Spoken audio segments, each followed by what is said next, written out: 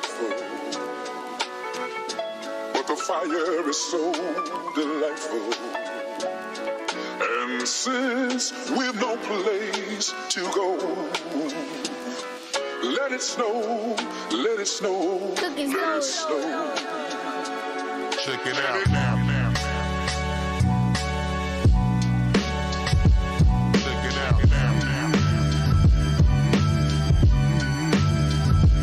Come on, come on, come on, come on. Check it out now. Come on, come on, come on, come on. Check it out now. Come on, come on, come on, come on.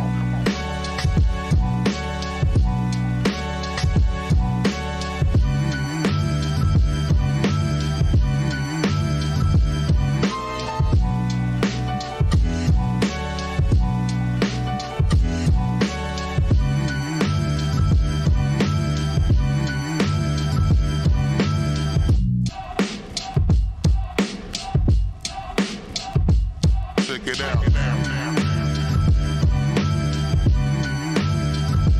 Come on, come on, come on, come on. Check it out now. Come on, come on, come on, come on. Check it out now. Come on, come on, come on, come on. Check it out now. Come on, come on, come on, come on.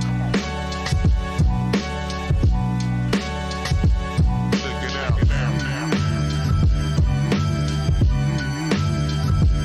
Come on, come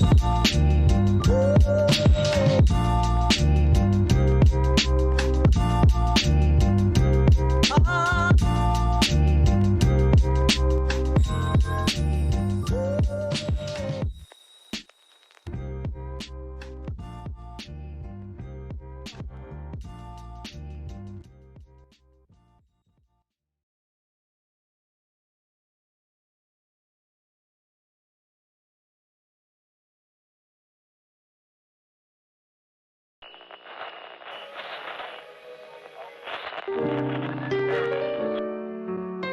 come on, come on.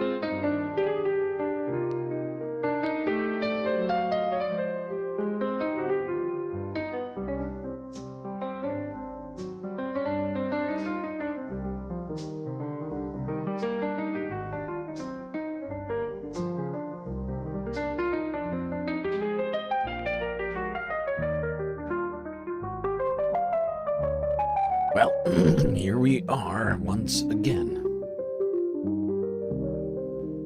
Floating somewhere between Earth and space, just trying to figure it all out. Got a hell of a lot to talk about here tonight, Space Fam, so I guess we better get right to it. As always, do not forget to buckle up those seatbelts. Otherwise, you might go floating off into that deep dark void of space, never to be seen again. Wouldn't want that on a Christmas day. All right, everybody. Good to see you folks here. Christmas. Merry Crimbus. Happy Chrysler.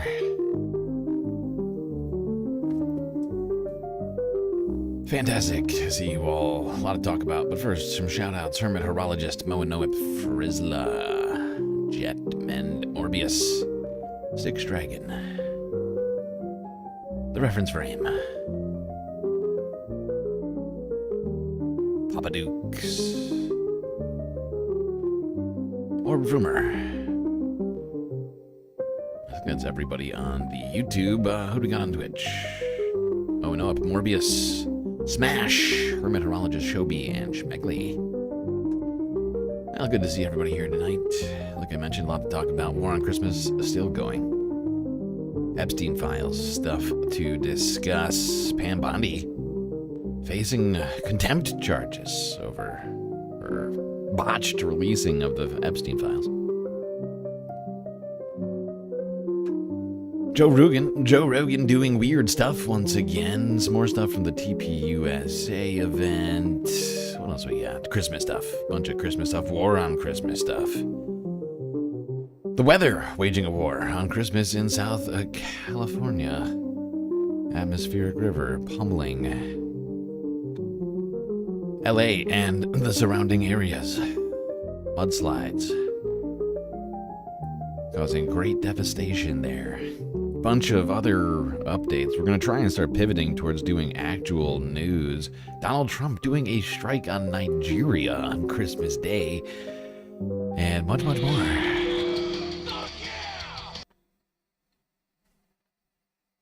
Let's start here. Talking about Jeffrey Epstein? This guy's been talked about for years.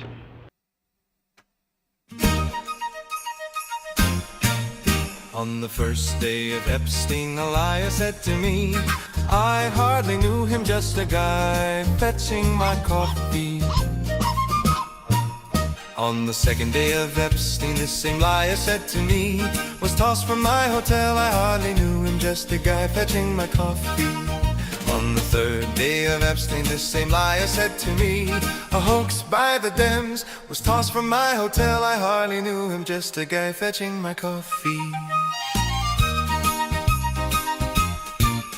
On the fourth day of Epstein, this same liar said to me, I put him in prison, a hoax by the Dems was tossed from my hotel, I hardly knew him, just a guy fetching my coffee. On the fifth day of Epstein, this same liar said to me, he died under my watch, I put him in prison, a hoax by the Dems was tossed from my hotel, I hardly knew him, just a guy fetching my coffee. On the sixth day of Epstein, this same liar said to me, he stole my hot worker, he died under my watch, I put him in prison, a hoax by the Dems was tossed from my hotel, I hardly knew him, just a guy fetching my coffee. On the seventh day of Epstein, this same liar said to me, the files say nothing, he stole my hot worker, he died under my watch, I put him in prison, a hoax by the Dems was tossed from my hotel, I hardly knew him, just a guy fetching my coffee. On the eighth day of Epstein, this same liar said to me, we will release them maybe, the files say nothing, he stole my hot worker, he died under my watch, I put him in prison, a hoax by the Dems was tossed from my hotel, I hardly knew him, just a guy fetching my coffee. On the ninth day of Epstein, this same liar said to me, enough about the story, we will release them maybe, the files say nothing, he stole my hot worker, he died under my watch, I put him in prison, a hoax by the Dems was tossed from my hotel, I hardly knew him, just a guy fetching my coffee. On the 10th day of Epstein, this same liar said to me, it was only President Clinton, enough about the story, we will release them maybe, the files say nothing, he stole my hot worker, he died under my watch, I put him in prison, a hoax by the Dems was tossed from my hotel, I hardly knew him, just a guy fetching my coffee.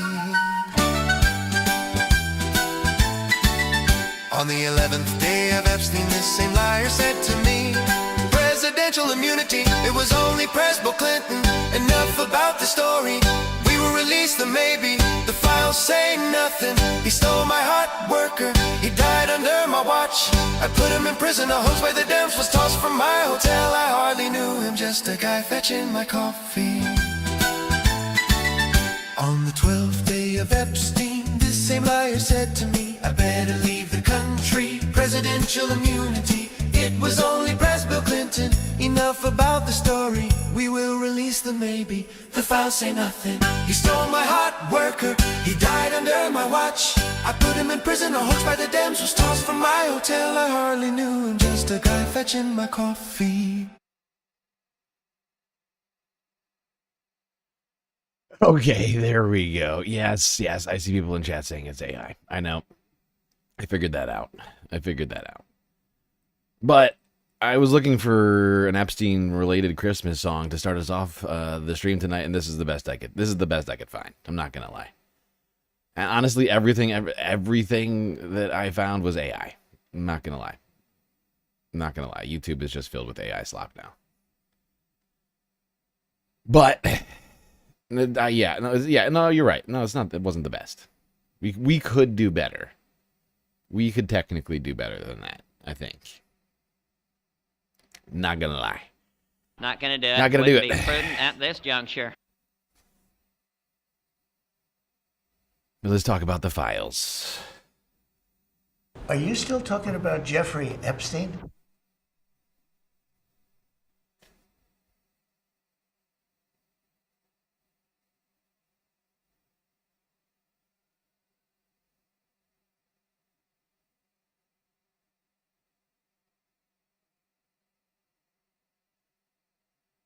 We didn't need an XMAS Epstein song. Maybe you're right. You could be right. And yes, as we were talking about earlier, some of the DOJ's redactions on the Epstein files weren't redacted correctly and can be unredacted and seen. I'll explain the process at the end of this thread. Unredacted version of below redactions. Defendants Khan and Indike controlled and directed the activities of other entities and personal bank accounts of Epstein accounts after they were funded. One, and frequently both of them, were officers or directors of Butterfly Trust, of companies holding Epstein's real property as laid out below, and of Financial Strategy Group Limited, Financial Trust Inc., FT Real Estate, Gratitude America Inc., Hyperion Air Inc., Jeffrey Epstein Virgin Islands Foundation Inc., Jeepers Inc., Mort Inc., Nautilus Inc., and Zora Development Corporation, among others. And as you can see, some of the incorporated companies were redacted here, but they were then unredacted. Here's another unredacted. No way that's true, brother. What do you mean, ain't no way that's true? Are you saying that because you think it's too stupid to be real? No, you can literally do it. Do you want me to go and do it myself personally? Some of these documents were not actually redacted appropriately. Not all of them. You can't unredact every single thing, but there are plenty of documents that you can unredact. Here is a video on it. I'm at justice.gov where all the Epstein files are being held, and there's a lot of different files. Okay, chat's making jokes. I got everything I wanted for Christmas except a bidet. I'm literally butthurt. You are not funny. Not have been redacted. So you can go ahead and scroll down till you get to a redacted area. Here's a redacted area right here. Guess what? If you want to look at these files, all you got to do is copy it and paste it into Microsoft Word. And guess what? All the files are unredacted. There it is. So go back to... All right, you're the second person to say something about ads. Is everybody getting blasted by ads right now? It's the same. It's on the same setting it's always on. It must be Christmas. They're like, it's Christmas. Time to hit everybody with as many ads as we can possibly do. I changed nothing about the ads. I do have control over how many ads are supposed to be seen. But it's just low, moderate, or a lot, or whatever it is. I always keep it on moderate. Clearly, moderate means something new today. Justice.org, find all those files. Guess what? If you want to look at these files, all you got to do is copy it and paste it into Microsoft Word. And guess what? All the files are unredacted. There it is. So go back to justice.org, find all those files, and start unredacting before they figure out how to stop you. Essentially, they use the black highlighter function on the text instead of actually... It's wild. I didn't realize it was quite this easy. That's even easier than I thought this was. This is insane. They they really didn't put much effort into this, did they? They had all year. They had all year. I mean, let's be real. Donald Trump got into office with the expressed intention of releasing the files. So they had literally all year to prepare for this moment, right? It's fascinating. It's almost like they just weren't expecting to ever have to release the files, and then rushed their, rushed the FBI or whoever over the DOJ there in charge of all of this. You got to get it done. Yeah, I don't care. 24 hours. That's Placing it. the text with black. And for the record, it's not all the files, obviously. It's just some. They had the top minds at the FBI working on this day in, day out. And here are, here is the result. Oh, man. People examining documents released by the Department of Justice in the Jeffrey Epstein case discovered that some of the file redaction can be undone with Photoshop techniques or by simply highlighting the text and pasting it into a word processing file. Depending on what method of redaction was used, there are ways of getting around it. People examining the documents released. I'd like to point something out. You know what this also means? It puts all the victims technically in once again unfairly in the spotlight. Jesus Christ. These people are so incompetent. We're protecting the victims. Whoopsies, you can find out about every single victim if you just Department of Justice in the Jeffrey Epstein case discovered that some of the file redaction can be undone with Photoshop techniques. Unredacted text from these documents began circulating through social media on Monday evening. An exhibit in a civil case in the Virgin Islands against Darren K. Indyke and Richard D. Kahn, two executors of Epstein's estate, contains redacted allegations explaining how Epstein and associates had facilitated the sexual abuse of children. The exhibit was second amended complaint in the state case against Indyke and Kahn. In Section 85, the redacted portion states, between September 2015 and June 2019, Indyke signed FAC for over $400,000 made payable to young female models and actresses, including a former Russian model who received over $380,000 through monthly payments of $8,333, made over a period of more than 3.5 years until the middle of 2019. Prosecutors in the Virgin Islands settled the civil sex trafficking case against Epstein's estate, Indyke and Kahn, in 2022 for $105 million, plus one half of the proceeds from the sale of Little St. James, the island on which Epstein resided and on which many of his crimes occurred. The Justice Department press release announcing the settlement did not include an admission of liability. Other sections further allege how Epstein's enterprise concealed crimes. Defendants, ask yourself, anytime I read a paragraph, ask yourself why this was redacted to begin with. Defendants also attempted to conceal their criminal sex trafficking and abuse conduct by paying large sums of money to participant witnesses, including by paying for their attorney's fees and case costs in litigation related to this conduct. Reads one redacted passage. What the does that have to do with outing victims? Here's another one. Epstein also threatened to harm victims and help release damaging stories about them to damage their credibility when they tried to go public with their stories of being trafficked and sexually abused. Epstein also instructed one or more Epstein Enterprise participant witnesses to destroy.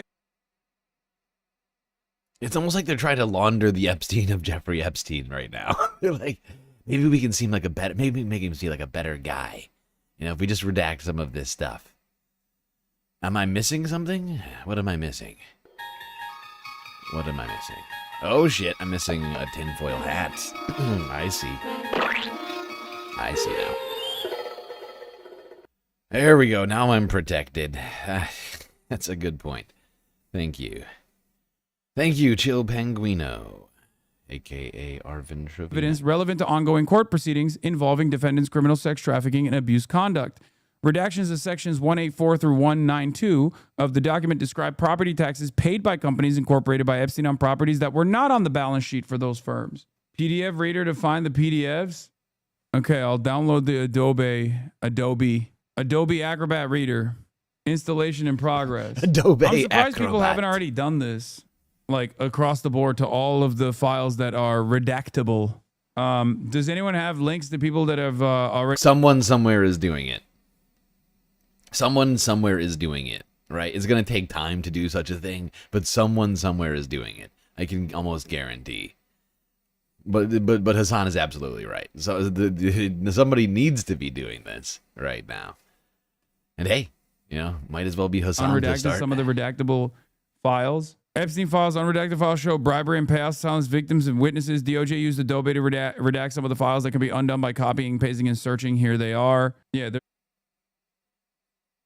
You can almost guarantee that like either like lawyers of victims or other sorts of like political like groups are absolutely doing this right now. They might not be making it public yet, but they're going through the file. I can almost guarantee there are people who are pouring through this after finding out about this hack. Or that's not really a hack. It's really a security flaw. There's a lot of Trump. I guess it could be It's in there. describe it however. 900 pages here. I linked it. Oh, these are all unredacted. Is that what you're saying? Ghislaine Maxwell. I'm out of my depth in understanding defamation and other legal hazards and don't want to end up in a lawsuit aimed at me from anyone if I can help it. Apparently, even saying Virginia is a liar has hazard. I have never been in a suit, criminal or civil, and wanted to stay that way. The U.S. lawyers for the Jane Doe files are filing additional discovery motions, and if I speak, I open myself to being a part of the discovery. Apparently, I am trying to stay out of litigation and not have to employ. Okay, so the question I have is, why the f would this be redacted? The other question is, when are they going to make this easy to read? Showing with a highlighter exactly what they've redacted. I'm trying to stay out of litigation and not have to employ lawyers for years. I got lost in U.S. legal nightmare. I stand no legal risk currently on these old charges and civil suits against Jeffrey. We need to consult with U.S. lawyers on my statement I make and the complaints too. This is from 2015. This is before the second Jeffrey Epstein trial took place. This is her saying and Jeffrey Epstein's still alive at this point, obviously. And there is not like a lot of, there's not a suspicion that like it will reopen at any point. And she's talking about perhaps make a statement of the legal risk saying anything for potential defamation or something that prevent detailed rebuttal, plus the press not being in place for that. Regardless, Philip, please call Jeffrey lawyer and see what you can understand from him and perhaps craft something in conjunction with him. Either way, I think you need to speak to him to understand my risk so you can help me understand. How is this protecting victims? This is wild. How is any of this protecting victims? So this is Ghislaine Maxwell between her and her lawyers, it seems, or whatever, claiming that victims are liars. I mean, this is not protecting victims.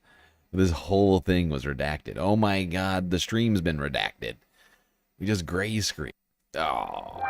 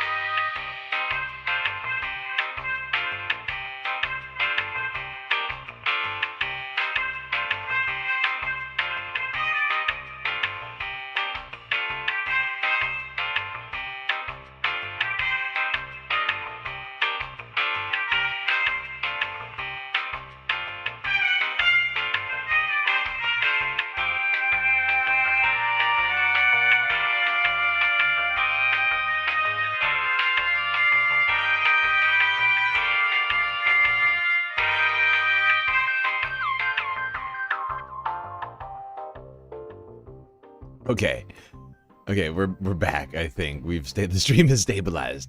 Yes, NRG flow. We're being taken down by the deep state. It's true.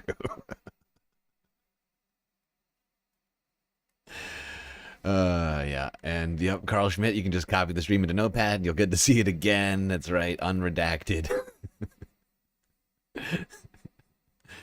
Oh God. Good to be with you, Space Fams, here on this holiday. Understand it. Too many cooks in the kitchen, and I can't make good decisions. Please reach out to him today. I have already suffered such a terrible and painful loss over the last few days, and I can't even see what life after press hill even looks like. Statements that don't address all just lead to more questions. What is my relationship to Clinton? Andrew, on and on. No rest till Monday. I need headspace. Oh, so this is back when she was on the Terramar project, which the Clinton Foundation was linked to. And this is her being concerned that her personal associations with the Clintons are going to invite scrutiny into, you know, her work in trafficking pedophiles, trafficking minors for pedophile Jeffrey Epstein. What the is happening, bro? Did it install McAfee on my computer? I'm gonna lose my mind. Did it literally auto install McAfee on antivirus? Thank you, Green New Deal. It was a little bright in here, so the sunglasses are helping. Wait, did the Twitch stream actually? The Twitch stream just straight up went down. Wait, what? We've only been up for 2 minutes? What the hell? My internet's still doing weird stuff over here, and I don't like it. Not a fan. Not a fan. Anyway, thank you for the sunglasses. Back to the show. The fuck. Fuck! I think we should be able to jail people that forcibly right away. Force McAfee as an unrelated file when you do default installs. I have to throw this computer in the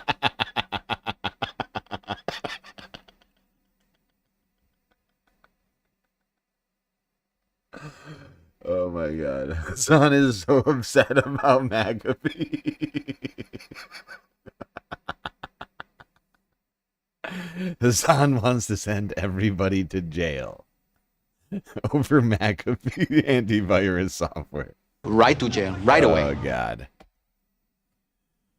Oh, it's hilarious.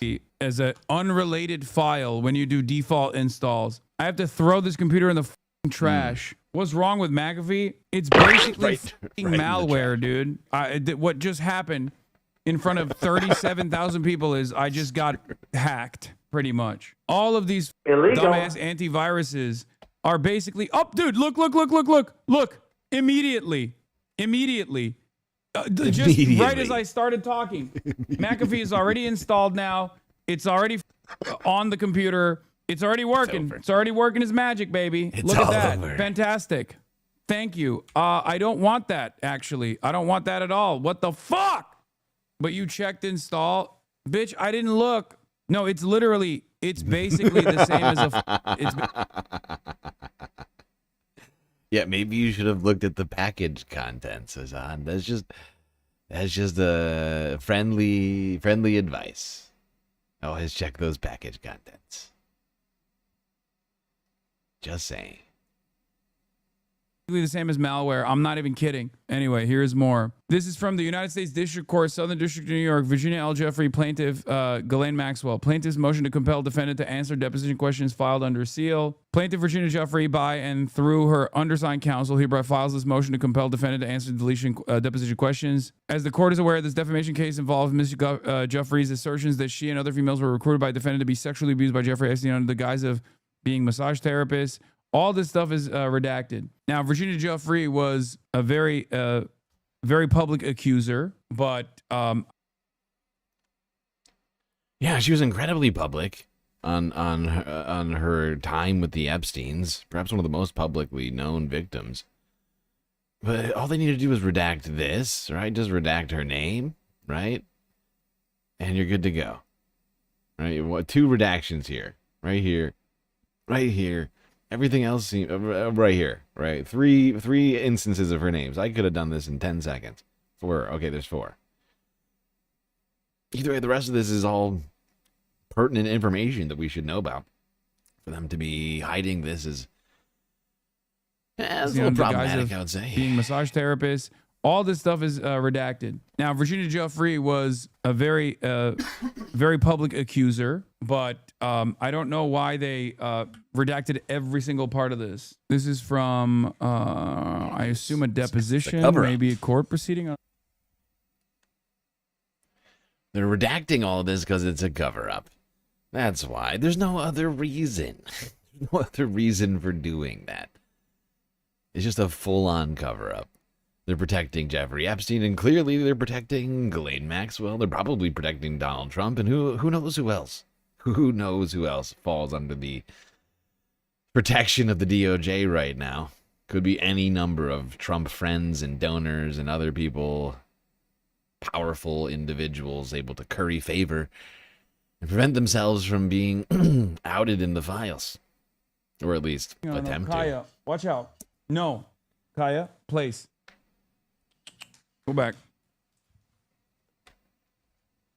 The fact is, though, like, when it comes to, like, things like Ghislaine Maxwell, let's not forget that every single sort of little tidbit of information about Ghislaine Maxwell that points... Zero Megastar just cheered 100 bits. Are we still talking about Jeffrey Epstein? Are you still talking about Jeffrey Epstein? Thank you, Megastar, for the biddies over on Twitch. Much appreciated. What was I saying? Oh, right. Let's not forget that every single instance of information in here that condemns Ghislaine Maxwell's behavior and points to her criminality, once again, every single time that happens in the files, it makes the Trump DOJ look bad, right? Because Todd Blanche just got done approving a full-on... I mean, she's gotten everything but a pardon at this point. She is living under incredibly cushy circumstances for a sex offender, you know, in a jail she's not supposed to be in, basically getting special treatment just by being there, and then getting to play with puppies and getting the warden to help her out with emails and all this other crap. Like, it just looks bad. Like, every single time something comes out about Ghislaine Maxwell, it just makes them look bad. It's like, why are you giving this woman special treatment when she clearly did a bunch of crimes? Look at the files. Let's get the files and figure it out.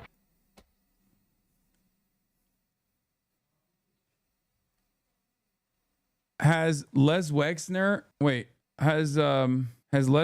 motive to helping Epstein ever been remotely revealed? There are suspicions, but Wexner's connection to Jeffrey Epstein is like he's the primary person that gave Jeffrey Epstein all of his power, and on top of that gave him all of the money. And then I clicked on something that was really triggering for me and just brought me back.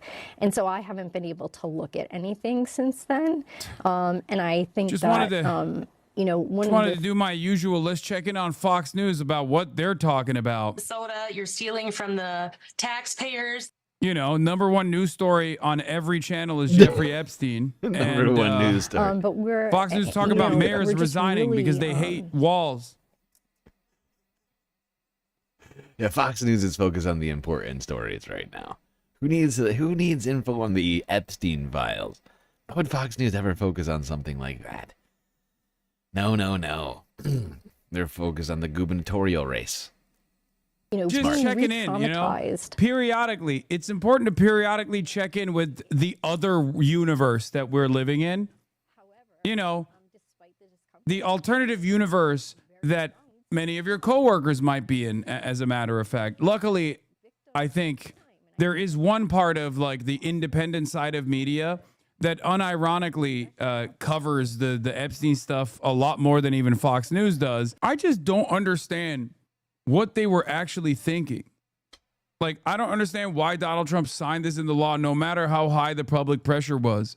They must have truly thought, oh, I can just get the DOJ to, release this with like the adequate redactions, and then we can get people off the trail. We can get people to be suspicious of whoever we want them to be suspicious of, like Bill Clinton, and then they won't actually ask questions about my own personal involvement or why my DOJ is hiding my name in the files, or even all of the other, I guess, accompanying redactions that came through that makes no sense. Like, it was very stupid, but I guess there's an unlimited well of stupidity in the Trump administration. You say it's a bipartisan veto proof, but like, you think Trump doesn't have whipping power? What do you mean? Why didn't he push? Why didn't he aggressively push the Republicans to? Honestly, I don't know if he does have whipping power right now. Honestly, I think that Donald Trump's whipping power right now in Congress is mostly being played out through people like Mike Johnson. But Mike Johnson is losing his ability to whip right now. I get where Hassan's coming from in this, but on this particular issue especially, I feel like there's been a huge divide that is really unwhippable due to the public sentiment. And I think that the lawmakers can see, they can see the state of play right now. They understand to some degree the battlefield, if you will. And there's a fuck ton of people over on the side of let's get the files out. Just so many people. So many people. It's so toxic. And it's so, like, you don't want to be associated with not getting the files out. It's a death sentence, especially if you're a Republican. Honestly. Right? Like, we watched those videos the other day, like weeks and weeks ago now, actually. When MAGA folk were starting to burn their hats over the over the lack of releasing of the files. I think there's a great deal of evidence to suggest that it's going to be tough to, to get any sort of congressional help on this one for Donald Trump. Honestly, I think that Mike Johnson's done everything he could to prevent it, right? Think about it. Mike Johnson literally refused to swear in a lawmaker for, what was it, like 2 months? For like 2 months, he refused to swear in a lawmaker. Send Congress to vacation early. What has Mike Johnson not done up to this point to try and prevent the releasing of it? He's done everything. And even Donald Trump's, he eventually saw the cards, the way, like the way the things were laid out. And he was like, fuck it, get the files out. Do it. Whatever, I don't care. Release the files. I don't care. Whatever they want.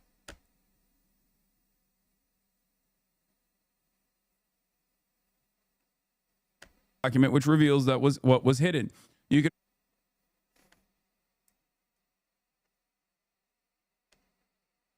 reason they have not been made public. Have a nice day, DJT.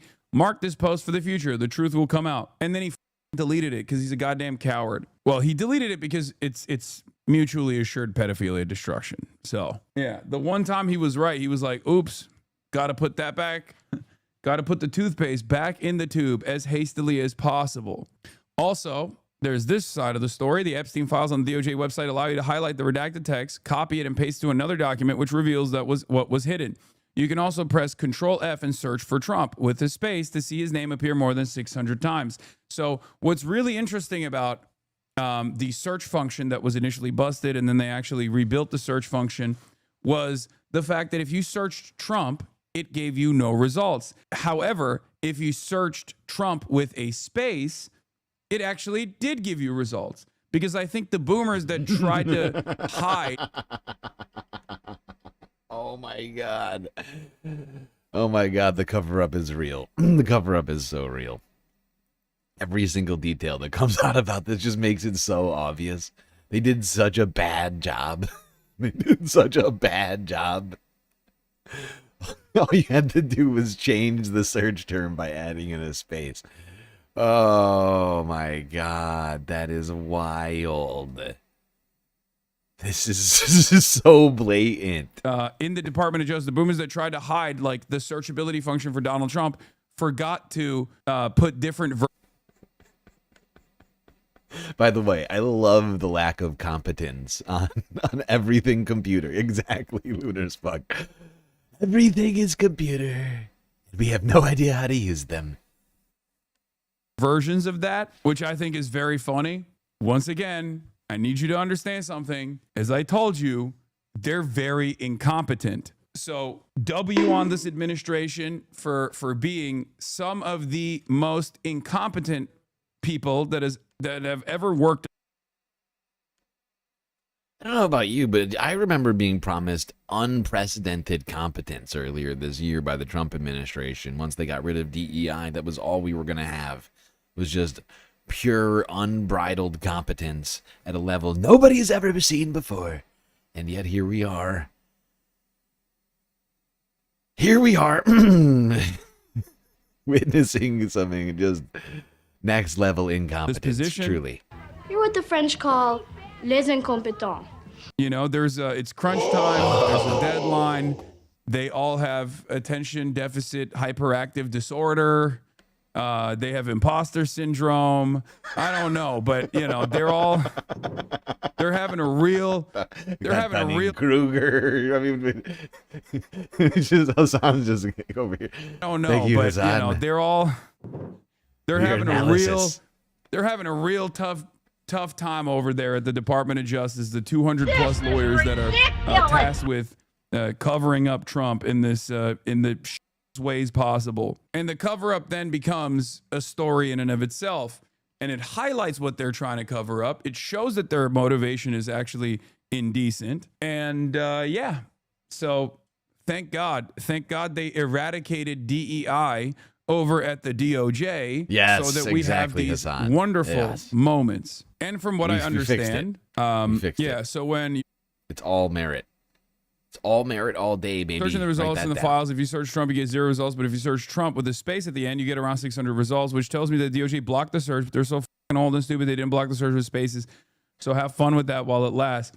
And it's kind of funny because just like how video game companies now just like make you pay for an alpha release so you can be a beta tester, like so you can do the game test and you can pay for that privilege of being a game tester. It kind of feels like the administration is utilizing the internet snoopers to make up for all of their personal failures, because every day they just release another tranche of data.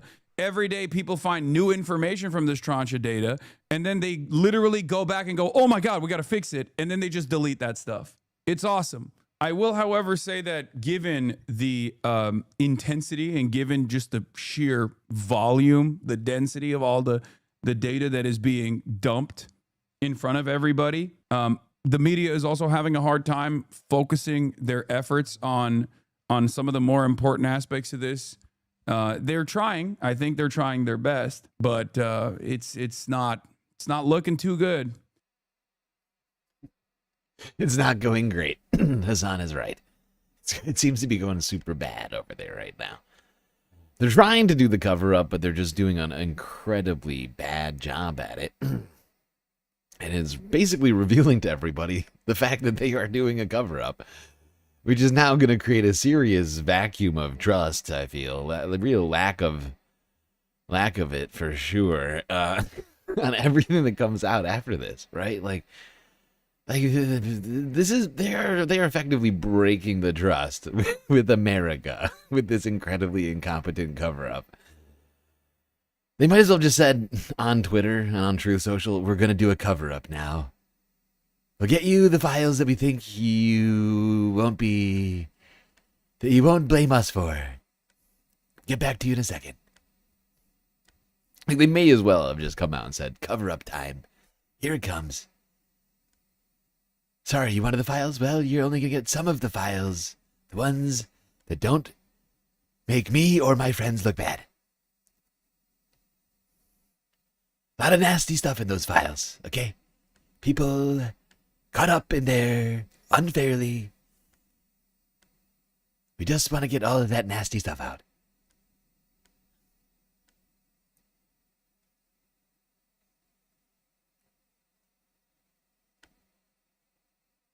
Gotta protect the abusers, right? Can't just be the victims. All right, let's see. I lost my place. Oh, yep, okay. Let's go here now to CBS News from yesterday.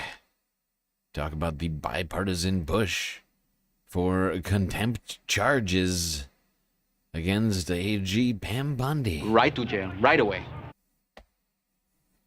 Out to the fallout, and it continues over the Justice Department's failure to meet the deadline to release all, that's what the law requires, all of the Jeffrey Epstein files. Democratic Congressman Ro Khanna and Republican Congressman Thomas Massie, they authored the law, announced late last night that they will bring inherent contempt charges against Attorney General Pam Bondi. In a statement, Khanna called the DOJ's failure to comply with the Epstein Files Transparency Act, quote, an obstruction of justice, unquote. CBS News Department of Justice reporter Jake Rosen joins me now. Jake, walk me through what this means that the two lawmakers are trying to set in motion and what it might mean for the Attorney General, if anything. Well, what it might mean, Major, is a potential $5,000 a day fine after a 30-day grace period. Our audience will remember on the 19th of this month is when these Epstein files were due in full to be delivered to the American people in some kind of searchable format. That has not happened. We've seen a trickle come out even as early as overnight from Monday into Tuesday. The Department of Justice has said these filings and these drops of documents are going to continue as attorneys continue to sort through them, redact sensitive information, and then release them. But again, the language of the law was very clear, which is what Ro Khanna and Thomas Massie have pointed to, which is that these files should have come out on the 19th in full. What this would mean is potentially a $5,000 a day fine, if not potentially moving further to hold Attorney General Bondi and potentially Deputy Attorney General Blanche in contempt of Congress. That being said, Major, Khanna said on a media appearance earlier this week that this really is not about those two. It's about President Trump and holding these powerful men who were associated with. By the way, this is the number. This is on a yearly basis. This is on a yearly basis. If they go through with these fines, $5,000 a day winds up being $1.825 million. How much money does Pam Bondi have? Might have to look into that.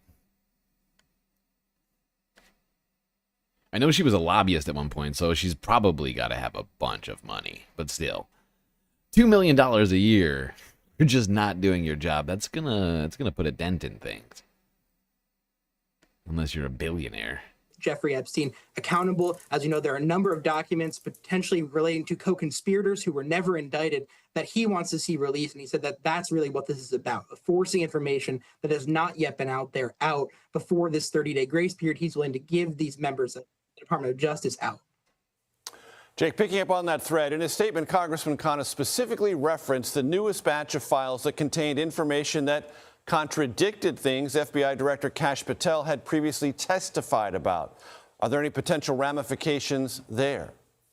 Well, it's really difficult to hold the FBI and Department of Justice in any kind of accountability measure, Major, because the eventual enforcer of that is themselves, or if not, the executive branch. But FBI Director Kash Patel did say, testifying before Congress, that there was no evidence that Jeffrey Epstein trafficked women to other potential unindicted co-conspirators. What we do know is that there were internal documents not released yet, but referred to in emails that have been released, citing potentially 10 unindicted co-conspirators who were. Yeah, it's weird. It almost seems incredibly contrary to everything that the DOJ is saying. Anyway, almost $2 million a year, $5,000 a day for Pam Bondi if they don't release the files. He seems annoyed but not altogether terrified of the doc dump. Do you mean Donald Trump? If so, I think that's just unfounded confidence. You know? I think it's bravado.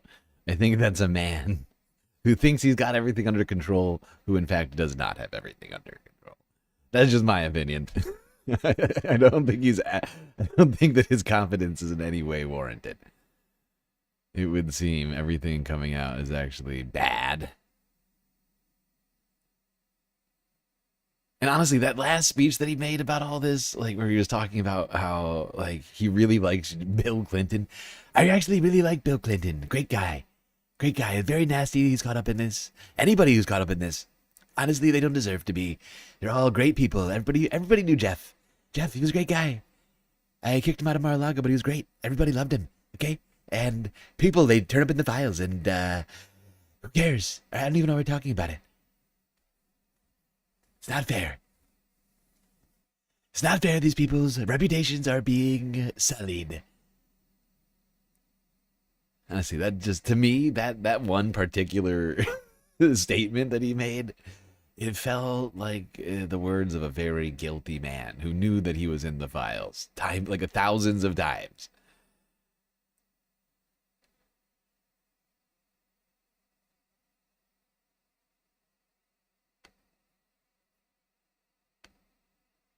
Like, there's no way he doesn't appear in the files thousands of times, and there's no way that he can think that that's good. I think he just thinks that the FBI and the DOJ are going to do the cover-up in a way that prevents him from facing any sort of public embarrassment. I just think that's bad. I think that he hasn't really thought that through. The thing about dementia is it accelerates. It's very true. Are you still talking about Jeffrey Epstein? This guy's been talked about for years.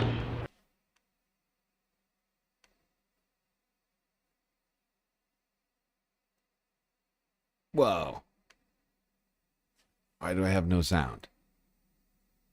The deadline came and went for the DOJ to release all of the Epstein files, okay?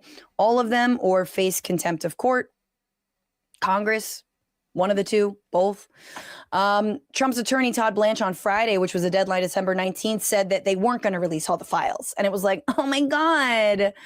Not going to do it. Wouldn't be prudent at this juncture.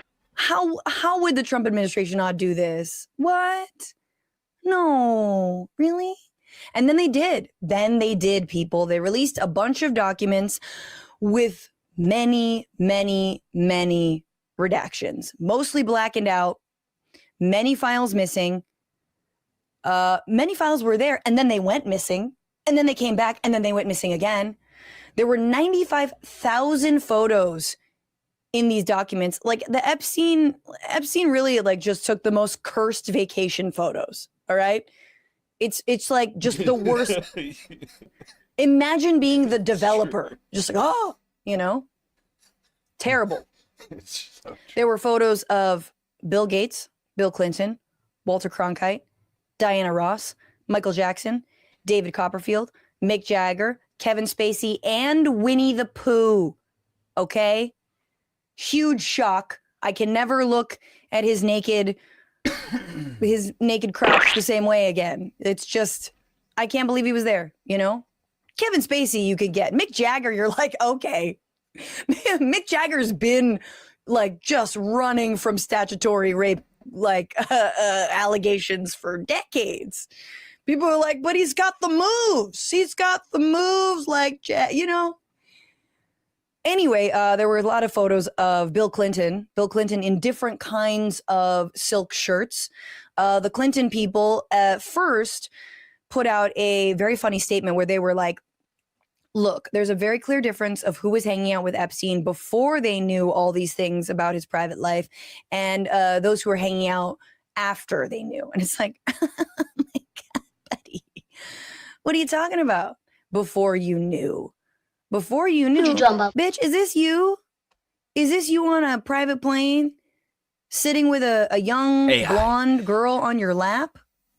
Yeah, you knew, my guy. Now the Clinton folks are saying they should release all the files. They don't care. They are ready to put that man in a bottle and send him off to sea. And my God, it can't come fast enough. Hillary will still be with him, though. She will still stand by your man. Anyway. The point is, Bill Clinton and Jeffrey Epstein and everyone who had anything to do with him. And one of those people, of course, is our president. And I know that comes as a massive shock. I did everything but yes, right. There are not just files, but photos also of Donald Trump with Epstein, like this one that was in a drawer. That was then, this photo was taken away. Unclear if it's back again. And zooming in, you can see there is Donald Trump here with some scantily clad young women. No idea how young they are, but he's there. Like, this is so stupid. We don't need the files to know that Donald Trump and Jeff Epstein were best friends, okay?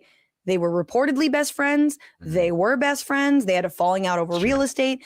Together, they created beauty pageants for teens and young women, and then use those beauty pageants as hunting grounds, okay? And we don't need files. We just have witness testimony.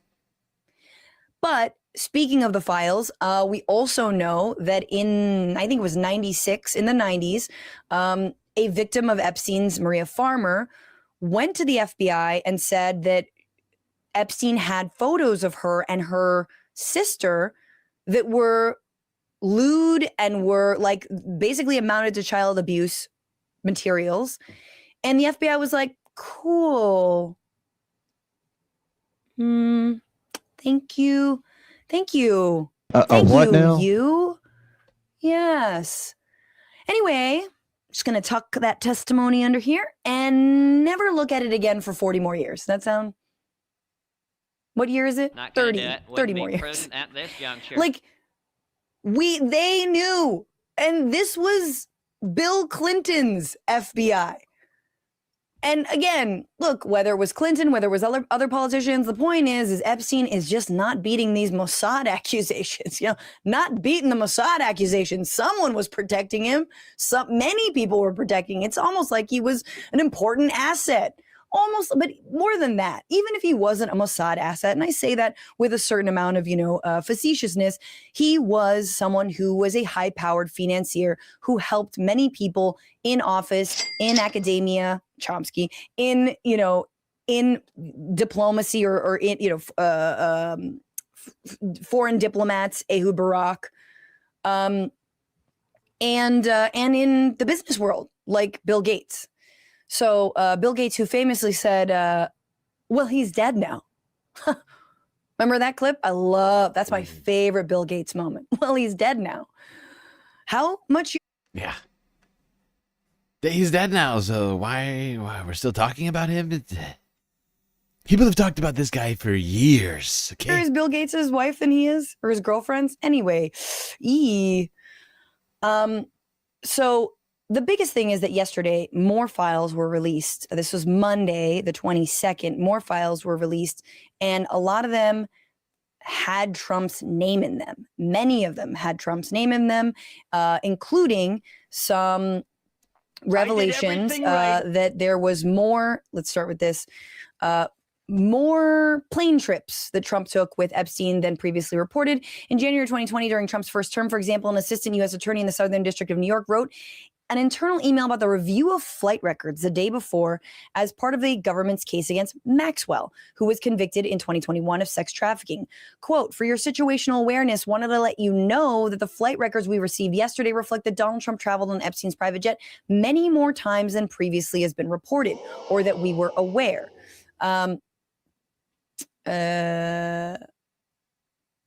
Aware, including during the period we would expect to charge in a Maxwell case, the email states. There were at least 8 flights, the prosecutor wrote, between 1993 and 1996 in which Trump was a passenger. On at least 4 of those flights, Maxwell was Yeah, it's weird. So during the time Maxwell was doing all of these crimes, Donald Trump was flying on the Jeffrey Epstein plane, seemingly quite on a very frequent basis. Very strange. I was told that he didn't even. I didn't even go to the island. Interesting. Now, before we get, let's just name that. Like, of course, he was on those flights. Of course, he knew what was going on. He himself said Jeff Epstein likes people who are much, much younger. Where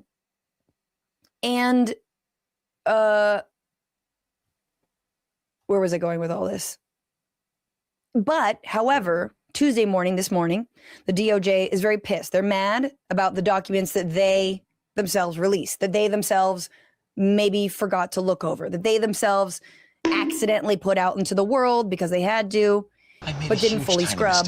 The Justice Department says some of these documents contain untrue and sensationalist claims made against President Trump that it characterized as, quote, unfounded and false. So why do you have them? Are you collecting unfounded and false information? Was the evidence that convicted Ghislaine Maxwell and Jeff Epstein, was that evidence false? I mean, again, we've spoken a little bit, and especially in my latest piece, we've spoken about the coming pardon of Ghislaine Maxwell. I mean, if they're saying that some of this stuff is false in the documents they're releasing, then the whole thing could be false, right? Then you could imagine Ghislaine's, lawyers saying, well, if that's false, then all the stuff against me is false, even though I'm in 92,000 of the 95,000 photos found in these documents. So now they're saying that they even vetted, that they released into the world. Now that stuff's false. That stuff's false. Here's Donald Trump yesterday.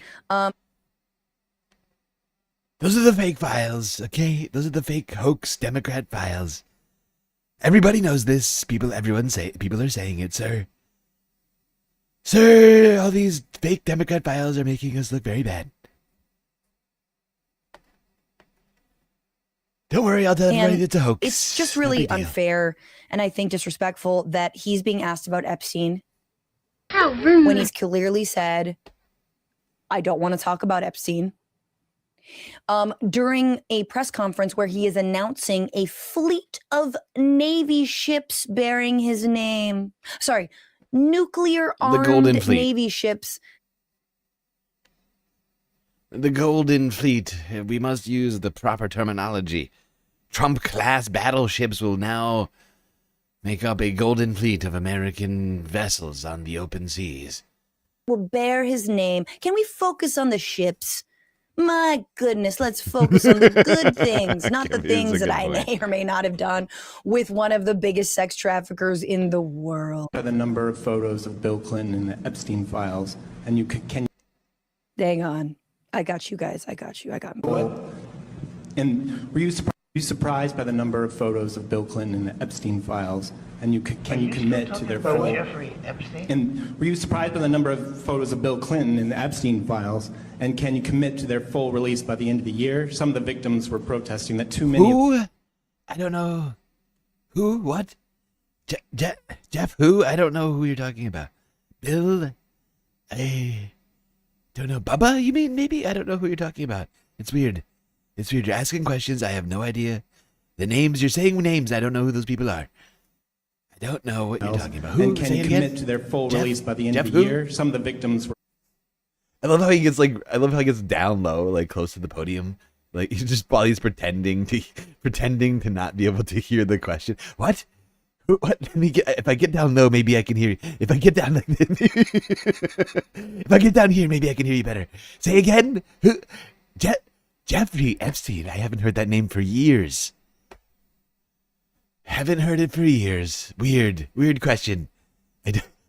Weird. Speak up next time. Clinton in the Epstein files, and can you commit to their full release by the end of the year? Some of the victims were protesting that too many of them were redacted. I know there are a lot of people that are angry about all of the pictures of other people, but I think it's terrible. Look, everybody's angry about the pictures.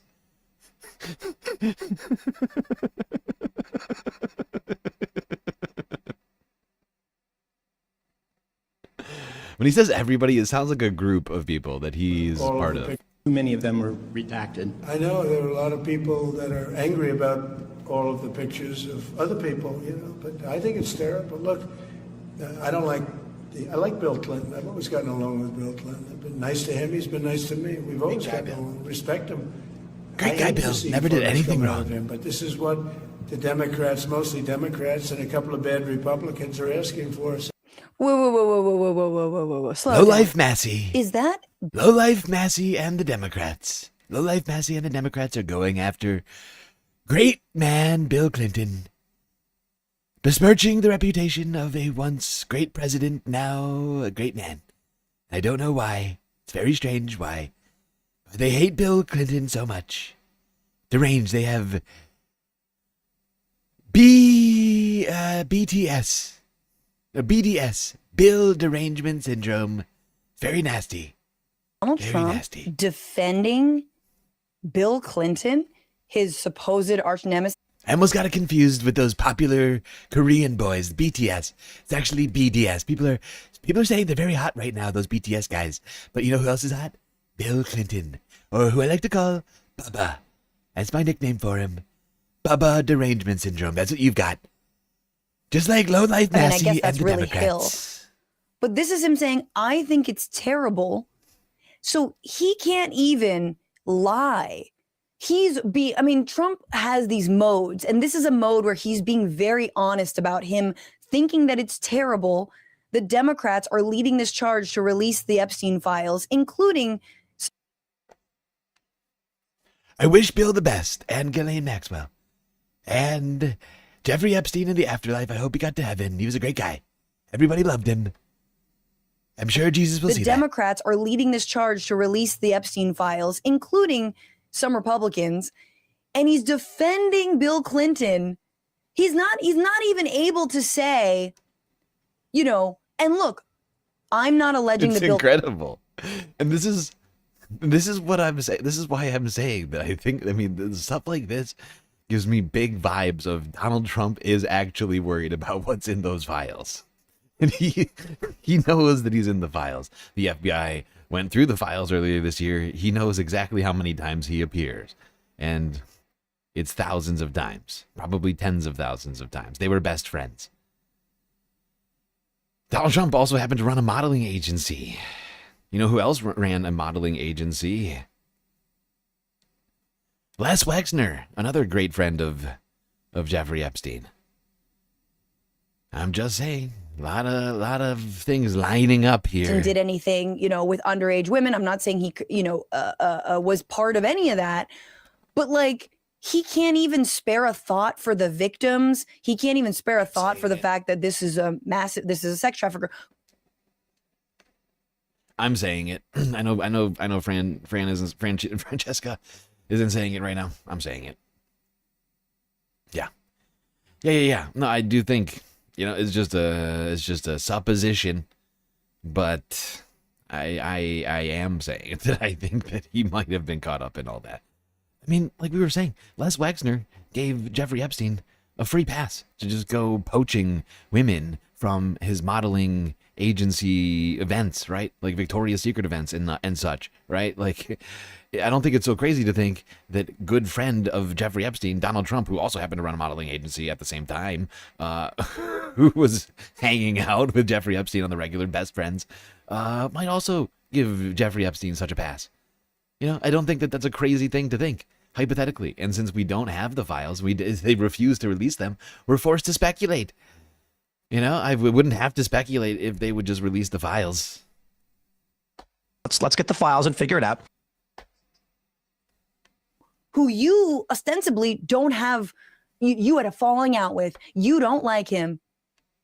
But again, he can't throw his people under the bus. And then it leads me to believe, you guys, a month ago maybe, we were talking about these emails between Epstein and his brother that were like, what about those photos of Trump blowing Bubba? And now this defense? I mean, not beating the Trump blowing Bubba allegations. Like, are we? Are we saying that everybody involved in these teen beauty pageants ought to be arrested? Like morally or like legally speaking? I mean, we should get the files, do an investigation, Let's get the files and figure it out. There's more. They give me their photos of me too. Everybody was friendly with this guy. There's photos of me too. Just wait. I mean, we just got evidence that there's at least 10 unindicted co-conspirators. Whoever those people might be, would seem we might want to look into that at the very photos least. Of me too. Everybody was friendly with this guy. There's photos of me too. Just waves that away. Either friendly or not friendly, but he was around. He was all over Palm Beach and other places. The head of Harvard was his best friend, Larry Summers, and Bill Clinton was a friend of his. But everybody was. I actually threw him out of Mar-a-Lago, and as a person that was in Mar-a-Lago, I threw him out. This is Mar-a-Lago. It's the hottest place I think it's the hottest place in the world, but it's the hottest place in Florida. Hottest place to poach young women. Very hot. Very into hottest. your. Children's events are not allowed anymore, or what? Yes, that's right. We're canceling all children's events. That's it.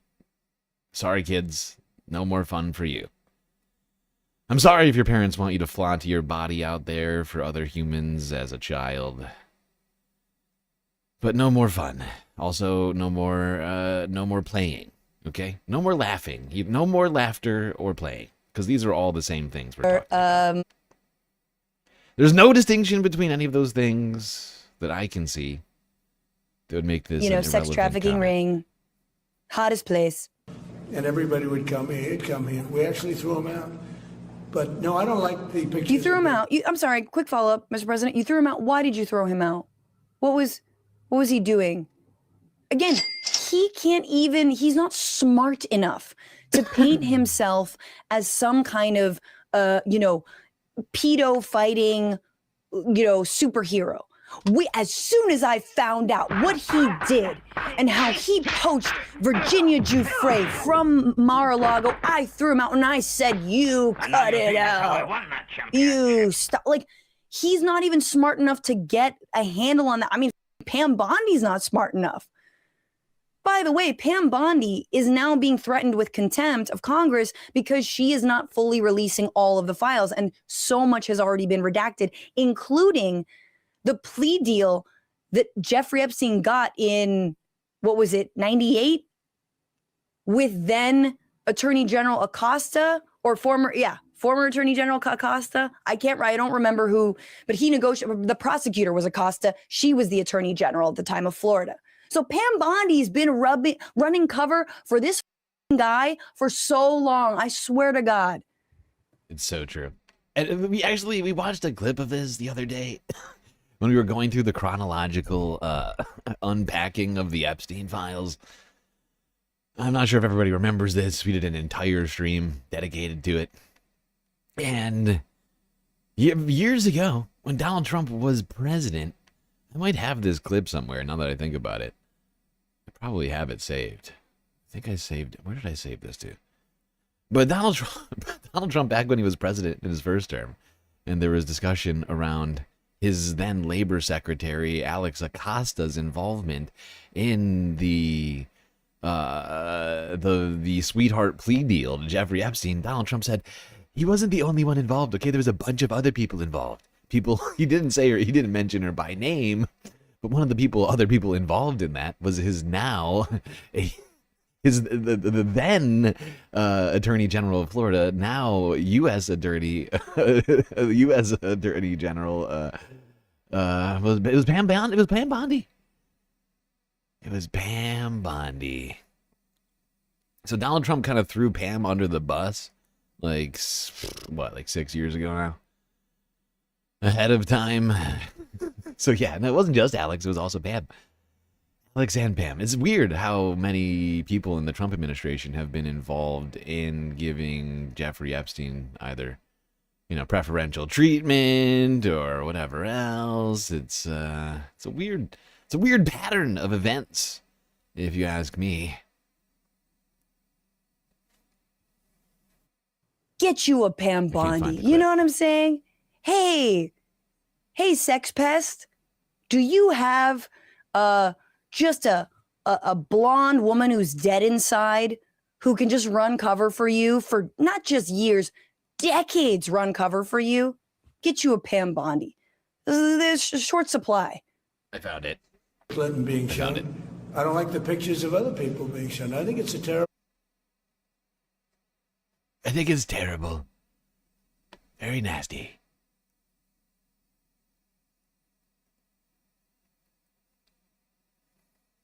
What is happening?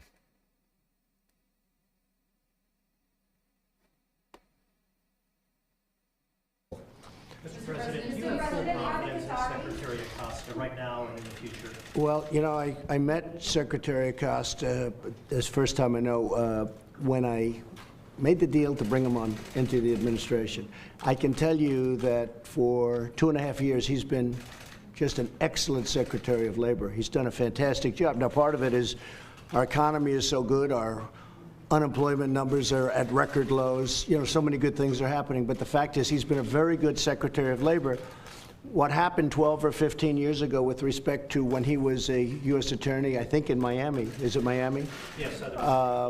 you know, if you go back and look at everybody else's decisions, whether it's a U.S. attorney or an assistant U.S. attorney or a judge, you go back 12 or 15 years ago or 20 years ago and look at their past decisions, I would think you'd probably find that they would wish they maybe did it a different way. I do hear that there were a lot of people involved in that decision, not just him. I can only say this from... And there's a lot of other people involved in that decision, not just Alex, people like Pam Bondi. They all of my, everybody who works for me loves Epstein, okay? They just want him to have a good, they just want him to rest in peace, okay? I think Bill Clinton's a big boy. He can handle it, but you probably have pictures being exposed of other people that innocently met Jeffrey Epstein years ago, many years ago, and they're, highly respected bankers and lawyers and others, and they'll end up, because of guys like Massey, who's a real lowlife, whose polls are down to about 9%, by the way, in the great state of Kentucky. If you look at Kentucky, Kentucky is such a great place, but I don't know, they've got a couple of people on there that are very strange in terms of leadership, but Massey's a loser, and he likes it, and he works with the Democrats. He's just being used by the Democrats, because what this whole thing is with Epstein is a way of trying to deflect from the tremendous success that the Republican Party has. You surprised? Yes. Let's go back to talking about the economy. That's definitely. Yeah, it's a good, absolutely. What I love about this is that Donald Trump seems to genuinely think that this is not some sort of a pivotal cornerstone issue of his base, but it is. It really is. It really is. And pretending like this is some sort of... He continues to come out to pretend like it's a Democrat hoax is just such a blunderous political move in his decision. He has been getting heat over this from a bunch of people. People are abandoning him over this. And the fact is like, a lot of these people, their identity, their political identity is derived from much of this. The QAnoners, the where we go one, we go all people, all this stuff, the Pizzagate, all this stuff is tied together. And all those people, to tell them that it's a Democrat hoax, the thing that they've been told by people like Donald Trump and people surrounding Donald Trump for the last 10 years is somehow a Democrat hoax, is wild. It is wild. I think the Republican brain is struggling to handle that. At least the Republican brains that took this on as an important issue for them. I think that this is perhaps one step too far. One straw too much. Hard to say. Now, of course, Donald Trump is, in fact, committing a whole bunch of other crimes while this is all ongoing. We can't forget that. We can't forget that. And in fact, things like this next topic of discussion would probably fall under that. As, might not be aware of this, but it requires congressional approval to make changes to public buildings. Things like the Kennedy Center, for instance. Or what are we calling it now? The Trump Kennedy Center? Hard to say. People are saying all sorts of different things. But some people are saying that it was completely unlawful. Completely unlawful for Donald Trump to remove President Trump's name from choose to rename the Kennedy. Please shut it. Unlawful for him to change the name of the Kennedy Center without congressional approval, and is now being sued for having done just that. A Democratic lawmaker is suing to remove President Trump's name from the Kennedy Center right here in Washington. It was added in big letters to the center's exterior last week after a vote from the Board of Trustees. Ohio Congresswoman Joyce Beatty is an ex officio trustee, and she says that vote went beyond the board's authority as given by Congress. And she's my source tonight, along with her attorney, Norm Eisen, who is bringing this. There's so much garbage we're going to have to tear it. We're going to have like a full-on bonfire in 2029 if we ever make it there. All the Walk of Fame, the Walk of Shame plaques over at the White House, all the gold filigree and stuff that's now bedazzling the gilded mansion. As the founder of Democracy Defenders Action. Great to see you both. All right, Congresswoman, so you say in this lawsuit that the vote and the addition of Trump's name to the outside of the building were, quote, scenes more reminiscent of authoritarian regimes than the American Republic. You may feel that way, but how did this break the law?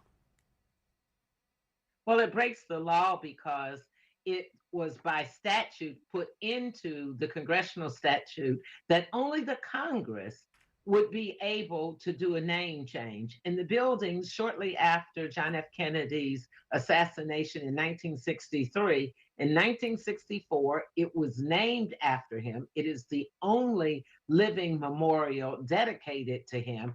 And it is very clear that the board did not have the authority to do what they did. And so that makes it illegal. It's quite that simple. This administration cannot, just because they want to put Donald Trump's name on a building. So what's next? The Lincoln Memorial? I mean, it's just. Yes, it is right. It's going to be the Trump Memorial. Lincoln guy keeps taking my thunder. Might as well just replace that.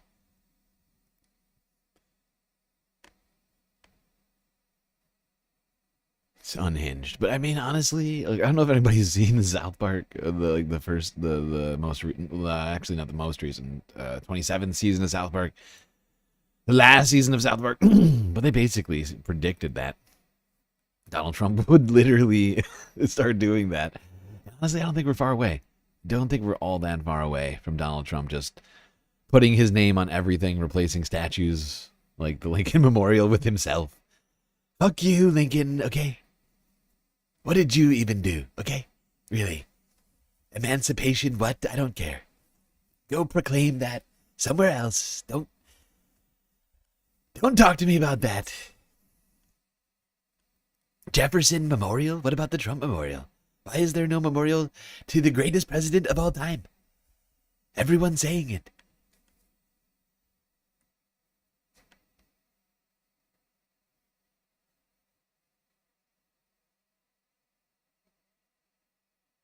You are the Ohio Issues and Union Issues, or Ohio is a correspondent. Really interesting. I don't think that's officially approved, but perhaps we can talk about that later. All right. All right, people, we still got a hell of a lot to talk about here, but we're an hour and a half into the stream, which means we've got to take another galactic intermission. Do not worry, though, as we will be right back after these brief messages.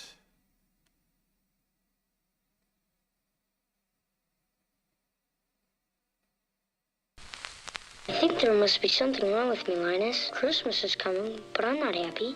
I don't feel the way I'm supposed to feel.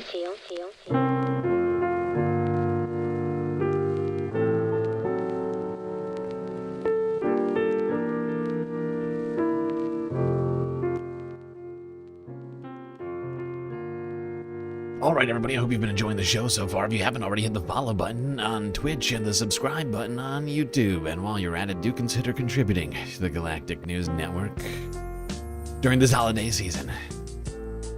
So many great ways, of course, for you to show your support. Super chats, super stickers, memberships, gifted memberships. That's right, you can give the gift of galactic love. Galactic membership on YouTube. That's not all, though. We go over to Twitch. Bits, power-ups, subs, Twitch Prime subs, gifted subs. That's right. You can also gift the galactic membership of the galactic gift of Twitch membership or subscription, whatever you want to call it. Why do they have to call it different things? That's not all, though. Of course, we have Cash App. We got PayPal. And of course, the very best way to get the most space benefits for your Earth dollars, Patreon, where for the low price of $3 a month, you get access to myriad space benefits unseen by the rest of the goddamn Milky Way galaxy. Things like an avatar, one of the break screens like the pool. That's right, you can be hanging out here poolside with me and the rest of the patrons, or perhaps at the bar, the lake, or the street. That's not all, though. Get yourself a shout out at the end of every show. secret Discord channel inside the Discord server, and much, much more. All right, everybody, enjoy the break. Grab yourself a drink, maybe a snack, and I will be right back.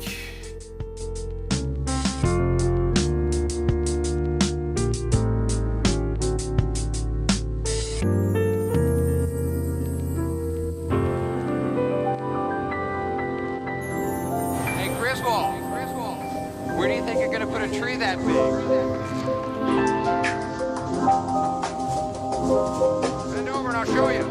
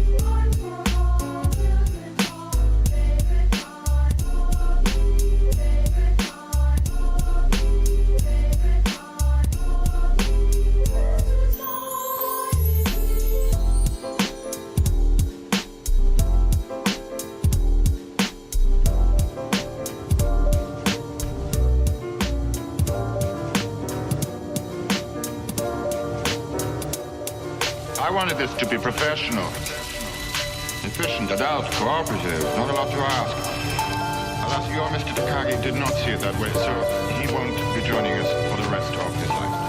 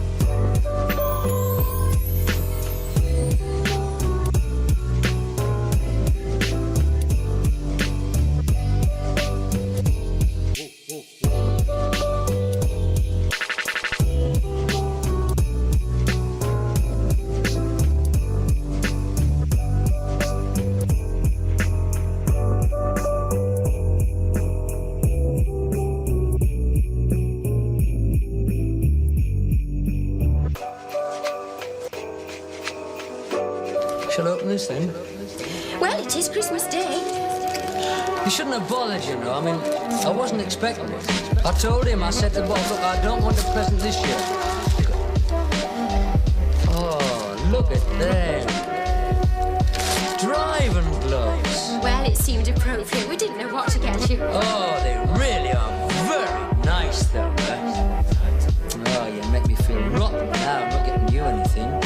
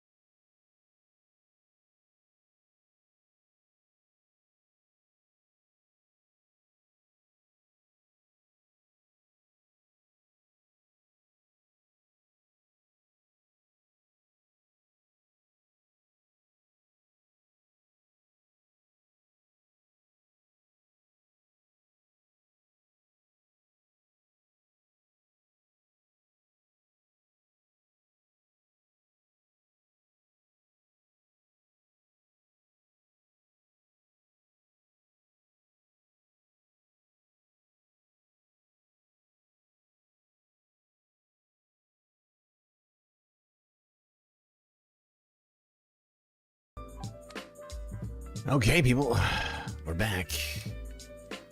It's time once again for the Galactic Stream to take off. Membership in the Jelly of the Month Clark, that's the gift that keeps on. Boy, let's see. Where did we leave off? That it is, Edward. Right. That's right. That's right. We ended the first half talking about the lawsuit against Donald Trump for illegally changing the name of the Kennedy Center. And we're going to move on from that now, talk about some other things in the world of politics. Like what's been going on with Ben Shapiro. He's been having a tough time lately. You know, feuding. Certainly part of the right-wing feud ongoing at this time. Candace Owens, people like that. Let's go here. The Majority Report.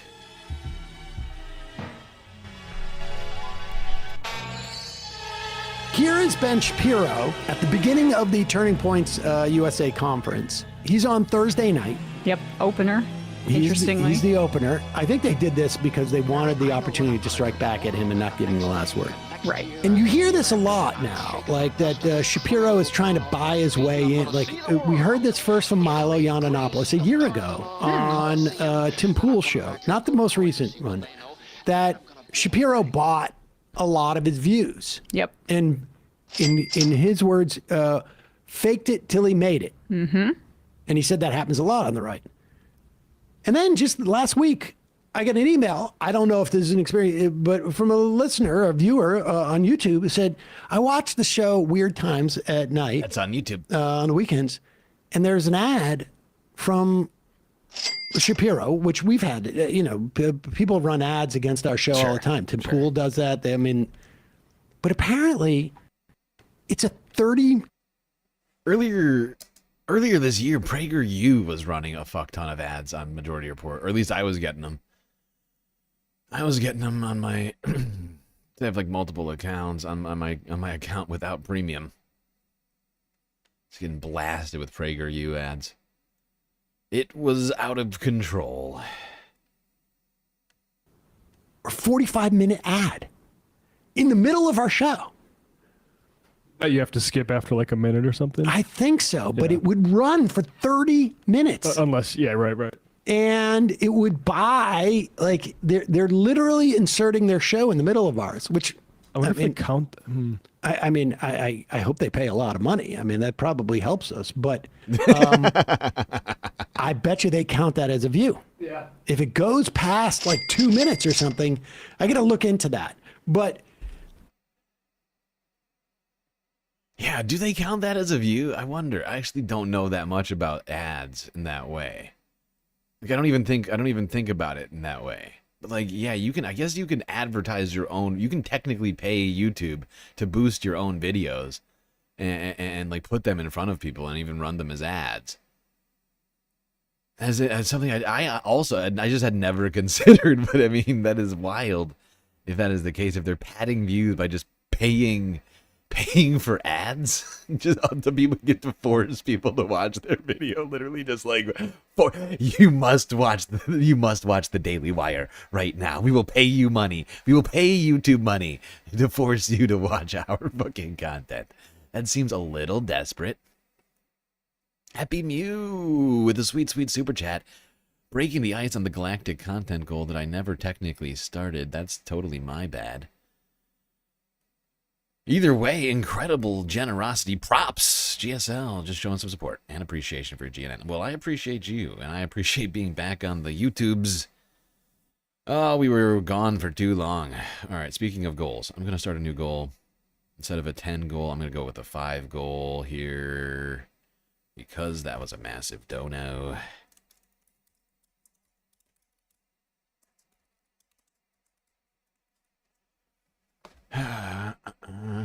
Oh wait, that's not what I do here.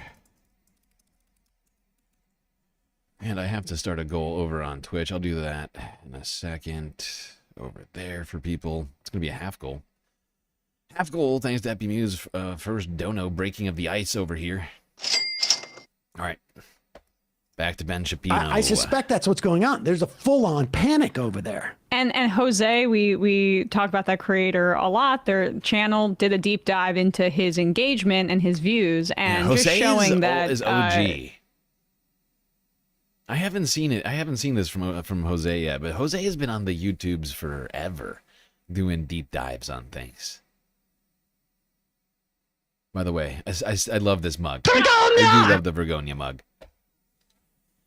I do love the Vergonia did mug. A deep dive into his engagement. Even though I'm still sad that I'm still salty. I'm trying not to be, but it's tough. I'm still upset over the fact that Emma thought that our Vergonia submission, I don't know how many people are familiar with what happened here. I'm just going to go back 2 seconds here. We talk about that creator a lot. Their channel. So this design right here was chosen in a competition on the Majority Report earlier this, I think it was earlier this year, right? Or was it in 2024? God, I can't even remember now. Regardless, we attempted to enter a submission. It is now an emote. I think it's only on Twitch, though. I can't remember if the emote exists on YouTube's. But, unfortunately, wasn't able to explain. But Emma saw my design. It was so good that she thought it was a real picture of Martha Ann Alito when it was in fact just a drawing. Here, I'll pull it up. While I'm talking about it, I might as well. I've got this around here somewhere. Where's my Vergonia? Where is my Vergonia folder? Vergonia!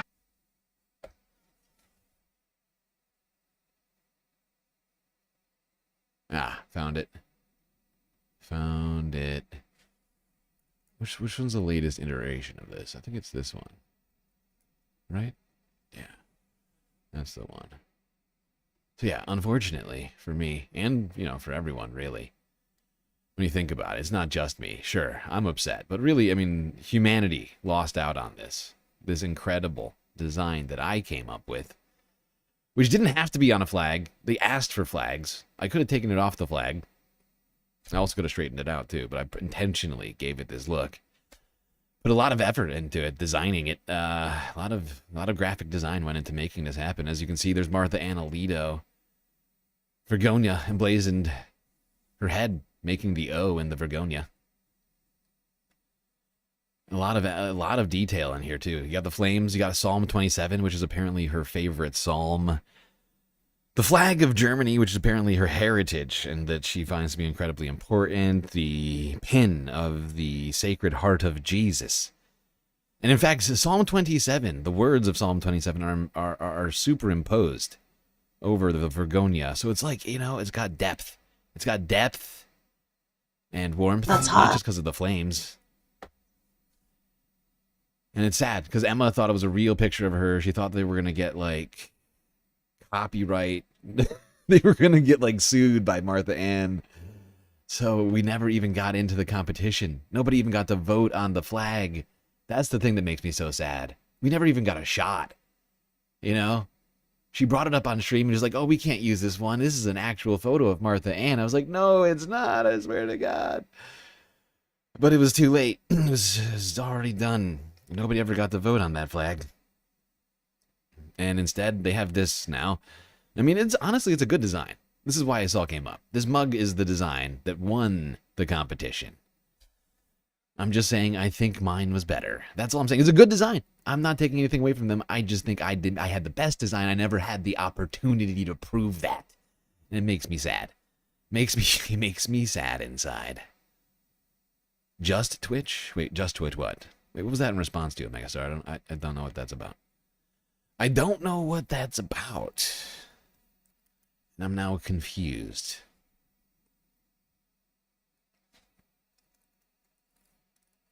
Now very confused.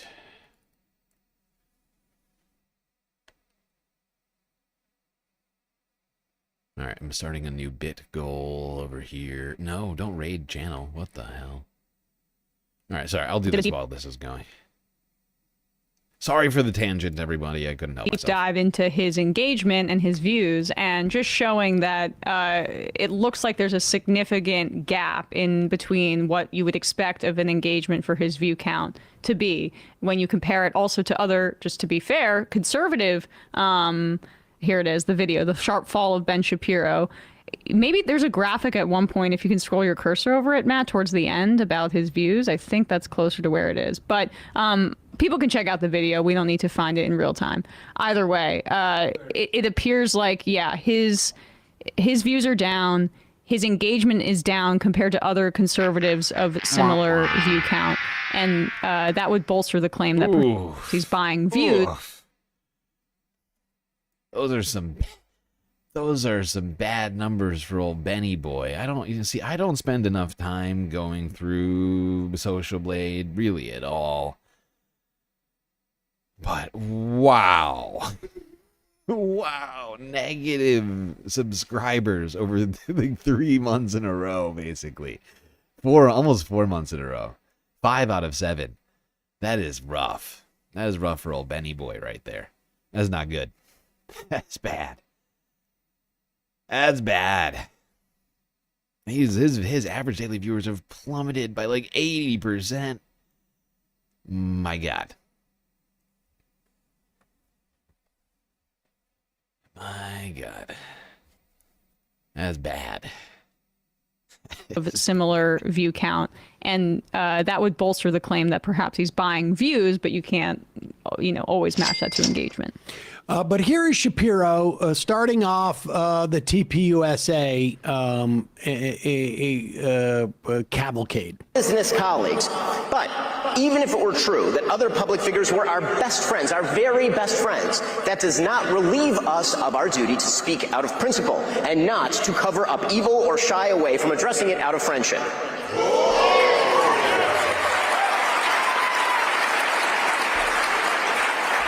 So no, Tucker Carlson, it is not an excuse to go silent on Candace's targeting of TPUSA.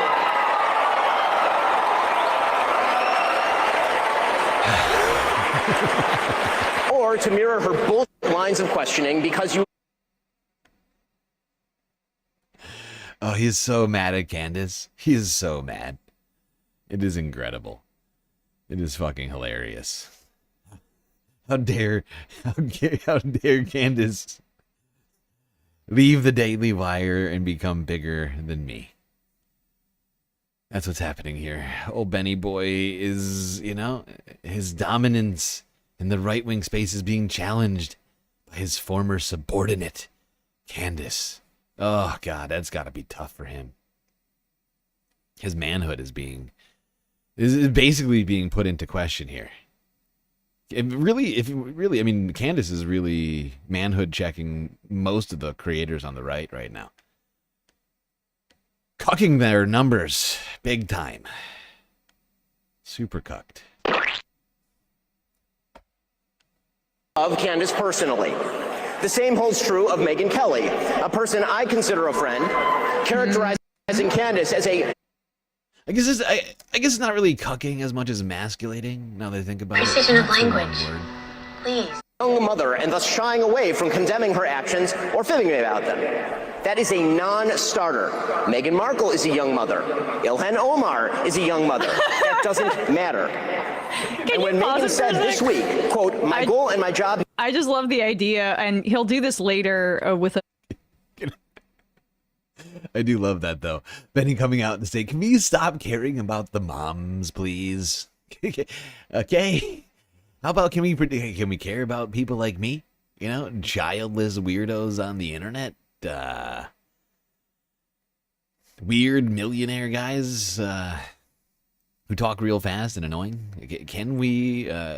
Seriously. With a slur, where he knows he has to throw these things out there as he's being critical of these popular right-wing figures, and he's like, two black women that you hate for Meghan Markle. One, the princess or whatever she is, and this politician. It makes no sense, but what you're focused on is stupid if you care about Meghan Markle, but that's their base. You know who does is Candace Owens. Candace Owens is frequently attacking Meghan Markle, and because she does the right-wing tabloid stuff, and so that's what he's trying to do there, and it's really inauthentic. What's also fascinating to me is that we would not know the name Candace Owens at this point were it not for the Daily Wire, which platformed her and put a lot of money behind her conspiracy theorizing and her Hitler love. Right. I mean, we talked about this years and years ago, and really chalked it up to her just being an idiot, which may have been our failure to realize that she's an out-and-out Hitler lover. But she talked about what was Hitler's problem? He was too ambitious outside of his country. He didn't try to make Germany great. Hitler did everything right in Germany. The problem was he was an expansionist, okay? He had his sights outside of Germany, and that's where it all went wrong for Candace. That's where everything really went off the rails, if you will. He got into other people's business. Right, and lots of I think some German Jews might have something to say about that. That's quite possible. But here is Ben Shapiro, who's incidentally Matt Walsh also one of the people that he platforms on his network, literally the other day was pushing a conspiracy theory about about a Palestinian student at Brown, or at least that there was some nefarious thing going on with the local authorities, that they were protecting somebody. His whole channel has been a disseminator of conspiracy theory. That is their entire the no-go parts of London. I mean, his whole brand the no-go was zones. built upon. It was just like climate change. Yes, I mean, all of it. But Climate now and there's two things everything are happening. the There's same the word. that Candace Owens was lapping them in views and was doing better than them, and two, though, that now she's not just anti-Semitic. She's trafficking in criticism of Israel. Yeah. And that is what it's that's just too so cynical when you see how obvious her hatred of Jewish people was, even when she was at the Daily Wire. Then as soon as that happens, he turns. And so let's not laud Ben Shapiro as a man of honor here. Of Megyn Kelly, a person I consider a friend, characterizing Candace as a young mother and thus shying away from condemning her actions or fibbing about them. That is a non-starter. Meghan Markle is a young mother. Ilhan Omar is a young mother. That doesn't matter. And when Megyn said this week, quote, "My goal and my job here is to try to understand, yes, where Candace is coming from on this," and says she sees no purpose in inserting herself, quote, into this on one side, that is a moral and logical absurdity. There is only one moral side here. Oh, no. Erica Kirk's side. Not moral and logical absurdities. I could have handled one, but not both. A moral and logical absurdity? That's, oh, God, that's untenable. Oh, God, Ben. How are you going to deal with this situation? You're going to point, and you're going to do weird things with your hand. What is this motion that he's doing? It kind of looks like he's checking his nails, and then he's putting his finger up somebody's butt. Check the nails. Put your finger up the butt. Nails. Butt. Nails. Butt. Nails. Butt. I'm not doing that in very good timing. I'm screwing that up. Nails, butt. Butt. Butt. Okay, that's it. I'm sorry. I couldn't help myself. When I found it, it was like a little Christmas present I found, you know, under the tree. Just watching watching Ben put his finger up somebody's butt. I don't know. Are you not side? It's funny how they all are rushing to be on Erica Kirk's side. How can they all be on the Erica Kirk side and no one's on the other side? Except maybe Tucker Carlson, right? And I guess Steve Bannon, who he goes after here. Well, Nick is not really on anything. Yes, let's hear Shapiro say Steve Bannon. Fourth, because we have a duty to truth, we also have a duty to provide you with evidence of the claims that we make. Emotive accusations, conspiracy theories, and just guessing questions, that's lazy and stupid and misleading. None of them are a substitute for truth. God. Oh, God, he just called Candace lazy. How rude. Oh, no. Oh, no. None of them are a substitute for evidence. So, when Candace Owens says, "I don't know, but I know," that is retarded. And we are all more retarded for having heard it. Oh, boy. Oh, boy, Ben. Wow, Ben had to be real edgy here. Come on! Come on, Ben. Come on. Is that necessary? So pathetic. Oh, they love it, though. Oh, the audience loves it. Ha, ha, ha, ha. Oh, oh, oh, oh. Ha, ha, ha, ha. Oh, my God, that was hilarious. I've never heard a funnier word in my life. Oh, God. Oh, I am clutching my stomach right now. Listen, I know that I was hung up by my underwear on the school locker when I was in junior high multiple times every day. But look at me now. I can use the R word multiple times. Incidentally, The idea that Candace Owens just started saying no when she was off the Daily Wire is not true. I like that. Yeah, he's really masking the fact that he's a giant dork by using that slur against people with disabilities. I'm a cool kid, guys. I know I just lectured you about facts and logic and truth and evidence, but I'm one of you. See, I have a leather jacket. Yeah, and also the audience is dumb enough to lap that crap up. What sport did Ben play? What sport did Ben play exactly? Annoying people under the bleachers? I mean, what sport did this man play? Getting stuffed in lockers? I guess that's is there a state championship for that? That's why comedians do it too. Super honk for it. And we are all more retarded for having heard it. Leaning your head back in ecstasy. Pause it. Also, I just gotta say, they're not applauding him going after Candace. Yeah. They are literally only applauding that he used that word. Against a black girl. Yeah. Not even that. They're just excited to hear that word in public. This is how demented and small-minded and puny-brained they are. Even as they're being told, we need logic, we need facts, we need soundness of argument. The one thing they applaud for is just... You gotta stop it with this, with all of this crazy drama farming, all these conspiracy theories and all this sort of reactionary content. We need to return to sensibility.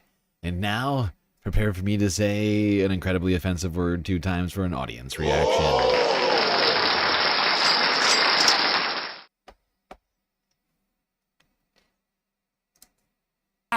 We need soundness of argument. The one thing they applaud for is just the most puerile and juvenile thing. Remember that banker that was quoted, I forget, early on in the Trump presidency about how... FT. Yeah, and FT about how excited they were that Trump was in office because they could say the R word again.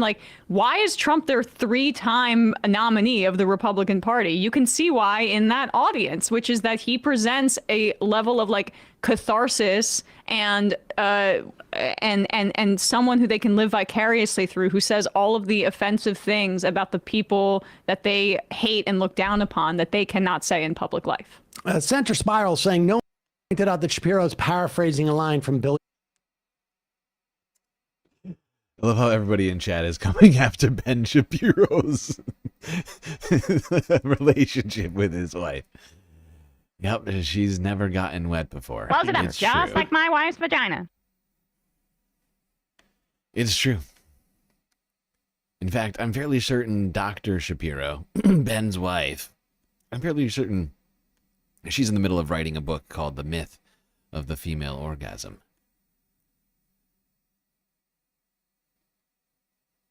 All right, that's a joke. You are not funny. It's a joke. It's a joke. But I mean, I wouldn't be surprised if she actually did release a book, or if Ben released a book. One of them.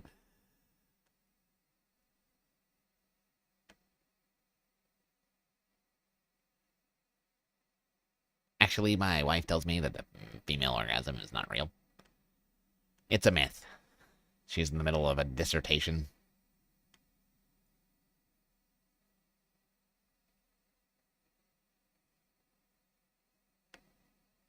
All right, let's go to this horrifying take. Oh, wait, no, this is the wrong one. All right, we'll go to this one first. It's fine. All right, we're going to go from Ben Shabino to Joe Rogan. What the hell has Joe been doing now? Remember I told you earlier that Trump boosters, the big Trump boosters, are eventually going to escape? Trump boosters that have signaled that they didn't like what Trump was doing with the immigrant stuff, with the mass deportations and whatnot, are basically highlighting their discontent. Well, let's take a look at Joe Rogan. We haven't tuned into Joe Rogan for a minute. Let's take a look. The Joe Rogan Experience. We were talking about the Epstein releases, before we got started. First of all, the photo dump and the emails. You're still talking about Jeffrey. Well, that's Epstein? also they're doing it so slowly. About for years. You guys have had this stuff for a year. Like, don't And you, we were promised multiple times, it's coming, it's coming. doesn't it seem like you could just throw all that into AI at this stage of the game? Yes. And just redact the names of the victims and let's go? Yeah. I love Ape Brain, dude. Ape Brain is so awesome. It's almost like you could just release the files already. That's weird. That is weird. Joe's almost on the right track here. Ape Brain is so awesome. Yeah, just throw it into AI, bro. Yeah, they did do that, I think. And that's part of the reason why there's so many. At the end of the day, even if you were to put it through the AI machine, if Donald Trump is all over this thing and the AI machine is basically saying like, oh, we got to redact all the Trump parts of this. It's what you're describing is what happened. It also was redacting not just Donald Trump, but also numerous other people that are very much high profile individuals. Yeah, of course. It seems like that would take 5 minutes. I mean, it feels like you Immediately, can't help if but not feel like sooner. the administration is just like watching their back, and that's why it's happening. Watching someone's back. Yeah. I mean, it's all speculative. Why? What was? Oh, it's listen to him.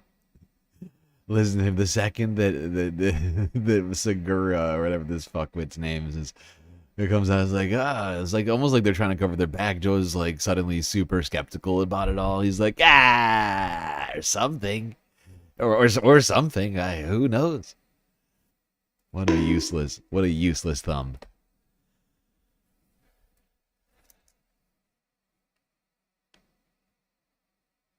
Or something. You can't help but feel like the administration is just like watching their back, and that's why it's happening. Watching someone's back. Yeah. I mean, it's all speculative. Yeah, why they haven't released it, but it's not speculating. good. Yeah, it's not wild good for everybody's speculation. confidence. No. It's not good that this thing was going on, that they had this bizarre blackmail operation running. That's very weird. Oh my God, that is it's very bizarre. weird. But It's it kind of very makes strange, sense because if yes, you're a very 60-year-old billionaire and you're a freak and you like to get your freak on, but unfortunately you're a gigantic software developer and everybody knows who you are. Yeah. Like it's hard to get your freak on. Well, there's this thing is like it makes sense when you go like, oh, some of these dudes really liked visiting that place. Yeah. It's like this. Oh my God, I love this take from old Joe over here. Actually, Jeffrey Epstein was just providing a much needed service to incredibly wealthy men who couldn't get their freak on. Don't you see? This is hilarious. Don't you see? He's fulfilling a need. He was a hero. He was just a hero doing his job, helping freaky billionaires get their freak on. Wow. It makes What a sense when you go like, oh, some of these dudes really liked visiting that place. Yeah. It's like Does that's it? the only place they can go. Right. You can't go anywhere else. Right. And that's why they set it up for Can't them. go anywhere Yeah. else. Eric Can't, Weinstein said that rich to me guys can't. once. Couldn't go anywhere else. He couldn't go anywhere else. Fascinating. I guess if you're looking for a particular thing, I mean, they're using the word freaky, which for me, I mean, that could mean all sorts of things, right? But the one thing that you would need to go to Jeffrey Epstein's island for, I think we all know what that was. I wouldn't classify that as freaky. And if that's how we're framing it, there's a real problem here. We need precision of language. Okay, because that's not what freaky means, okay?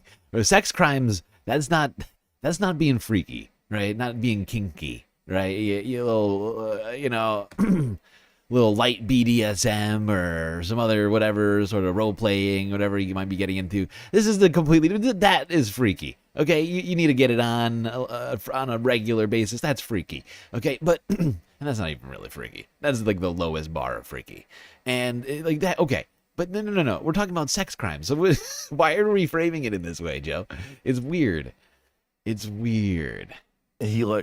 I was like, oh, okay, that makes sense. If you're Joe Rogan got this from one of his guests, as he gets all of his information from, whoever is on his broadcast at any given point. But like the idea that like Jeffrey Epstein was like serving a purpose for a lot of the super wealthy who can't just like go to a nightclub and get their freak on. And that's why they would go on Lolita Express and go to the Little St. James Island. Now, I'm going to be as charitable as possible to the ape man here and say that he's not saying this as a positive. I think he's saying like, it's bad that this is happening. I suspect that he now thinks it's bad that I'm not this sure was happening. he is. That's not clear to me.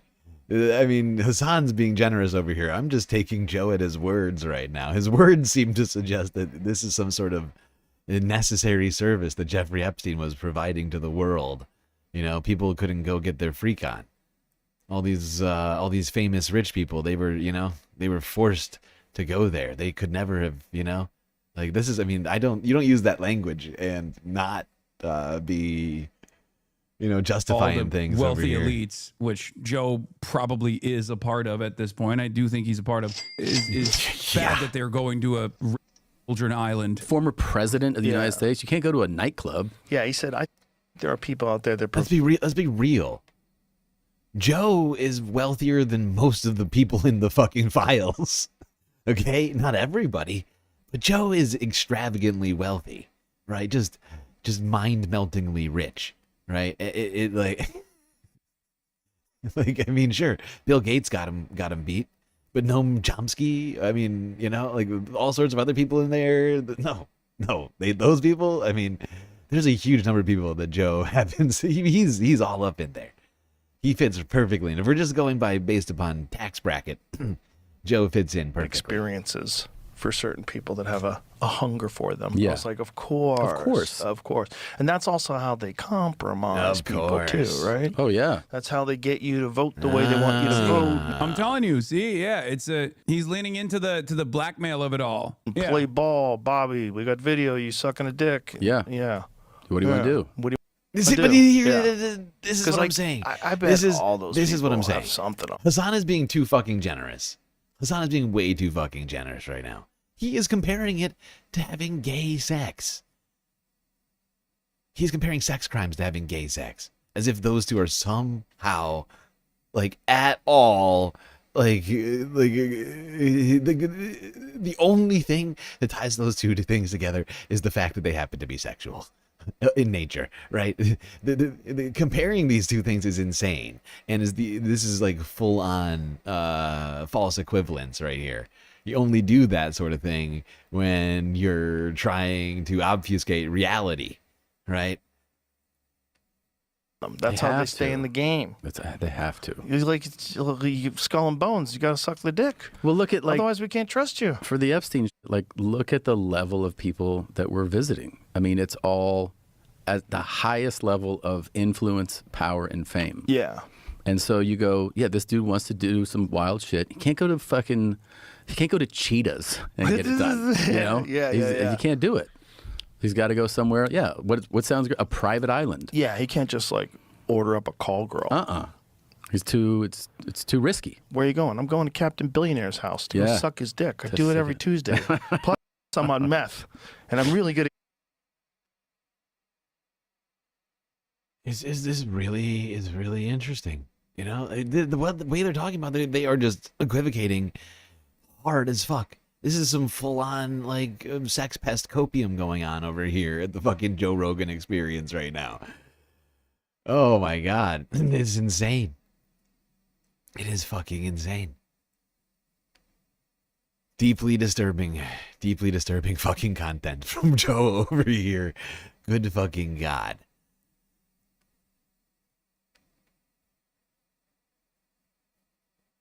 We might have to deep dive that later, honestly. I didn't watch this one ahead of time because I was fucked up. I did not fall asleep early enough today. I skipped over this one. I assumed it would be something else with Joe. I didn't think it would be the files, but there it is. Thank you, Hassan. I tried to watch as many of the videos as I could today, but unfortunately, like I said, I could not fall asleep. Fell asleep in afternoon, and then woke up right before the stream. Had to do a bunch of preparing. Then the internet went down, which slowed me down even more.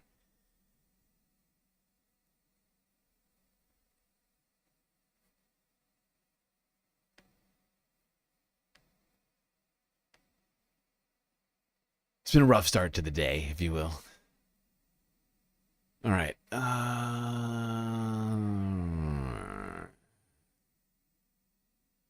Let's go from internet personalities to understanding the internet and whether or not Democrats even kind of understand the internet. I'm staying in the race.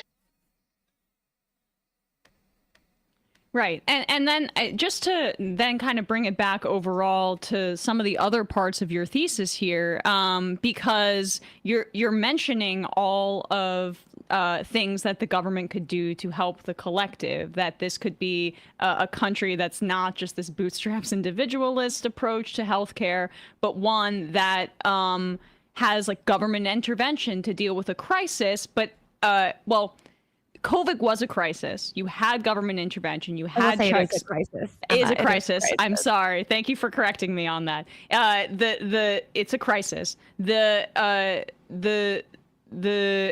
expansion of the child tax credit, the eviction moratorium, all of those policies showed people what the government could do, right? It was this demonstration of the government's power, where we've been told in this country for quite a while that the government is the problem. And so you also talk about how when that went away and Biden and Joe Manchin, right? Like there was not the prioritization of the extension. Well, Biden did try to extend the child tax credit, but Joe Manchin kills it. And then what can we do? Right. But kills it in a gross way, like basically trotting out tropes of, the lazy people and stuff like that. Right.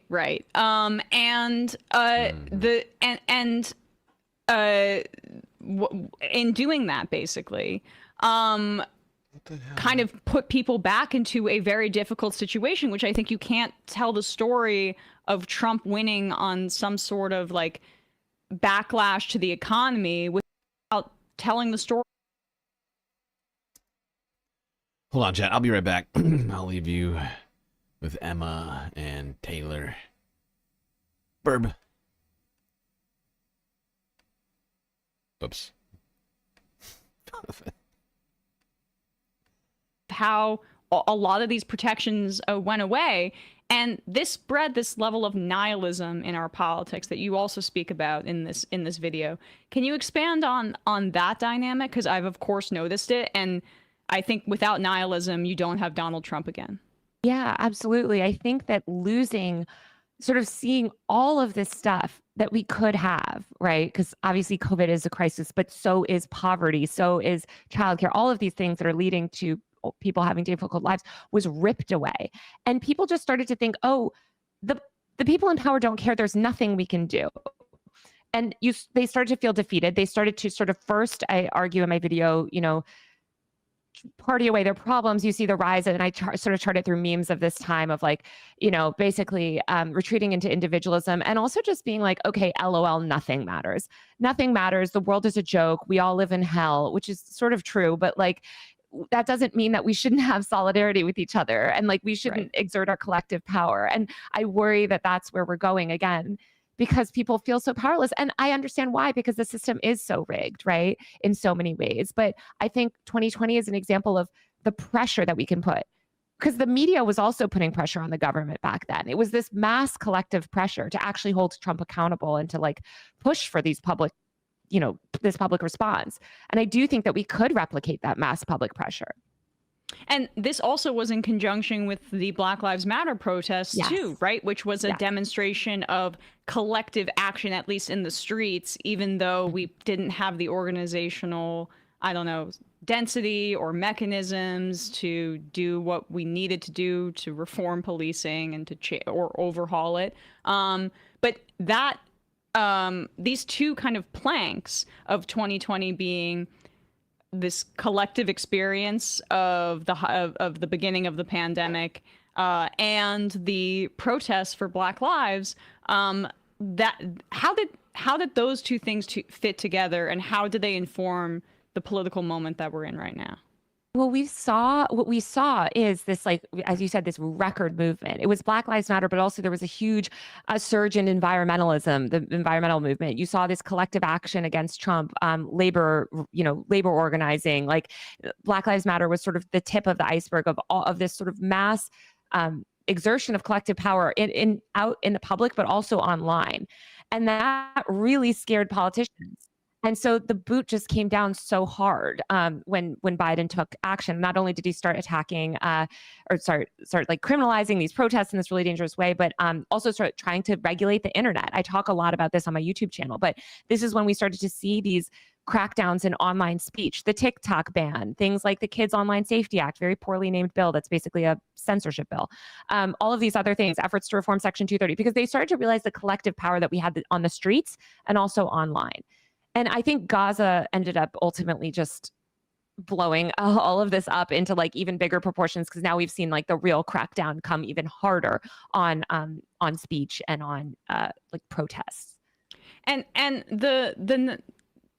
so there's this collective thrust in that period. Then the retraction of the social safety net expansions that we talk about. And then we're giving birth to this era of a bit of nihilism too. Like you had the GameStop stock thing, but you then have in the years, and I think Gaza and the brutality of the genocide on people's phones caused them to think these like dark thoughts about our government or about what's even possible. And then you also have the rise of the cryptocurrency industry and meme stocks, which is like, okay, if I'm not going to be able to, if the government's not going to provide for me, and it seems like nothing's going to get better, and we're in this apocalyptic genocide accepting climate catastrophe hellhole, I might as well get mine while I can.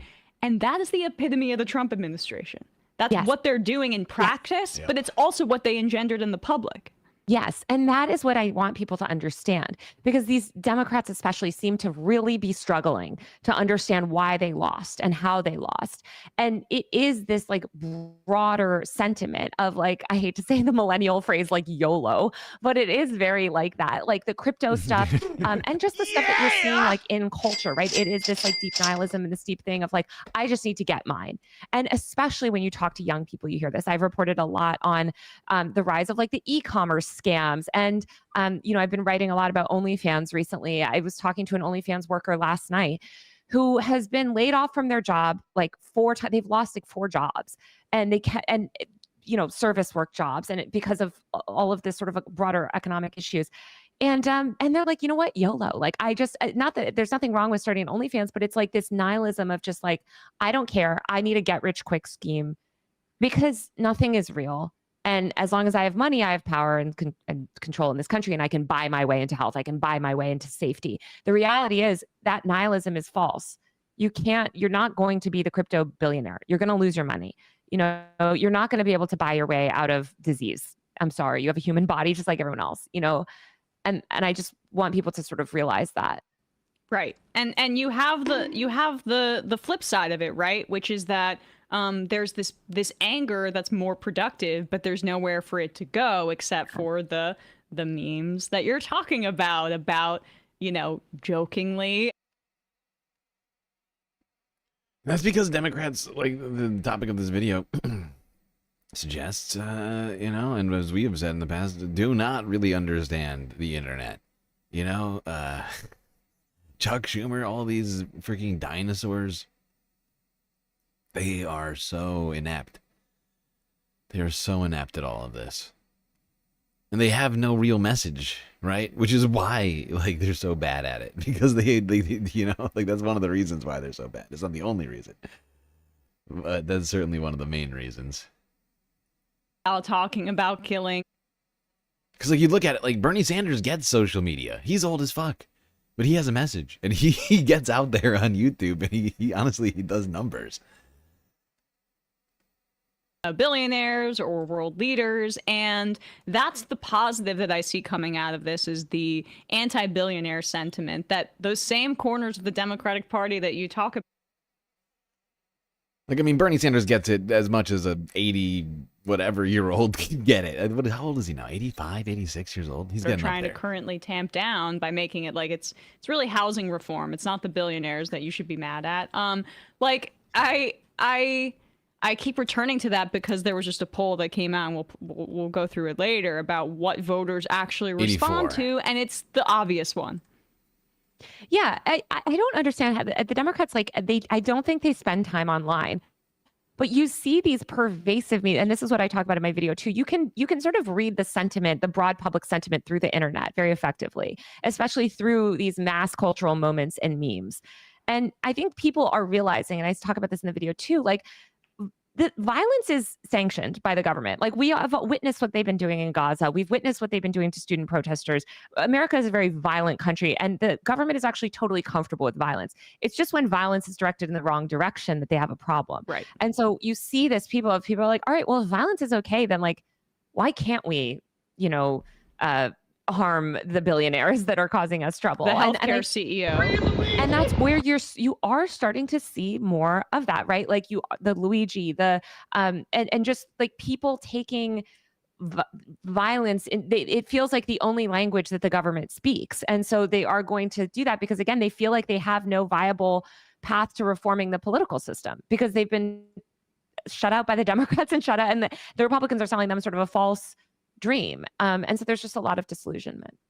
And lastly, because I know you have to run, Taylor, but like this is where your reporting is so important, is because you are have a very good kind of sense of the internet and how that melds into our politics. And you also talk about how 2020 was the year that the almost firewall between the internet and our politics just broke. And I think that the Democrats were really slow to that. I think even the most centrist consultants would agree. But in what manner were they slow to it? Yeah, they refused to recognize the internet. Biden's entire thing in 2020 was like, the internet isn't real life. I think of, collectives like TikTok for Biden, which is now Gen Z for Change, a collective of hundreds of very influential, highly influential Gen Z TikTokers that came together to get Biden elected. They were like, look, we don't love him. They're very progressive, but we're going to get him elected. Biden thanked him, said they were essential in turning out the youth vote. By the end of 2023, I think almost all of them had been blacklisted from the White House because they were pushing him on things like COVID, Gaza, other climate. And there was this idea of like the internet isn't real life. It's not true. And the Democrats, I would say, they know in their hearts this isn't true because they're pushing some of the most dangerous tech legislation today, trying to censor speech on the internet. And that is one thing that the Democrats have aligned themselves with Trump on very much, is censoring online speech. And I have a series on my YouTube channel called Free Speech Fridays where I break down all of this bad tech legislation that we're seeing. But they really do want to control the internet. Both political parties want to exert ultimate control over speech online. Yeah, and this is disturbing. It's honestly disturbing that they want to do this. We've talked about COSA in recent streams, but this is the very definition of totalitarianism. Full-on dictator shit.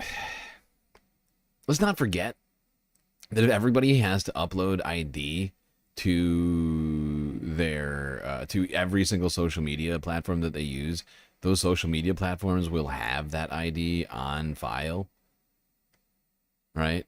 And in fact, they'll be forced to keep that on file for eternity. Who knows how well they'll be able to protect that information. Then you add on the fact that you've got tens of millions of people in the United States who either are too poor to afford ID or cannot get ID, right? Like there's literally tens of millions of people who do not have a valid, up-to-date form of government ID, who would not be allowed to use the internet anymore, right? Just all of a sudden. What should those people do? That's a question I ask myself. Is the internet just going to be only for people with access now? Really? That seems like a bad direction to go in.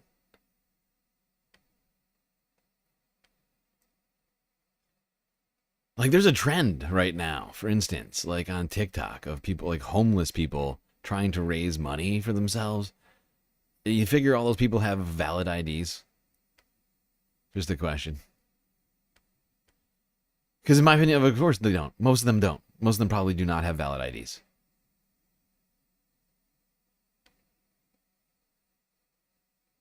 And those people just won't be allowed to access the internet anymore. Sorry. Sorry, you don't have enough money. You have money, not enough money or time or whatever to get yourself an ID. That's too bad. Sorry. No more participating in the entire economy online. Sorry, no. Nope.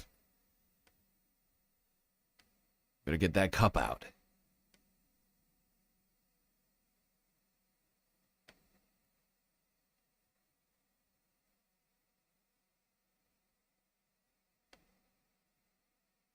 And also, of course, the implications of this is also, you know, government will be able to say whatever, you know, to some degree. Like they'll just be whoever's in power will be able to arbitrarily decide who is allowed on the internet too. That's really the direction this will all go in.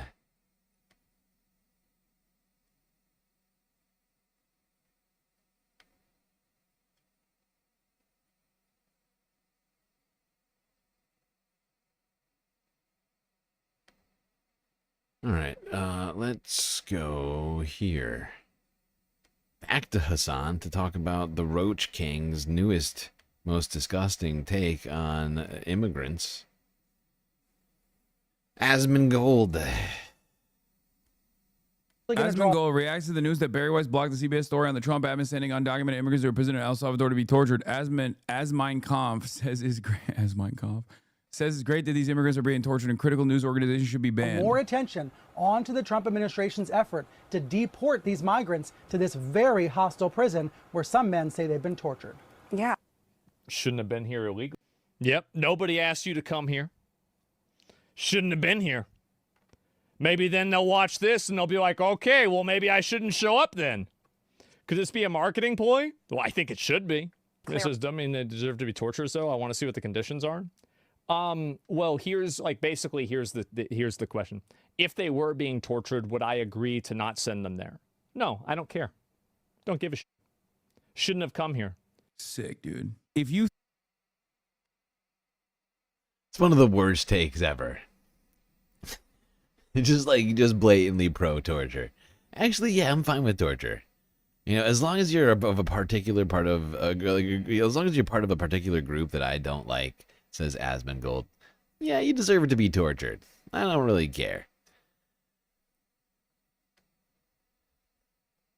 Says the unwashed turd you think of Twitch. People who have made their way into the United States of America and are going through the proper protocols to get gainful employment, who are productive members of American society, if you think that they should be tortured in a slave labor prison without any due process whatsoever in their deportation, specifically for political goal.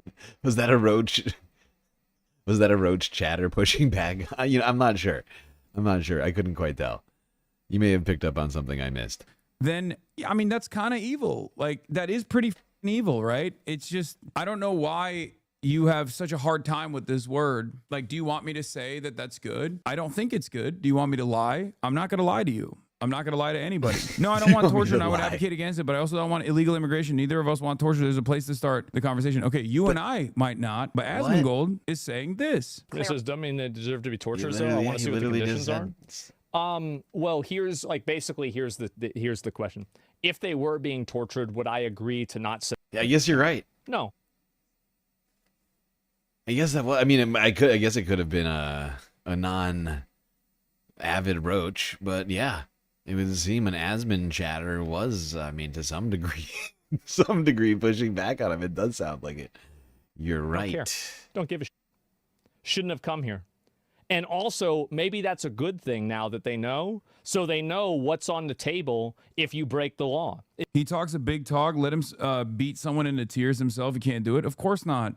But that doesn't matter, does it? Because a lot of people that jump into this kind of thinking, they do so because of their own personal insecurities. They do so because they're lacking something in their own lives. They do that because they feel more powerful when they think that a much more powerful entity like the American government is doing harm to others that they've declared are their enemy. I think Asmon is too practical sometimes. I understand his point of view, but I feel too much guilt to do what? I would agree with him would be necessary. However, it's only necessary because the problem was ignored too long. What? there are so many. Oh my God, there are so many flat-brained people out there. Like I want to believe that this is like AI or something. This is like one of the dumbest statements. Oh my God. Can't even formulate a single sentence here. Oh, so a little bit of torture is a necessity because the problem was ignored for too long. What is the problem? Can you explain to me in your own words what the major issue is with undocumented migrants? Either way, Asman. Okay, I'm asking you. I don't give a shit about Asman's perspective now. I'm asking you. What is the problem with migrants and migrant workers in this country? If you say crime, migrants, documented and undocumented alike, do not commit a fraction of the crimes that natural-born U.S. citizens commit, and per capita as well, for the record. Undocumented migrants are actually responsible for a smaller share. Yeah, I mean, sure. But even with this, like, I think this is, like, missing the point. Like, what this chatter said is just completely inhumane. It's like, look, like, it was the other person? I can't remember who it was that said it.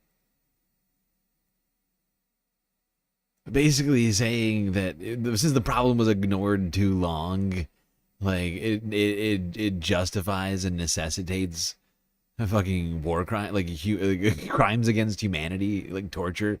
Like, it's insane. It's like we have to violate the Geneva Conventions because, you know, we procrastinated. It's insane. It's insane. It's a nonsense claim. It's a ridiculous nonsense claim. It almost doesn't deserve to be debunked. It's so stupid. It's like, oh, if you wait too long, then you gotta do the crimes. It's like, no, you just arbitrarily decided that just now. There was no basis for that. You just came up with that. Nowhere is it written anywhere that waiting too long means torture okay. That's never happened. Yesterday, maybe, but today, we have to do it now. I'm sorry. We waited too long. We were hemming and hawing. Oh, God. And now we got to do the torture. There's no other decision that can be made here. It's so stupid. It is such a baby brain take. It's just, you know, like, why go into the statistics? Why even go into the statistics when somebody's saying something like that? Not even capable of intelligent thought.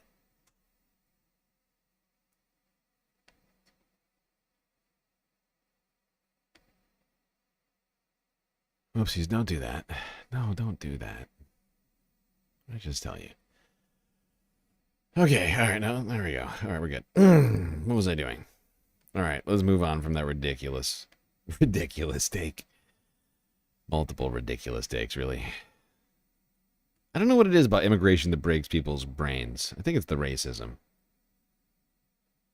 I think that's what makes them so illogical.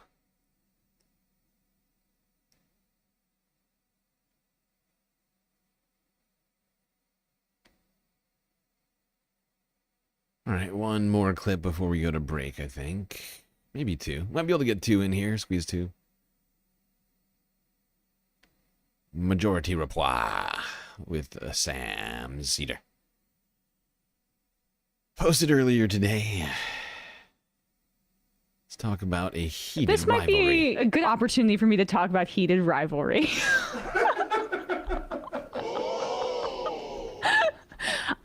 I know that can't get away with this with Sam. And Matt, I know you haven't seen this show, but I just want to talk about it as a phenomenon because I'm obsessed with it. The finale's coming up, and my friend pitched me on it, and now so many of my friends are watching this, and I was like, okay, this is like, you know, a smutty show, right? And that's what I'd heard about it, and it is that, particularly at the beginning. But I can't, the phenomenon of this is just, I feel like a little bit political too. And it's not just because that character Kip kind of looks like Charlie Kirk. He's very handsome. He's very handsome, but like a more handsome version of Charlie Kirk. It's just that like this show, it feels like wokeness is back a little bit with this show. And I think Okay, before we get any further, I think we all need a rundown. So let me just go here to Wikipedia. Heated rivalry. Sports romance. Sports romance. Heated Rivalry is a Canadian sports romance television series created, written, and directed by Jacob Tierney for Crave.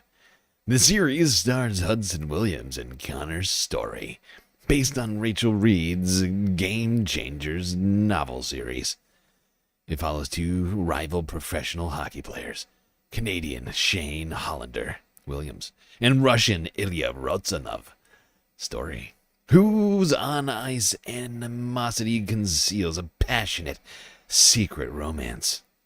It premiered on Crave on November 28, 2025, and was picked up for simultaneous streaming on HBO Max in the United States and Australia, Neon in New Zealand, and Movie Star Plus in Spain. Heated Rivalry received critical acclaim with praise for the directing, writing, and lead actor performances. And chemistry. Ooh. It also achieved strong audience viewership, becoming Crave's most watched original series to date, and HBO Max's top debut for an acquired non-animated title since the platform's launch in 2019. The series has been described by media outlets as a global sensation and a breakout critical hit. Synopsis: Shane Hollander and Ilya Rozanov are two professional ice hockey players who compete on rival teams, the Montreal Metros and the Boston Raiders, respectively. Although their on-ice rivalry is amplified by media coverage and public perception, the two develop a private, initially casual, sexual relationship that continues intermittently over several years as they pursue Every their single person hockey on this careers. planet is gay. Spicy. B-Cat. Feeding Leica. Thank you very much. I know she appreciates it. Okay. This is back a little bit with the Fascinating. show. So sports romance. That would make sense why this is an Emma show. Sports and romance. Oh boy. It's I think the reason that so many women and queer people are drawn to this is because, like, I've never seen a show like this that shows male, like, sensuality and comfort and love, and that isn't, well, one, a lot of gay shows that involve gay romance, like, or movies, they'll end in, like, tragedy. I mean, Brokeback Mountain is very, very infamously so, but and that, I think, is, like, reflective of history. But to have this more positive show where there's there is sensuality, but there's, like, a lack of a misogynistic gaze, and there's no undertone of violence that sometimes I feel like shows that involve, like, women being sexual in them have. And it's like this just very, I don't know, safe space from this, like, really toxic kind of violent masculine culture that we're all a part of right now. I think that's why it's getting so much traction. And, like, it has this yearning quality too. Like, the best romances of the 21st century, in my view, movies. Just indulge me for a second. Like, what's up? Romance movies are like Carol, it's amazing. Call Me by Your Name, Moonlight. Those are the ones that come to mind, and they're all like queer romances. They have this, like, yearning element involved in it, and that's, I think, what makes people love this show so much. But it's just like there's something so intoxicating and romantic about this very, like, it's in a sport, right? And it's a sport that I love, having, like, these men show such tenderness to one another. See what I'm saying? This is hitting on all sides for Emma here. Oh my god. And it's about hockey, a sport that I love, says Emma. It's like, Thank it you, makes Emma. me feel You had no safe idea. when I watch it. I'm getting red talking about it, but it You should be ashamed of yourself is for my having safe that thought. space, and I think it's a lot of people's safe space right now. If you're not a straight man, if you're watching this show, just because, like, you know, right now our culture is very violent, and we have a rapist as president, for example. And so, I don't know. I'm just obsessed Thanks with for it. reminding I do us. want to laugh a little bit about some of the hockey elements of it, because, like, the two main guys they had to make them the first overall and second overall picks that are in love with each other on rival teams. and they both win. Like, both are captains, both win this equivalent of the Stanley Cup. It's like, all right, could we not get like a third liner here to make it more realistic? And then the third gay guy is also like the captain of the New York Rangers. It's just, I just love anyway, the element of it being oh God, fantastical in that way. So that's me talking about rivalry. I'm very excited for the finale. I love how Emma took Sam's out of the office. Emma took the holidays and said, you know what, let's talk about heated rivalry. I'm gonna drink beer on stream. Like, she's just out of control over here. She's just taking it over. Next, she's gonna tape over the Sam Cedar sign in a second. Right in Emma, with Emma. It's coming. People are asking, that shows heated rivalry. Yes. How bizarre by OMC says, please warn your friends about the dangers of hockey culture. Vox Populi, I love you bringing up heated rivalry. It's so good. It is so good. I literally will like be walking around and start getting teary thinking about their romance. It's so unbelievable. Emma is fangirling so hard over heated rivalry over here. You should be ashamed of yourself for having that thought. I haven't seen it yet. Sounds compelling. Rich. I haven't had the opportunity. I'm still trying to I have a long list of things I'm trying to catch up on right now. Okay. I'm still trying to watch the last 2 seasons of South Park, which I've been told were phenomenal. I've got a whole bunch of other things on my list too right now. Every single person on this planet is gay. Okay. Let's see. What are we doing on time right now? The Jam 000. Thank you for the follow over on Twitch. We're 910 followers now.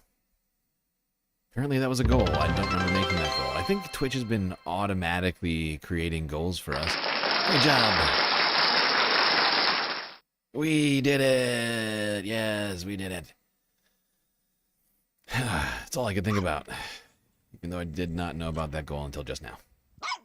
The Jam. Thank you for feeding Leica. As you can see here, she's already snacking, but she'll continue snacking. People have been feeding her. So she'll just keep snacking. I suppose. All right. I think don't be creepy on Emma. Look, I've got Emma sound shots, I got Sam sound shots, I got Matt Lex sound shots. Oh, I never got sound occurred to shots me. of everybody. Interesting. It's just That's crazy enough to interesting. work. Yeah. All right. Keep this puppy moving. One last clip, then we're going to go to a galactic intermission. Let's go here. Zoran Mom Donnie in New York. Since we're already in the heartland of America, why go anywhere? Talk about the very soon-to-be future mayor of New York City. Zohran Mamdani. The holidays are about being with family. For some, it's a welcome break from work or school. Yet for many, the struggle to afford childcare continues all the same. Here's the reality for a family in New York. Affording childcare requires you to make more than $330,000 a year, and that's just for a single toddler. After rent, it's the biggest cost burden on working families with kids, and these are some of the only options they have. Option 1, a parent leaves their job. In 2022, we lost $23 billion in economic activity because parents quit or had to cut hours to take care of their kids. Option 2, families leave New York entirely. Households with young children are twice as likely to move. Option 3, families go into debt because they have no choice but to pay these prices which force them to make impossible trade-offs. This is the affordability crisis in action. That's why universal childcare is a priority for me when I take office. The good news is there's a consensus. We need to act. The goal is universal, no-cost childcare for every family in New York City. We can expand 3K and pre-K to the youngest children, but it only works if we build it right. Over the next few months, we'll be speaking with families and childcare workers about what this needs to look like. Because with universal childcare, more families can afford to stay. More babies are born in New York City, more kids raised as New Yorkers. We stop losing the next generation and start building the city they deserve. That's the New York we're fighting for. Happy holidays, more to come in the new year. Well, there we go. Latest message from Zoran Mamdani over on YouTube. 1 week away, less than 1 week away now. 6 days, like 6 days to the swearing in ceremony. Paradox Guy. Thank you for the follow. Much appreciated. All right, people. That is, we're almost at 3 hours. And feels like the perfect place for us to take a quick galactic intermission. Do not worry, though, of course. We still have a hell of a lot of stuff for us to go through here tonight. And we will be right back after these brief messages.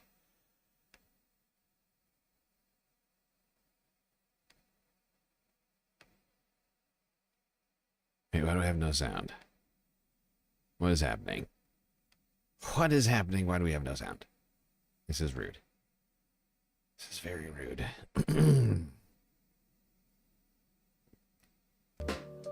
Oh.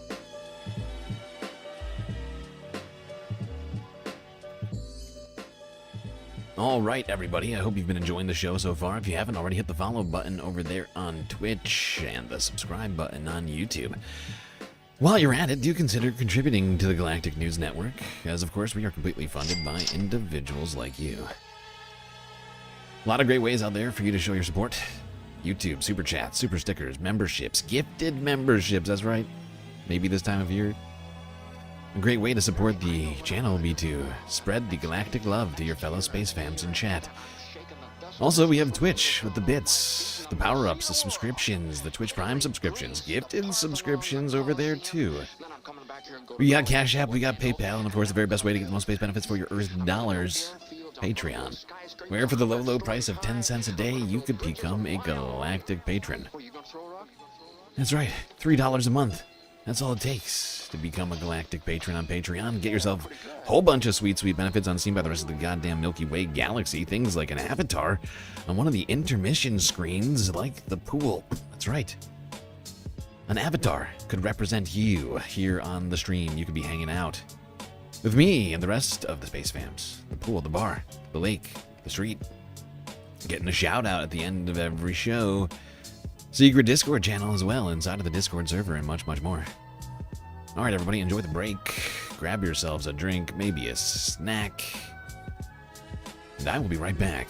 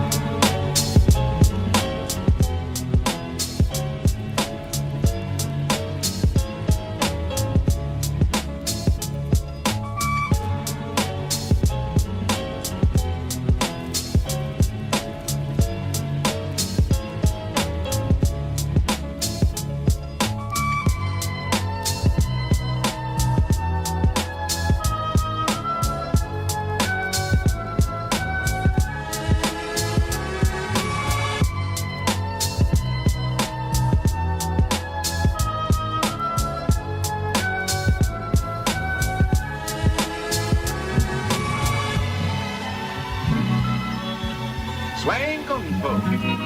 Go those moves, Kung Fu. Hey, what's my move?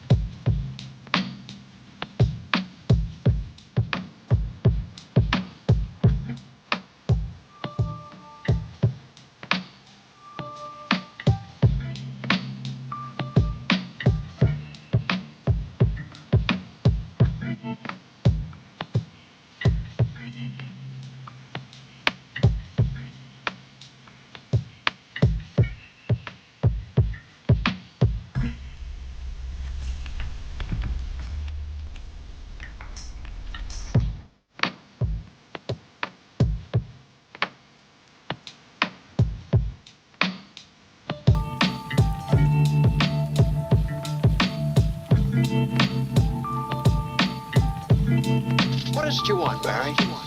What do you want? You want the moon? Just say the word and I'll throw a lasso around it and pull it down. Hey, that's a pretty good idea. I'll give you the moon, Barry. I'll take it.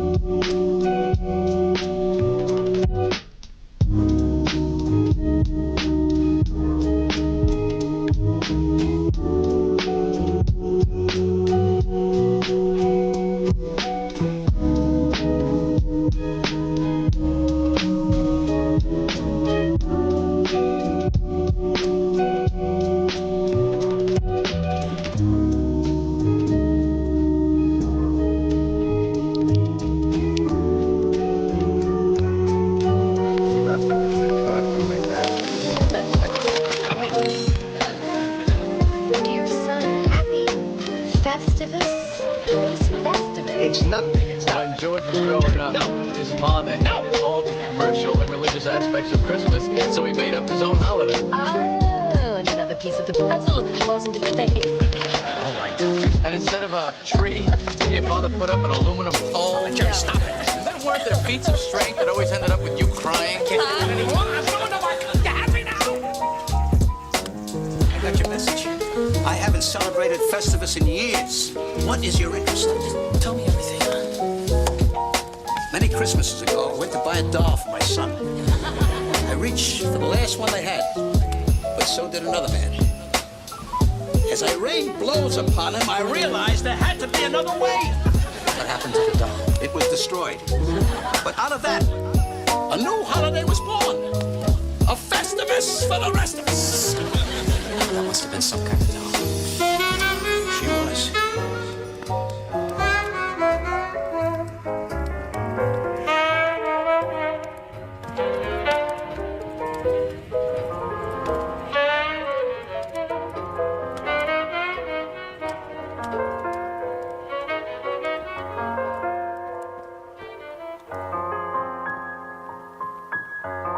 Guess miracles can happen after all. Yeah, but how did it happen, Gerald? It doesn't make sense. Don't try to make sense out of it, Arnold. A miracle's a miracle. And that's all there is to it. Maybe you got a Christmas angel looking out for you or something. Merry Christmas.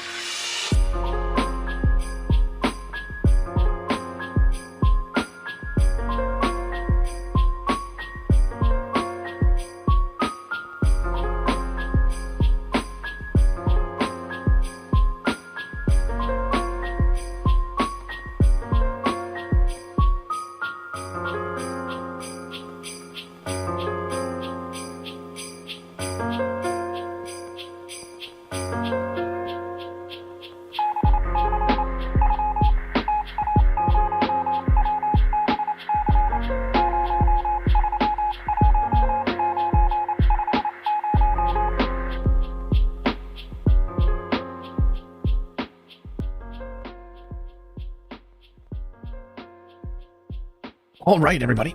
You know what that sound means, of course. It means that it's time for us to get back to the stream. So, get back in those seats. Otherwise, you're going to miss it. Christmas spirit before another day is past. You can't even handle that muscle-bound female She-Ra. Just a minute. What about the way He-Man handles you, Bone Brain? Bone Brain? Why, you miserable excuse for a villain. Stop wasting my time. Yep. I said it before and I'll say it again. Life moves pretty fast. You don't stop and look around once in a while, you could miss it.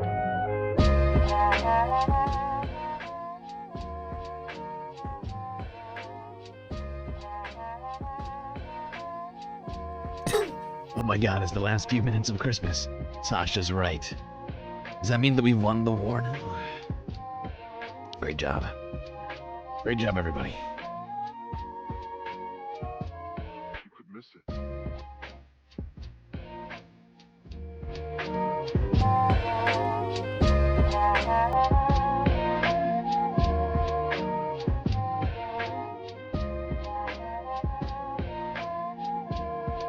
All right, people, let's do it. Let's do it. Let's get back to the stream. Speaking of Christmas, let's talk about the Christmas celebrations across the country. Today, before we get to the war on Christmas. A decades-long fight. Start in Hawaii.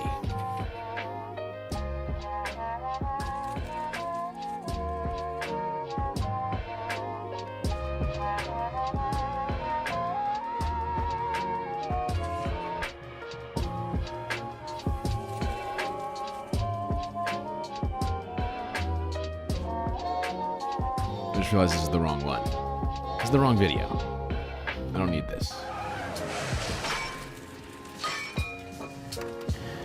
Oh, with Christmas Day fast approaching, Santa Claus is wrapping up his duties in hurtful. Hurtful. I am not AI. I am a man. Islands preparing to head back to the North Pole. On tonight's Stories of Hawaii, Jonathan Masaki takes a look at a long-time Waikiki tradition where keiki big and small line up to see St. Nick.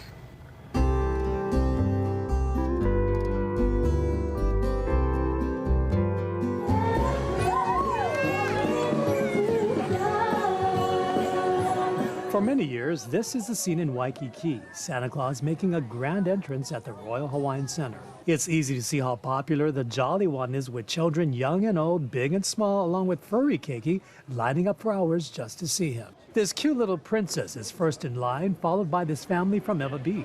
Merry Christmas! Brothers Luca and Seneca say they haven't been naughty and really want Santa to know they have been nice as they make their pitch to Santa Claus. Luca, tell me, what are you going to ask Santa As long for as Christmas? they weren't naughty. Yeah. You don't know yet, huh? Come on, kid. Let me ask you an easier question. Come on, Were you kid. good this year? You know what you want. Yes. Red Ryder BB gun. Put your eye out with that, kid.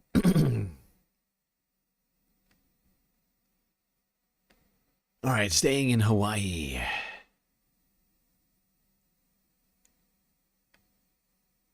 Santa Claus made an appearance earlier by boat. What? That's right. It's strange, but true. Wait, I have no volume. What's happening? Stop muting my clips. This is Well, very as Santa makes his journey around the world, he did manage to make a pit stop on Oahu earlier today.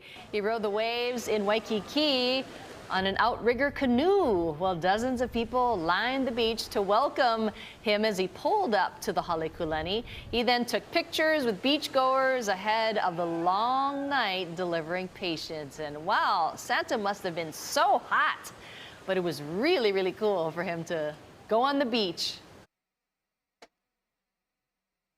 Now, there you go. Santa in Hawaii. with reindeers on board, boating. Strange. I always thought of him as a sleigh guy. There he is, though. Riding boats, hanging out on the beach. How does he have the time to do the things that he's doing? His omniscience is very troubling. It's very troubling, especially around this time of year. This is when the war on Christmas really peaks, and his powers are truly shocking. I think he might be an alien, I'm not going to lie. All right, let's go here to Alaska now. From 2 days ago. Christmas friendship dinner. Serving thousands in the Matsu Valley. The Matsu Valley, sorry. Here at the Menard Sports Center, volunteers are making sure that no one goes without a meal on Christmas Day. I'm joined here with kitchen manager Linda. Can you talk to me about what's going on today? Today we are receiving freight in, and we are putting things away. We're prepping for our cutting up turkeys tomorrow and cooking them. We'll be cooking 130 turkeys tomorrow. That's a lot of turkeys. Yes, ma'am, it is. Awesome. And this has been going on for a long time. Can you talk about the motivation behind the event? Yes, it's been going on since 1991, and we just wanted, a group of people got together and wanted to do something for the people in the community that didn't have any place to go for Christmas. And so what we did was just prepared a meal, and it just grew from there. And people just keep wanting to get involved, and people want to come, and it's a generational thing even. And we just have about 350 volunteers every year that come and help, and it's just an awesome, awesome way to give back to the community. Yeah, I hope that people... Well, there you go. People in Alaska feeding their community. People who don't have anywhere else to go. Sharing a holiday meal together. Beautiful. Matsu Valley, pronounced Matsu Valley, thank you. Thank you for the correction. All right. Let's go down to the West Coast. Seattle. King 5 Seattle. 22 hours ago, Seattle Airport. SeaTac sees Christmas travelers and millions.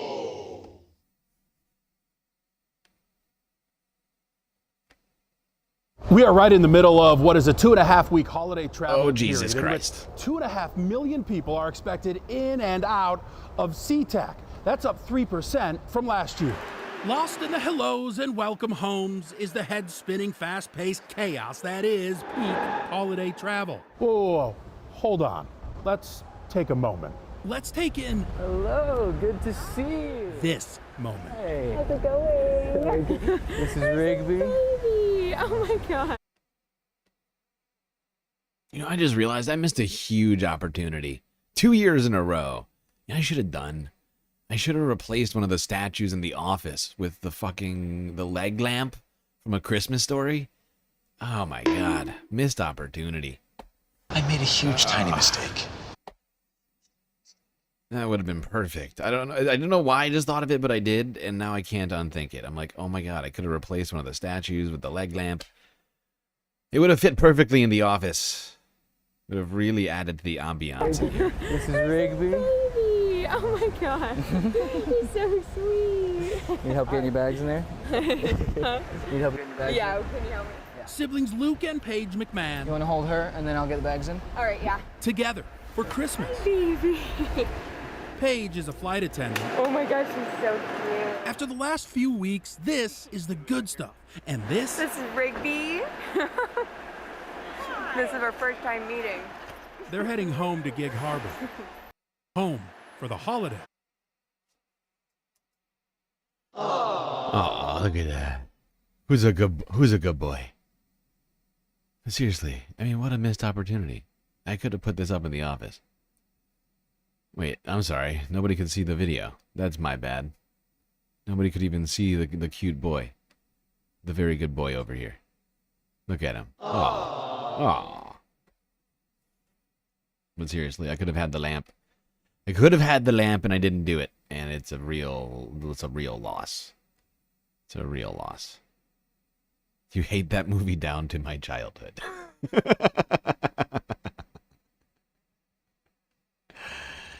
Yeah, but it's a classic. You'll shoot your eye out with that, kid.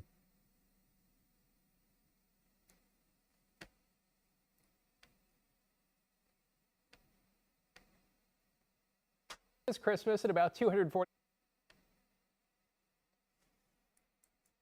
The misogyny lamp? Oh, jeez. Wow, I'm getting canceled for the lamp. Wow. I didn't even put the lamp up and I'm canceled. Immediately, if not sooner.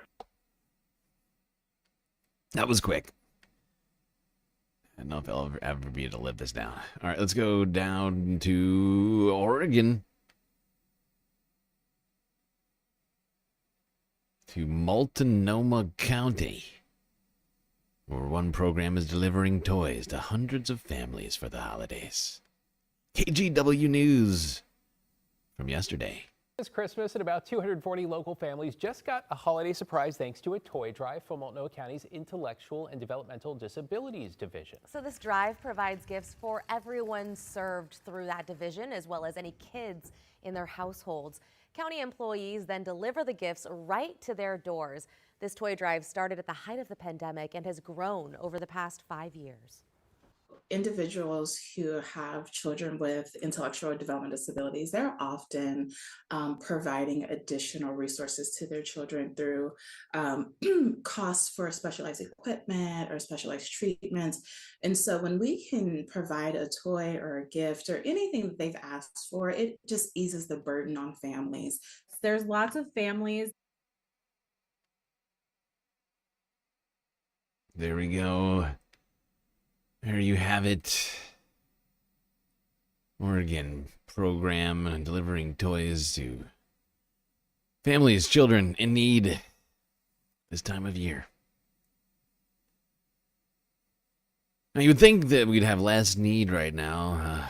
Unfortunately, even with the largest economy on the planet, our government's taking away social safety nets and all sorts of other things that normally would help people. That's just the world we live in, I guess.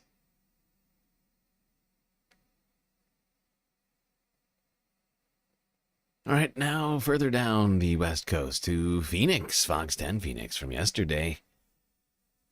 Last-minute shoppers scramble on Christmas Eve.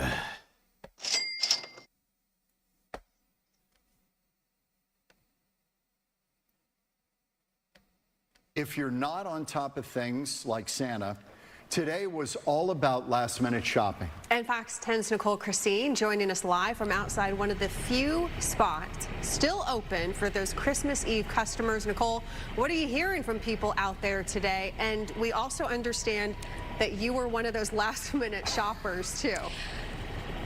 Man, I had a few things left that I needed to get, as did all of the people that we spoke with today. And I'll tell you what, I'm glad that Santa is in New York, because that means we all have a few hours until he makes his way over here, because you can't have Santa delivering the gifts before you're delivering them and putting them under the tree for people. So, I'm glad that we have a few hours left. And I know a lot of the people we talked to were glad that places like Safeway and Walgreens were open today and will continue to be for a couple of hours for that last-minute stocking stuffer and side dish.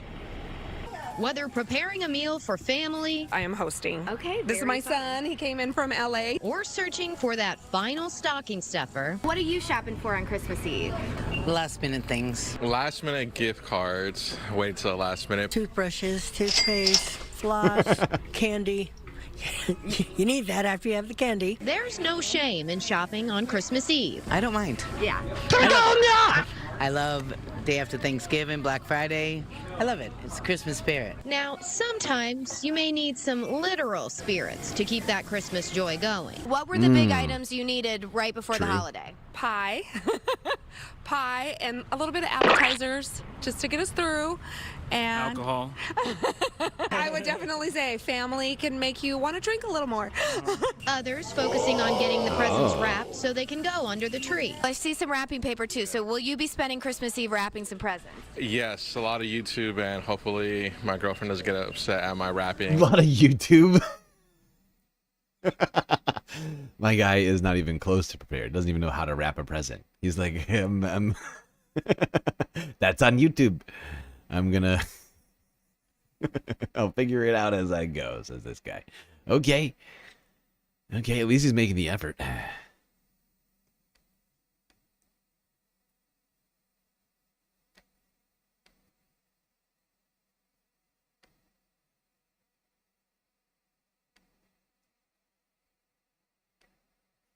All right. Let's keep going through the country on the Christmas celebrations. CBS Colorado now. Telluride Ski Resort in Colorado. Closed after Ski Patrol votes to strike. Telluride ski area says it's closing Saturday because ski patrollers plan to strike. The Telluride Times first reported all but 178 union members voted in favor. The union voted to strike after not agreeing with a better wage package with Telluride's owner, which is a California real estate investor. The resort now says it will close Saturday indefinitely, and it doesn't know how long that. My God, they don't know how long it's going to go for. You better get your asses to the table. Your asses to the bargaining table, management. How are people to enjoy the holidays without the ability to slide down icy hills with waxy pieces of fiberglass? They can't, okay? And so I think it's clear you're just going to have to do whatever it is Ski Patrol wants. I'm sure that they're completely fair demands. Otherwise, you're basically the Grinch who stole Christmas, okay? Write that down. All right, other things in Colorado. Let's go out of Denver. 7. From yesterday, apparently, Christmas Day, bringing Colorado sports big time. 2 games, Nuggets, Broncos. Christmas festivities out of control.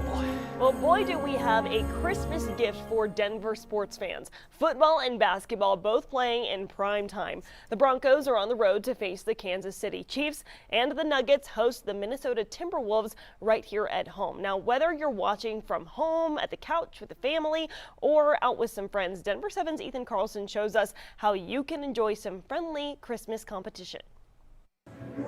Christmas came early for Frankie Schultz. We saved up and we got a big LED screen that's 350 inches. It's pieces that go together, but it's seamless, and we're really excited about it. It literally just got it up this morning. As owner of Chopper's Sports Grill, he's seen firsthand how it hasn't always been easy to be a Broncos fan. But this year is special. They had some cards that weren't working real well, and always been big supporters of the Broncos, and now we're winning. If you would have asked me in I love how this counts as news. Just asking a bunch of drunk old dudes at the bar about sports. So what do you think about the Broncos this year? Yeah, I'll tell you right now, okay? Okay, I've been a big Broncos fan for a long time. It's been tough. If we're going to have 2 or 3 losses by Christmas, never, ever. And this Christmas, it's not just the Broncos who are playing. The Nuggets get a piece of the action, too. The energy in this, it's just amazing. It almost makes you feel like you're at the game. And that's kind of the whole point, is like we want you to feel like you're at the game. Addis Mizik is a kitchen manager at Tom's Sports Bar. They're having giveaways and a live DJ to get the crowd feeling festive. And they're especially grateful for the people who volunteered to work tomorrow night. We're doing a little more special for the employees. Like I got some special food ordered, so we don't cook out for the employees, and just kind of make them feel welcome and kind of thank you for what. This guy's mustache is doing some weird stuff.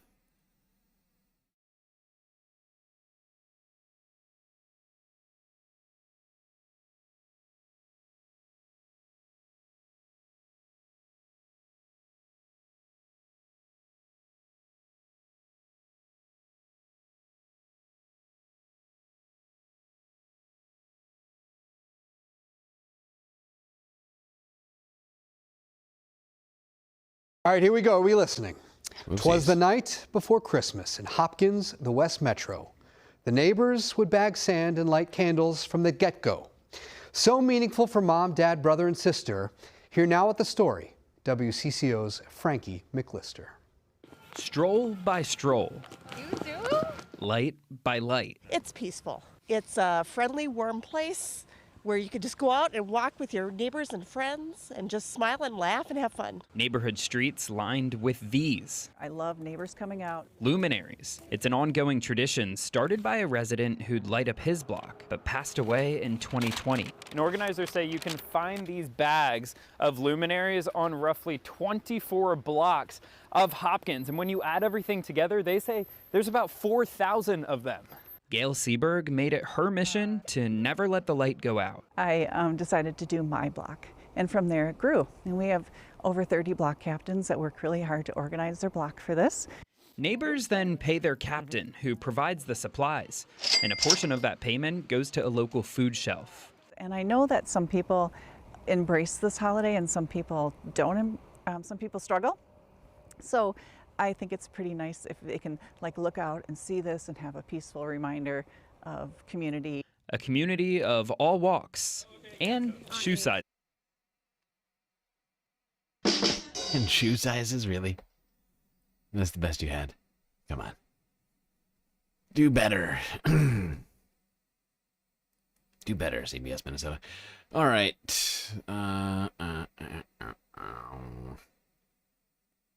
What is next? Oh, we got more stuff in Minnesota. That's right. Minnesota's really celebrating the holidays over here. All right. One more WCCO. 60 years ago, a Charlie Brown Christmas debuted on CBS, and it became an instant classic. In this week's Finding Minnesota, John Lauritsen shows us the creative way a Staples man honors the Peanuts characters each holiday season.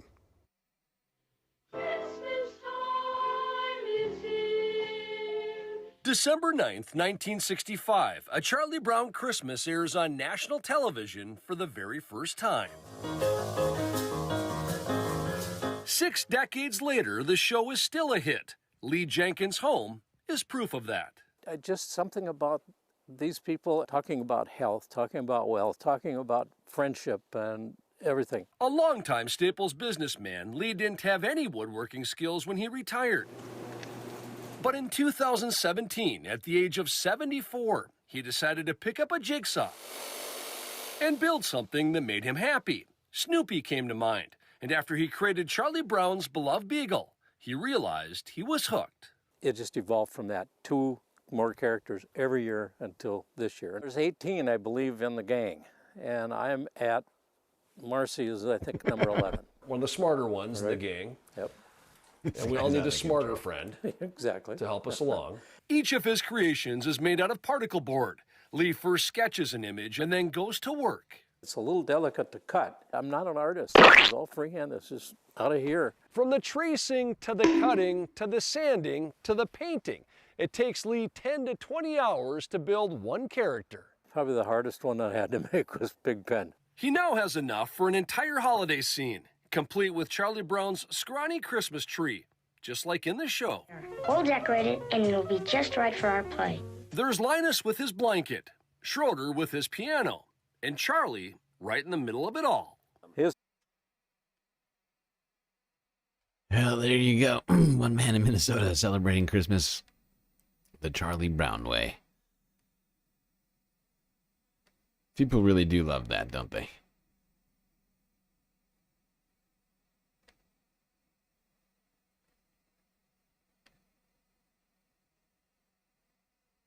Okay. What's next? Okay, let's go from Minnesota, Michigan. Where in Detroit, things are coming alive Christmas Eve. Here's Click on Detroit, local 4WDIV from yesterday.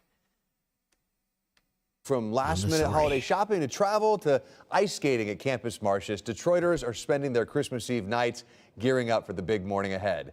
So we sent Kyla Russell out to catch up with people across the city. It's no secret that the holidays here in the Motor City are nothing short of magical. So tonight we set out to see exactly how Christmas Eve is celebrated here in Metro Detroit. Camera. And what are you taking pictures of? Everything I can. I caught up with my new friend Milton Lanier right off Woodward. He hasn't been downtown for Christmas Eve in over 20 Your new friend? years. Are you new friends, or is this just a guy He you was met so on the sidewalk? stunned by all the hustle and bustle, he brought out his camera to document the last-minute shopping, the dining, and the music. It's cool. It's a lot of places that you can walk around to and enjoy, so it's solid. Nick and Tarika are just one of the couples we saw out grabbing their final gifts, all while they wait to see what's under the tree. A Power Ranger robot, and I want new shoes. A fire truck. Also want like a lot of clothing, like some jeans, some nice shirts from like PacSun. Some have their sights set on Santa, but another big Some crowd nice is shirts from, jetting. like, PacSun. You know, PacSun, they got, like, some really great shirts. I love some of those right now. Totally, bro. Totally, dude. Totally. Great shirts, PacSun. Totally, dude. Shirts from like PacSun. Some have their sights set on Santa, but another big crowd is jetting off on their own last-minute journey from DTW. Grandchildren and my sons and daughter-in-law. Christmas Eve is smooth at the airport with less than 5 cancellations. That's good news for the Russos.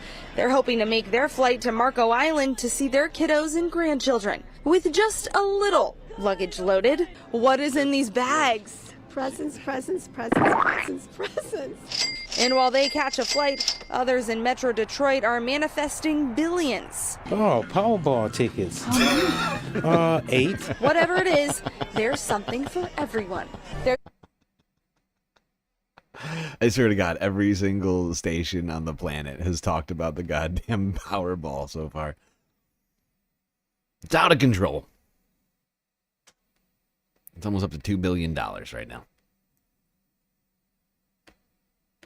That would fund the Galactic News Network for, I think, technically infinity. Technically infinity. Forever. Although you gotta play to win. And I'm not playing. So I gotta pay the bills over here.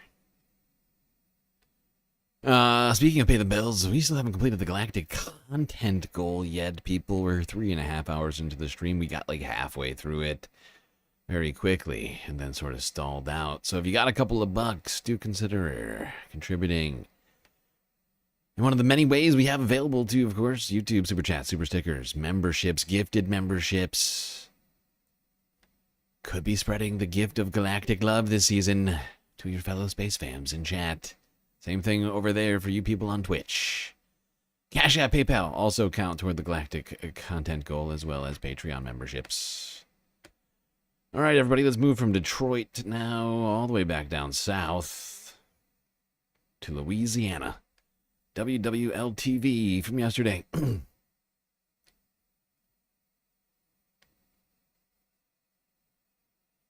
Thankfully, the fog did not impact the lighting of the bonfires tonight. It is a River Parish tradition that draws huge crowds every year. Our Rachel Hanley was there and takes us to Letcher.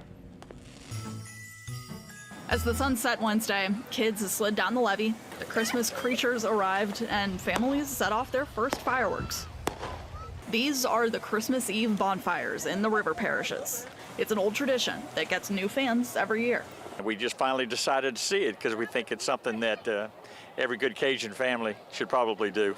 The bonfires are all lit at the same time. It's supposedly to light the way for Papa Noel, the Cajun name for Santa Claus. Very excited. Papa Noel.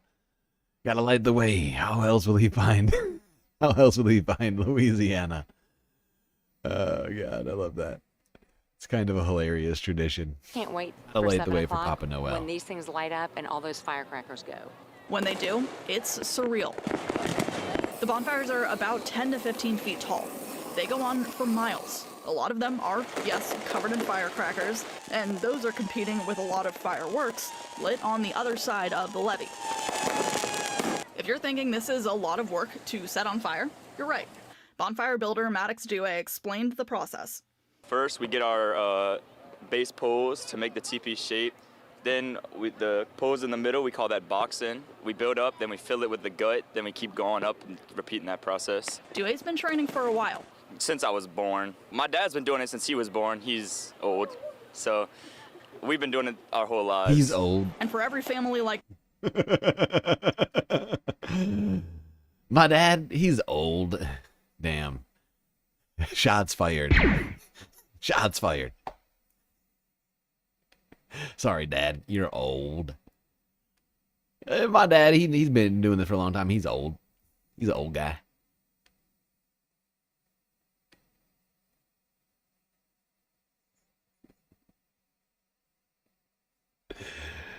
Wah, wah. Sorry, Dad. You're not cool. All right, let's go north now to Tennessee, where one department store manager has gone viral for his festive holiday display. What?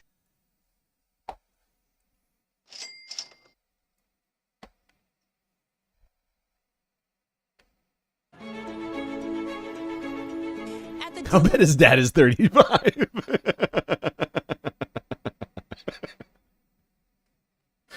Soul Life is probably right. His dad is probably... I'm sorry. I'm sorry, B-Cat. I thought that was Soul Life for some reason. B-Cat. You're on your other goddamn... Just throwing me off. Yes. Yes. I bet his dad is 35. Old. He's old. Okay? He's old. He's basically a dinosaur. Many millions of years old. 35. He's been doing this since the beginning of time. Knoxville, Tennessee, tucked away in the back of the store, there's an unlikely attraction this Christmas. Decked out with twinkling lights, colorful characters, and a little extra southern sparkle. The home section has been transformed into a full-blown Christmas spectacular no online store could offer. And it's all thanks to one creative manager with some big holiday spirit. What did you want people to feel as they walk through here? A Christmas winter wonderland. You got it. Meet Cody McNabb. In September, he and his team turned this retail space into his Christmas dream. When he shared the final results on social media, This is by far my favorite year. things went viral. Oh my guy has gone too hard on the self-tanner. Oh my God. You've gone too far, sir. You've gone too far with the self-tanner. It is, it's out of control. Ridiculous! Results on social media, This is by far my favorite year. things went viral. All right, guys, that is it for the 2025 trim of home. I didn't know it was going to get 1 million views overnight. Like, what are some of the comments that you're getting? Some people's like, oh my goodness, he runs that department like the Navy. Boy, I do. You could say his Oh my God. This guy is so goddamn camp. Oh my God. Oh my God. The festivities just got turned up to a 13. Also, do you see that puppy sweater he's got? Wow. Wow, wow, wow. This guy is taking the holidays Like the super Navy. seriously. Boy, I do. You could say his Christmas department has been years in the making. When I was 6 years old, my mom got me my own little 4-foot Christmas tree. And she was like, Cody, you can decorate however you want. I'll pay for it. This will get you started. And in the age of online shopping, his holiday You flair started is a tree. racking up more than just likes. Ever since the video, his numbers up here in the home store in particular have kind of gone through the roof. It's so nice to meet you. Shoppers not only stopping for selfies, but also experiencing the magic of the mall at Christmas time. Going back to stores and shopping in person and getting like that good, like homey God. feeling. It's the joy. All at a time when the country could use a little more cheer. He's got the touch, he's got the personality, and he loves what he does. Why?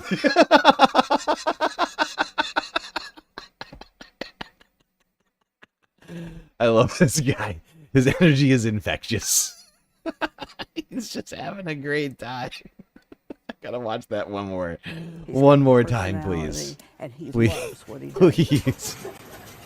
Why is Christmas so special for you? I feel like at Christmas time is the time to escape from the rest Oh, it's incredible. It's incredible. Oh, there's somebody embracing the holiday spirit. Wow, wow, wow. Okay, Tennessee. Tennessee is in the running for most holiday spirit so far. I mean, it was one man. It's one man's efforts that's really doing it. I'm not gonna lie. He's over the top. He's really putting in the work over there. Okay, let's keep moving, I guess. I mean, I feel like that should be the end of the holiday celebrations, this guy. All right, let's go now up to New York. News 8 WROC from yesterday.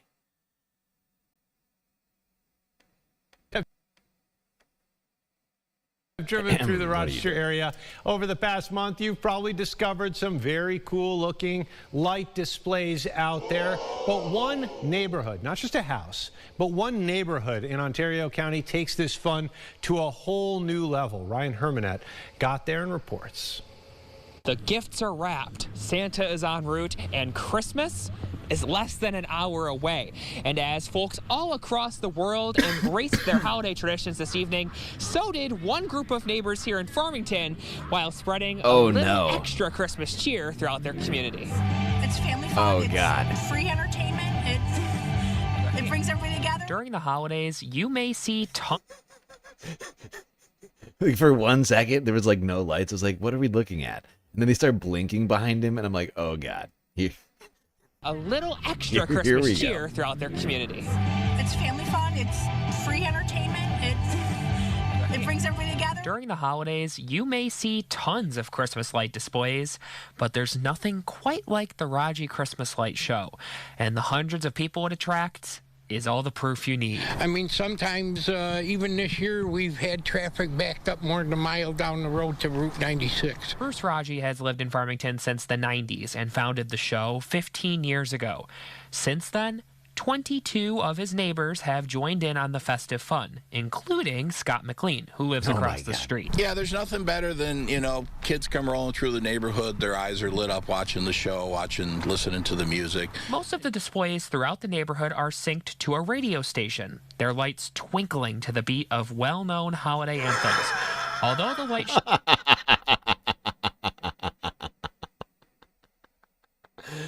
Wow. I thought that the guy in Tennessee was going to win it, but these people are taking it to the next level. They've opened up their own radio station. Oh my God. That is really, wow. Wow, wow, wow.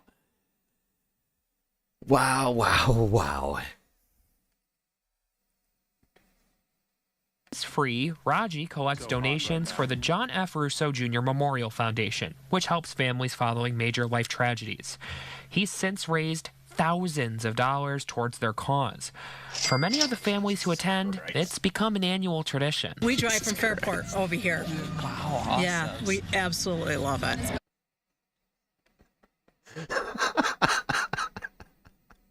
People coming from all around to witness this display. My God. All right, let's stay in New York now, going to Eyewitness News ABC 7 from yesterday.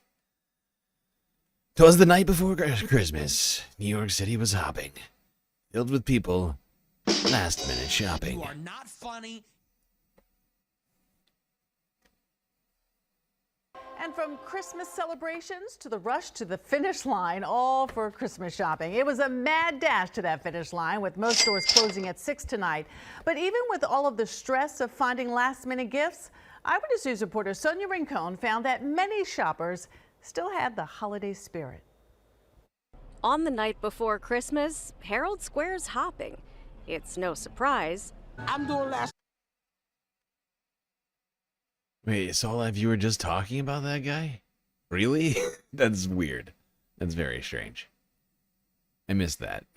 It's tough. I'm trying to keep up with both Twitch and YouTube chat now that we're back on YouTube. And it's a struggle. I miss some stuff, I'm not gonna lie. You all have so many great things to say, I wish I could read them all. But I can't do that and also keep the stream going. It's sad but true. I try my best. It's a good place to find something soft or exquisite, or a little something to remember your visit. Of course, sometimes when you wait, since time flies, a lot is gone, and you have to compromise. Not too hard to do here. There's all kinds of stuff they're looking to find. Just something like her earmuff. Yeah. Folks come here to check out. Wait, not the same? You're telling me there's two different people both running a radio station for their light show? That is ridiculous. That is ridiculous. Okay. People. The displays. Here's one with karaoke while Christmas music plays. If you waited too long to put in online orders, you can even find something for just a few quarters. Just being out here for the holiday is great. But Joe from Queens admits, we're guys, of course we always wait till the last minute. there are others who didn't, so they can relax or shop for themselves. We're just buying snacks. Christmas Eve here can get packed and loud, but sometimes that's fun. See all the lights and the people and the crowd. If this is your speed and you don't mind the wait, just say Merry Christmas. To all who celebrate. In Herald Square, with the most festive of views, Sonia Rincon, Channel. Thank you, Sonia. No, not Sonia Ringtone. Sonia Rincon. Sonia Ringtone. Ah. Good old Sonia Ringtone. Boy, is she looking festive right now. Look at that coat. Is it a velvet coat? Or velvet red coat? My God. Sonia Ringtone at Eyewitness News, ABC. Okay. Let's keep this puppy moving.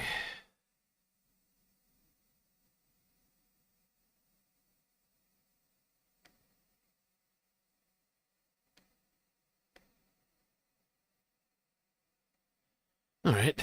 Not leaving New York. Let's go to the sounds of Christmas. What'd you talking about?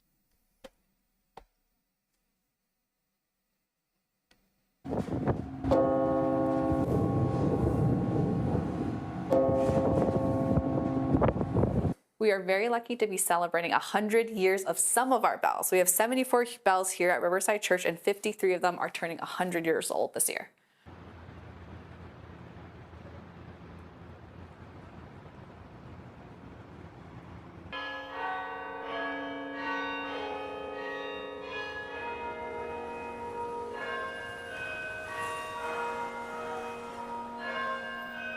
Fifty-three of our bells are celebrating their 100th birthday this year as we're celebrating Christmas. They're actually older than the church itself, which opened its doors in 1930.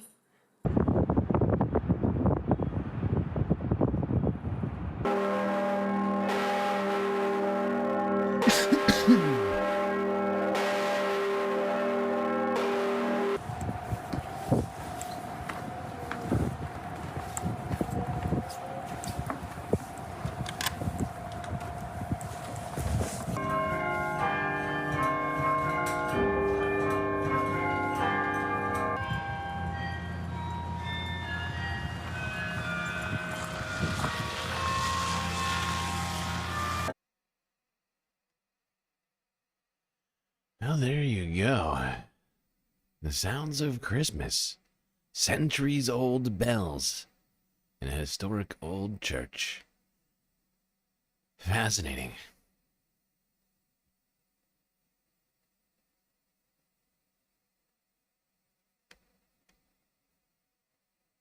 Honestly, I never knew that there was somebody playing the bells down there. I, for whatever reason, just assumed they were set to some sort of Just like automated, you know, I don't know. I just never in my mind did I imagine somebody actually physically playing the bells. Never occurred to me.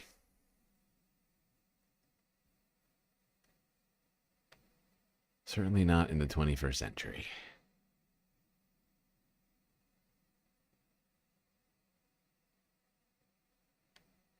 All right, now let's go down to Philadelphia, where Philadelphia families packed a cathedral for music and reflection on Christmas Eve.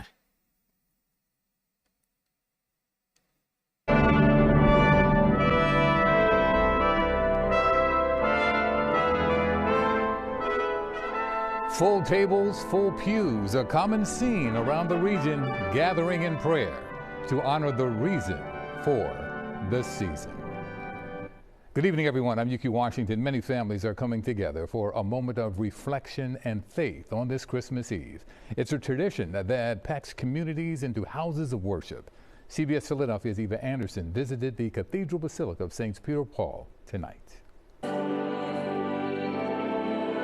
Hundreds of parishioners gathered inside this beautiful basilica, and even the youngest worshipers know why they're here. Because it's Jesus' birthday. Noah Friedrich's family came from out of town for this special service. So did the Zia family, who, before unwrapping gifts, wanted to pause and reflect on the true meaning of Christmas. Worship God and love Him. That's the whole purpose of Christmas. So Quit ruining it for us all with all your God stuff. Okay, settle down. You settle down over here. Okay. I mean, it is a cathedral, so I guess I don't know what else I should have expected. All right. All right, moving it along.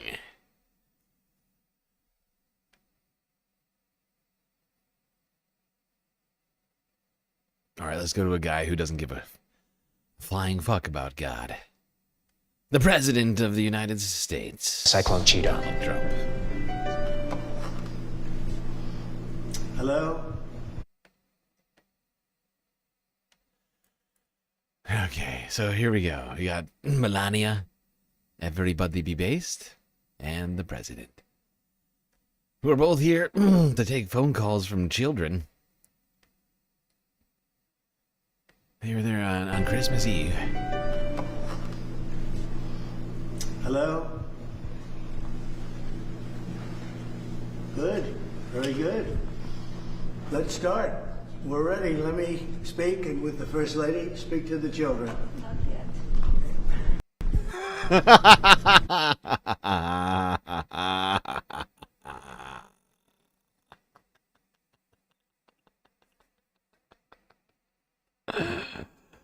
I love how Melania picked up a phone that was clearly not ringing and then tried to answer it. And then was like, oh, I guess not. I guess not to answer phone. And then like the really awkward smile after realizing it. Like she turns back to the camera, gives her best smile. I did that on purpose, actually. Just to check. I'm checking, okay? Everybody be based. No making fun of people for answering phones not ringing, okay? Happens to everybody. Everybody happens to all the time. First Lady, speak to the children. Not yet. Not yet. Her body language is so open and inviting to him. I would not categorize it at that. In fact, she seems to be sitting as far away as possible from Donald Trump while still being in the shot.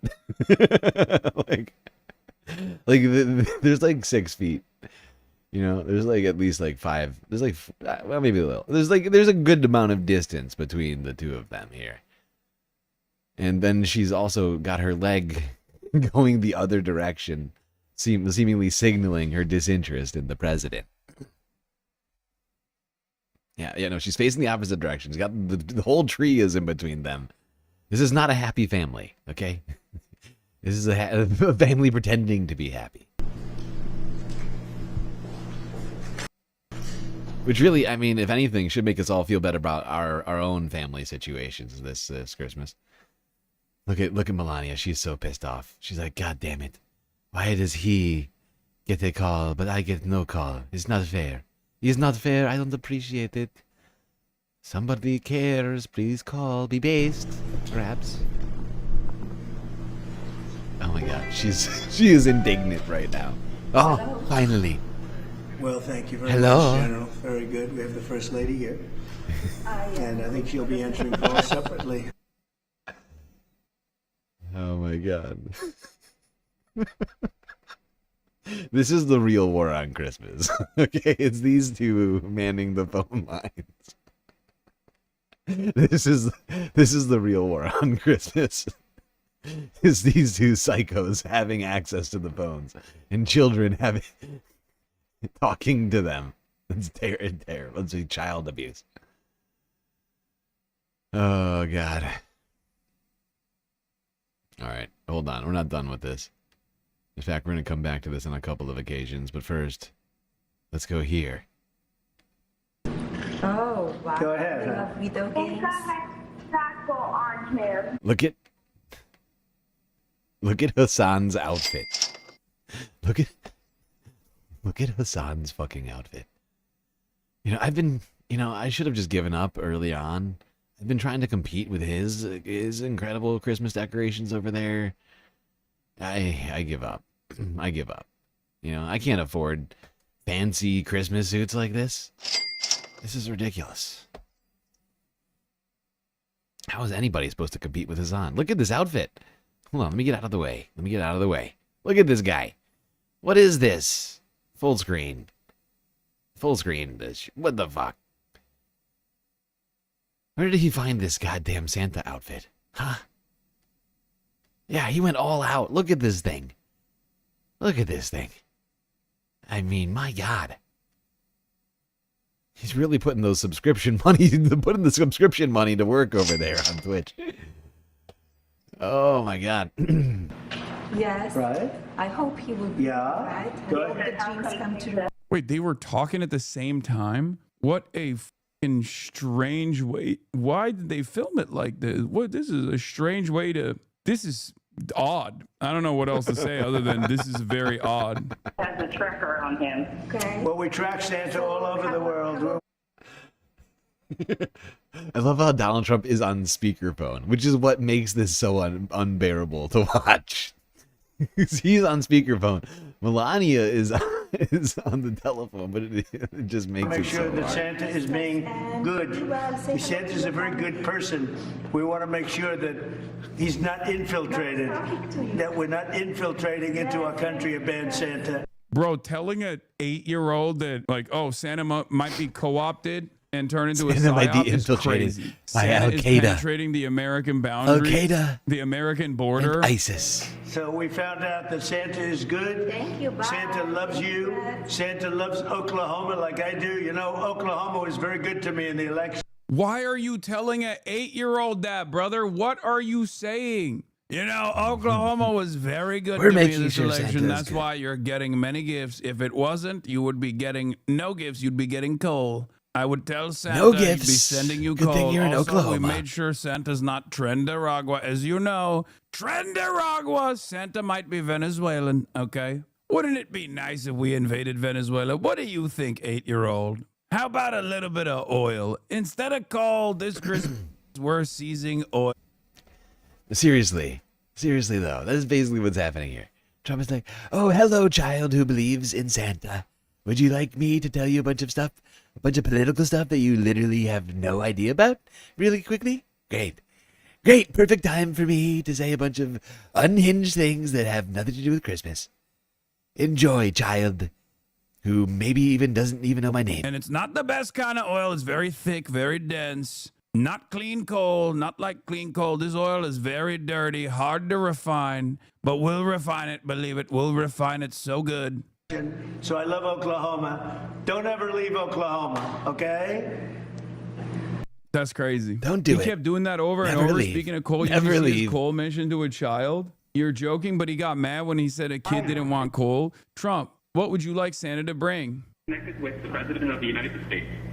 Hi. How are you? How long until Santa will be? Okay, well, Santa's now in Sweden.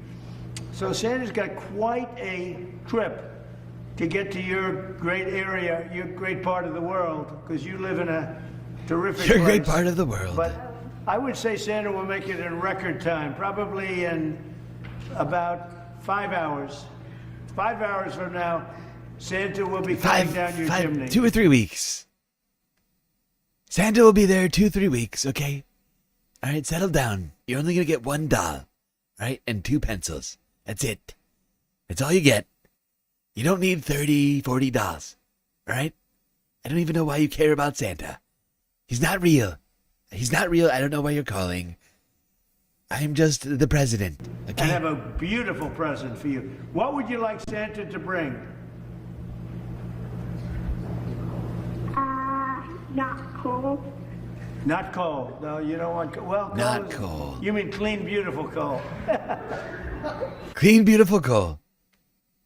Oh my fucking God. This guy is the worst. This guy is the fucking worst. I swear to God. I know we're the ones who are supposed to be fighting the war on Christmas right now, but Trump is literally the one who's actually waging war on Christmas. I cannot believe he just said that to that child. I cannot believe he just said that to that fucking child just now. Oh my God. This man is a fucking We have a demented, lunatic. unintelligent person running the United States of America. I cannot believe he's playing to the room right now. This is so fucked up. That child is just calling because she has some kind of, like magical wonder about this holiday, and Trump is just being a fucking idiot over here. Trying to get laughs from the press. Like, what are you doing, dude? What is wrong with you? This is the most fucked up thing ever. Well, coal might be good. I don't know. You might like that, actually. Very beautiful, clean coal. I don't know if it's beautiful, clean coal. You might like that. I don't know. What do you think? What do you think, Reuters? No, you don't want coal. Well, coal is, you mean clean, beautiful coal. I had to do that. I'm sorry. No, coal I had to do clean it. and beautiful. Sorry. Please No, remember. just kidding. It's clean and beautiful. Please remember, 7-year-old child. Coal is actually good and beautiful, and if you get it, no big deal. I mean, this is insane. This is deranged. This is so fucked up, dude. Trump is literally just waging the war on Christmas himself. We don't even need Sam Cedar anymore. I should just close it up right now. Trump is winning the war on Christmas somehow. It's incredible. This man has no soul. This is such a piece of shit. What in the fuck? What in the actual fuck? Oh my God. What a shitty guy. I mean, this is pure Trump. I mean, we get mad at this shit, but like this is definitely very Trumpian. This man shouldn't be in charge. Like, this is classic Trump. This is why classic this man Trump. should not be in shit that you charge. shouldn't be saying to children. He's just he's Mr. Agenda. Okay, he is. He is just gleefully like ruining the Christmas of a child. Did you see his face? He's just like smiling with glee. It's wild. This man is just super glad. Actually, I know people are saying coal is bad on Christmas, but if you get it, no big deal. No big deal. It's actually clean and beautiful. You have no idea what I'm talking about. Just remember that for later. Agenda, and he is going to follow the agenda no matter what. But you don't want clean, beautiful coal, right? No. What would you like? Barbie's American Girl doll. Barbie? Okay. Well, you'll get that, I'm sure. What else? Anything else? Clothes. Clothes, good. But only one, not multiple, right? No. Only you one. Can't have multiple. Yeah, dolls. not We got 30. tariffs. Can't have 30, 40 dresses. Only need one dress, okay? You don't need like 30 or 40 dresses. That's ridiculous. In order to fight the Chinese, we added big, beautiful tariffs. China. Right? And I took it out. I took the tariffs out, but you still can't get multiple dolls. Only one doll, maybe one pencil. All right, that's right. That's good. This is disturbing. This man is the worst.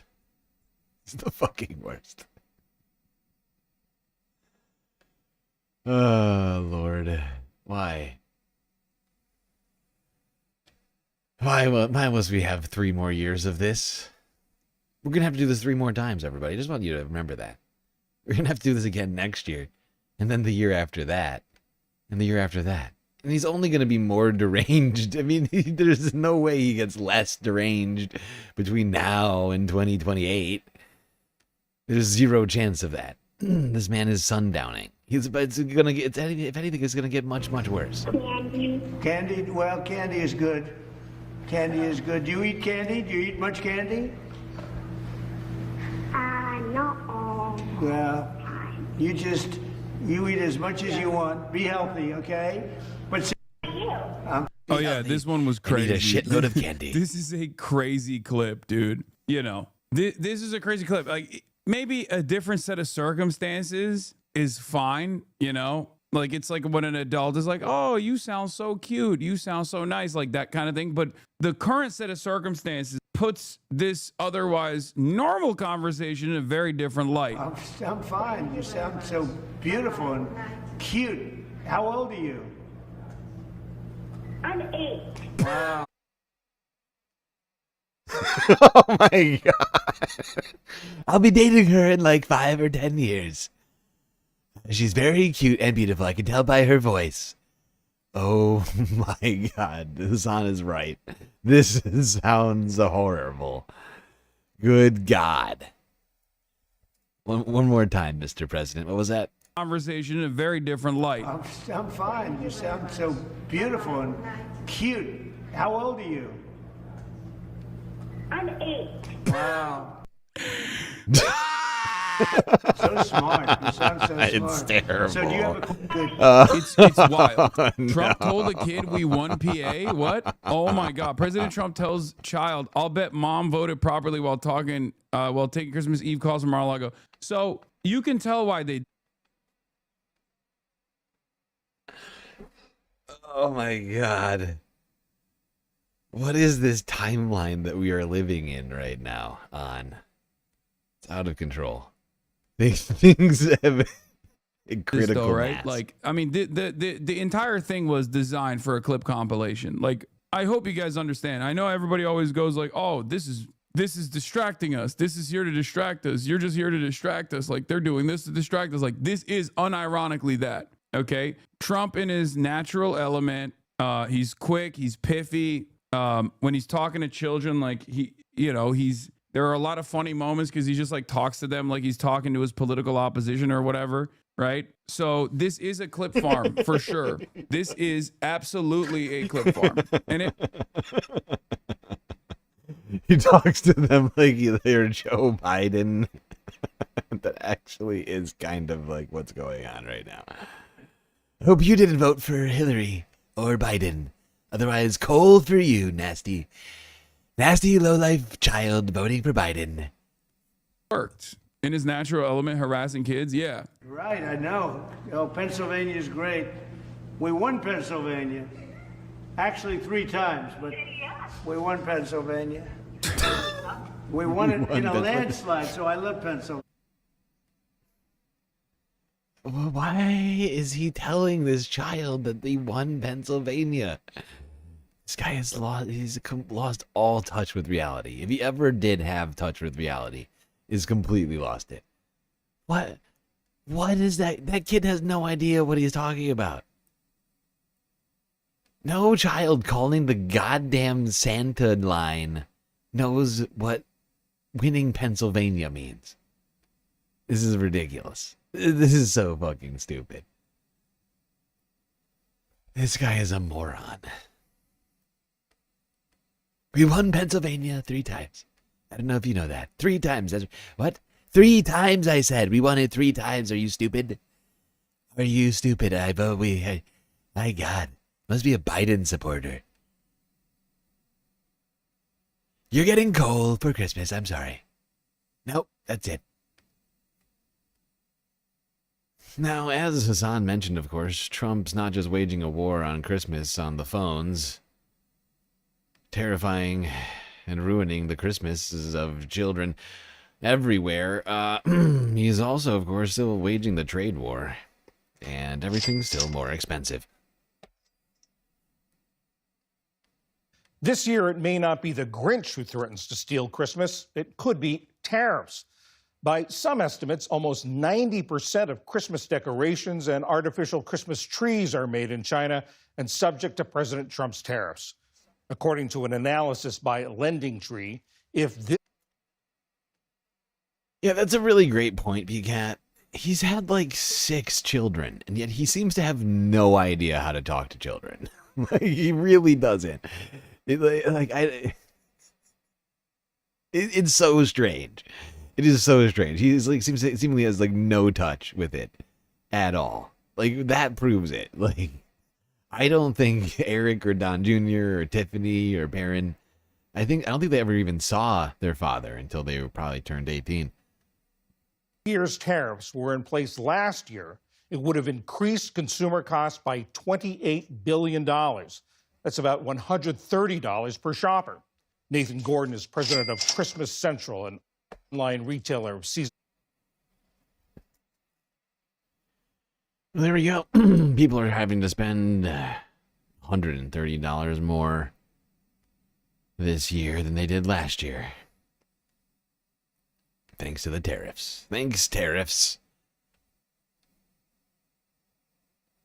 Even through a phone, a child isn't safe from him. No, that would seem to be the case. That would seem to be the case.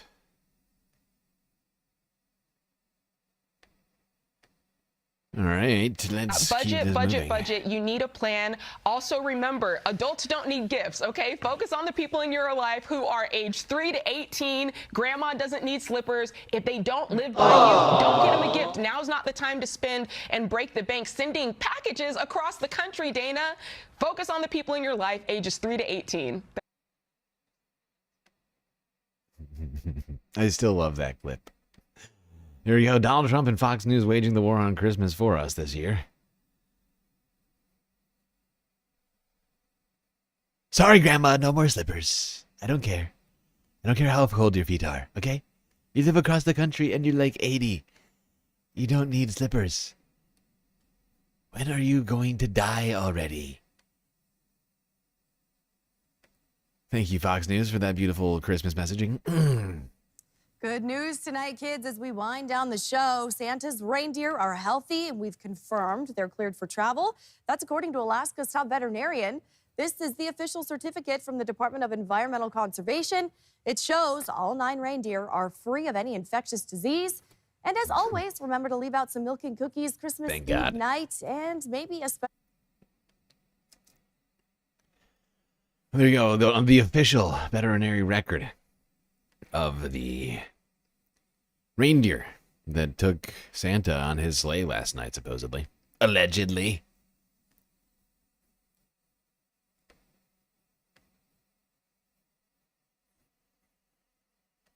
Now, of course, the armed services have been tracking Santa for a very long time due to his ties to Al-Qaeda, ISIS, and other sorts of terrorist groups. Surely, they tortured an elf long ago. That is the reason for the NORAD tracker As Santa system. gears up for his biggest night, America's armed forces are also bracing for a busy Christmas Eve.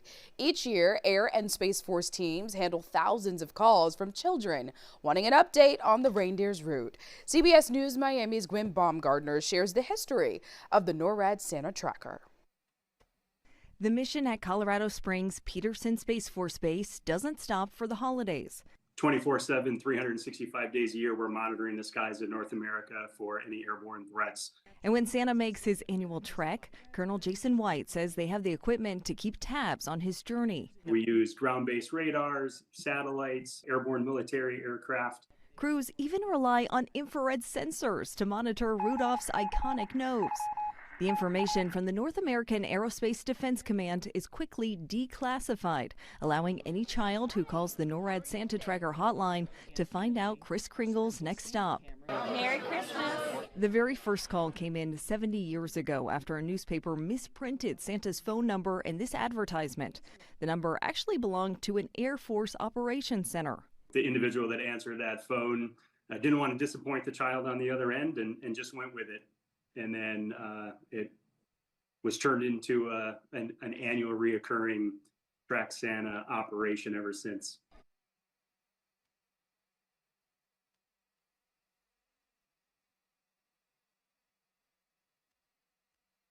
There you have it. If you believe the military, this is all some sort of strange mistake from long, long ago. But we all know the real reasons for why they track Santa. It's not for the kids. It's because this man is a goddamn a terrorist, okay? He's trafficking and is breaking into homes all over the place, stealing cookies and milk and burglarizing people's homes.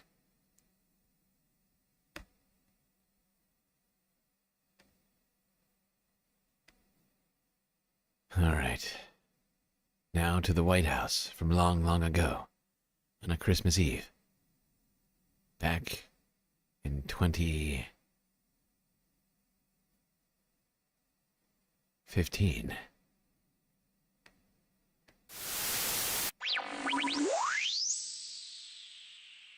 Twas the night before Christmas, when through the White House not a creature was stirring, but the ghost of Millhouse. The senior staff nestled, all snug in their beds. Dreams of a politically correct Christmas danced in their heads. I put on my robe and donned my skull cap to check one last time on my Santa Claus trap. When in the north lawn there arose such a clatter, and I knew it one man, no one thinner or fatter. Michelle's cookies and milk must have done the trick. So I had finally captured dear old Nick. He came to his senses, and I walked up to his cage, and he bellowed and rattled and shook with great rage. Tell me the meaning of this Christmas night ploy. Do you wish to rob the children of their God-given toys? I replied to him calmly, let me be clear. No harm will come to you or your flying reindeer. I know you have millions of presents to give, but Christmas has become much too offensive. So now I told old Kringle how the world is today, and how it's no more Merry Christmas, it's Happy Holiday. How being PC means no religious expression, and how each candy cane is a microaggression. He stroked his long beard and sat in deep silence as I told him how Christians must atone for their violence. When I finished, he made not a movement or a stir, and I saw no expression through his thick facial fur. When suddenly he jumped, gee golly, you're right. Who knew it was so wrong to be Christian and white? We must fix this terrible holiday misfortune. What we need is a plan B, a Christmas abortion. PC virtues prevailed, our causes aligned, and I offered to join him to lead from behind. We rode off on his sleigh, worked all the way through the night to end once and for all this Christmas Day plight. We took Nick's presents, left Christmas trees bare, and replaced Christmas carols with quotes from Voltaire. We changed a manger scene into a public safe spaces and removed all cheer from coffee shop places. By the end I was tired, sore, and frostbitten, but a Christmas story was finally rewritten. With our work done, I cannot wait to see all the children wake up with Christmasless glee. I bid sweet farewell, my social justice ally, and with that he took off, vanished into the sky. But I heard him exclaim, ere he drove out of sight, Happy holidays to all, and to all a good night. Ho, ho, ho! Happy holidays! Oh, God. Well, there you go. A little MJB action from back in the day. A Christmas story. in 2015. The Wokening of Christmas. Oh, God. Oh, no. I didn't even notice. Oh, this is very sad. This is very sad. We have crossed over 4 hours of the stream. We're actually 4 hours and 15 minutes in. We did not complete the galactic content goal. Oh, on this Christmas Day Eve. And that is problematic. Because that means the stream might end suddenly. Immediately, if not sooner. Suddenly. We got halfway through it. We were doing good. But now we find ourselves stuck. Stuck. We need your donations to keep the Galactic News Network on the air. A lot of great ways, of course, for you to do that. YouTube, Super Chat, Super Stickers, memberships, gifted memberships, bits, subs over on Twitch, but Cash App and PayPal.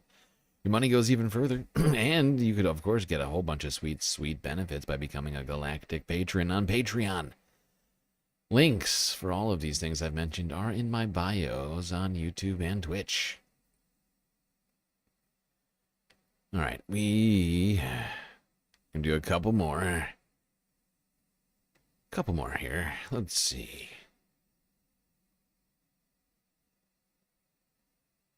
Ah, yes, more in the war on Christmas. Walter Masterson. From We're talking many about years ago. cancel culture. What do you feel about cancel culture? Why do you think we're here, dear? The long, long ago. 2021.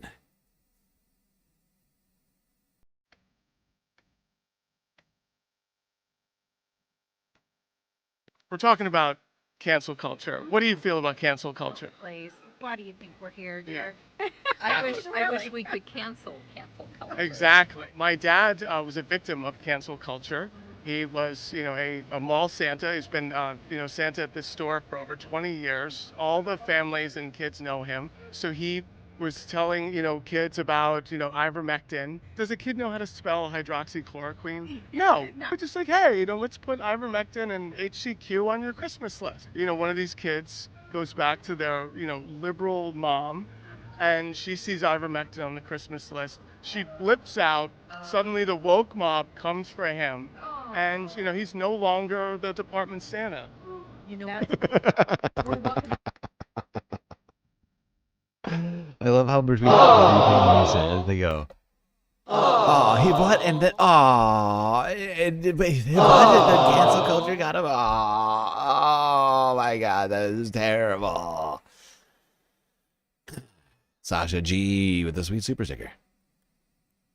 Really a sour super sticker. Sour hour engaged. Nice to be able to say that again. Back on YouTube. Our lemon lime super stickery friends.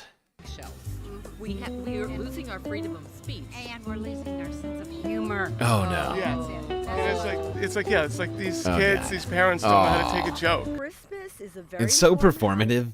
Like it's just so performative. Like it's so you can so clearly fake. It's like these kids, these parents don't know how to take a joke. Christmas is a very important holiday, and we must keep it always in our hearts and in our minds and our spirit. Yeah. Thank you. What do you think about AOC saying that Die Hard is not a Christmas movie? What do you think about AOC going on record as saying that Die Hard is not a Christmas movie? I don't believe it. You already sent $15. Oh, you did send $15 on PayPal. Oh, that gets us really close. We are dangerously close to completing the galactic content goal right now, people. I think like one super chat or sticker, or like 500 biddies on something like that. Close to it. We're very close. So close that I'm almost ready to fudge it. I think she says. AOC's a moron. Whatever she says, I don't give any credit to. Bruce Willis, yeah, so Die Whatever Hard she is says, definitely I a don't give Christmas any movie. credit. It is a Christmas movie. I love Die Hard. Exactly, right? This is Ah. awesome, right? You know what she thinks is a Christmas come movie? on. Lethal Weapon, the first one. You agree with it? You can tell that guy. I know he just. I feel like Walter is making this up. I love how this guy. He definitely up until that moment he was like, absolutely, Lethal Weapon is a Christmas movie. He just can't. He can't bring himself. Look at him. Look at his face. He's broken. He's a broken man inside. What?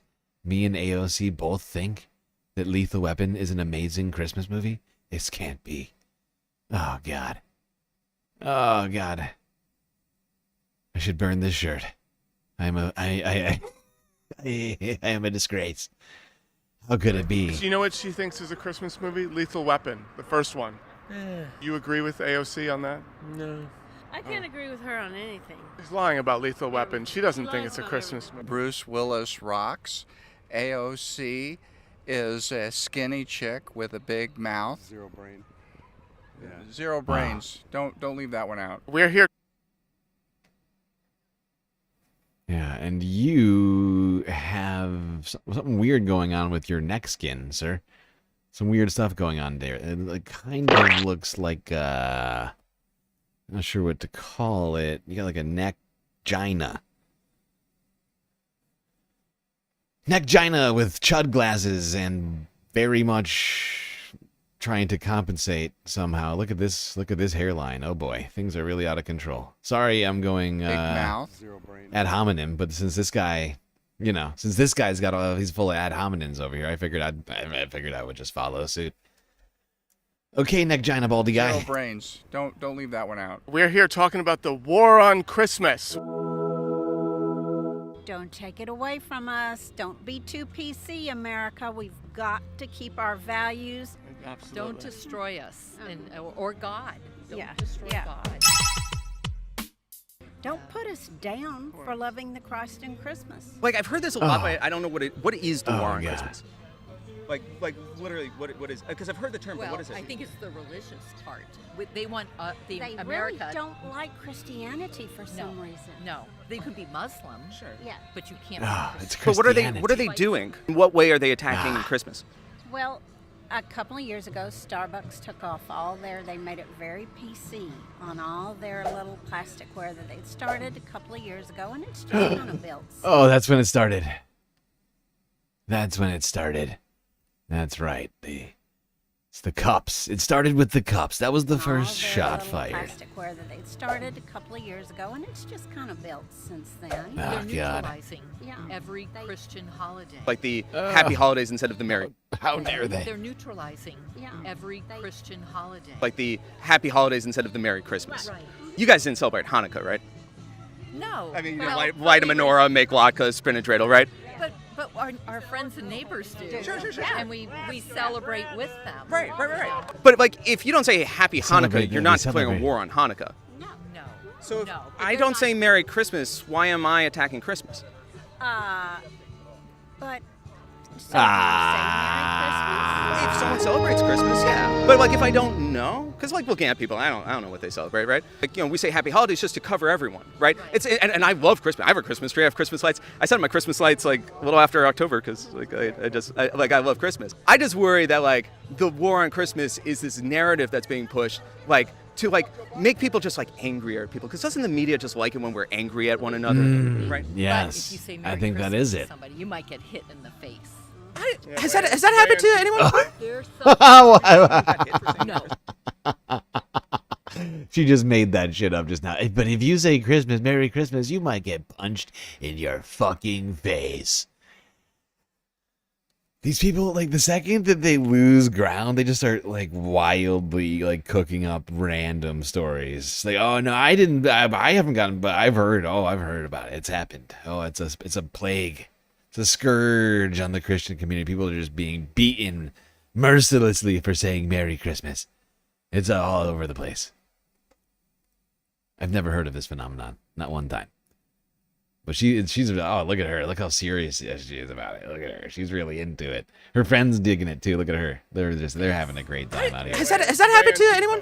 There's some people. Did you know someone who got hit for saying Merry Christmas? No, but the anger. Sure. But I've known. Oh. I've Did known you know people that got hit? But the anger. Just on the news. On the news, Yeah. right? I just want you to know Just that, on the news. like from a Jewish Just person on to the you, news. if I say Happy Holidays, I want you to have the merriest Christmas of all. I want you to have a family. Right. That's perfect. Merry Christmas and Happy Holidays. when I was a kid. Oh. Uh-oh. Uh-oh. Those ladies are seemingly fighting the war on Christmas now. Happy holidays. Oh, God, that's woke. Merry Christmas. And now no one says it. Everything is a holiday party. Oh, no. Because they hate Christ. Oh, no.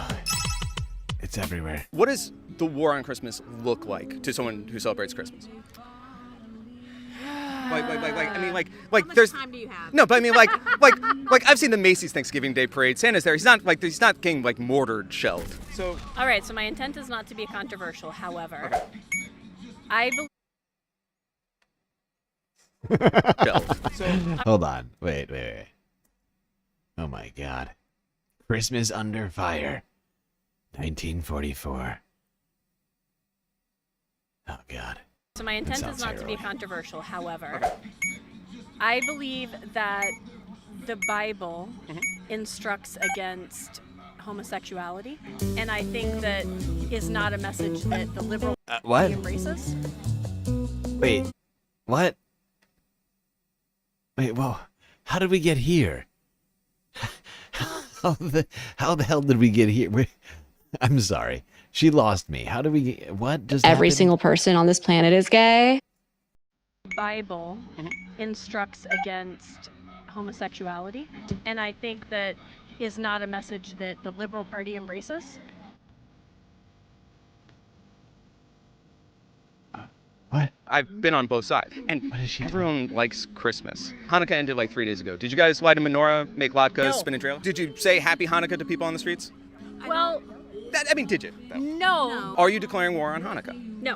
No. Right? And so, like, for me, if someone doesn't celebrate Christmas and they don't know what you celebrate, I say Happy Holidays. I don't mean that as an attack. I mean that as a welcome. They just don't want people to force their beliefs on everyone Right. else. Exactly. Yeah. Actually, Yeah, so the you Republicans and the Liberals, I think, have a similar view in that regard. And if you say Happy Holidays to me or Happy Hanukkah, then to which I would respond, oh, yeah, Merry Christmas. But it's not. Well, you would say Merry Christmas back if... I would respond if you said yes. If you said Happy Hanukkah to me, I would say Merry Christmas back. That's a fascinating take. It seems like it's the Christians who are waging a war on the holidays. Honestly, the more that we unpack it. But it's not. Well, you would say Merry Christmas back if I said Happy... But it was not meant to fight. It's so more like... petty.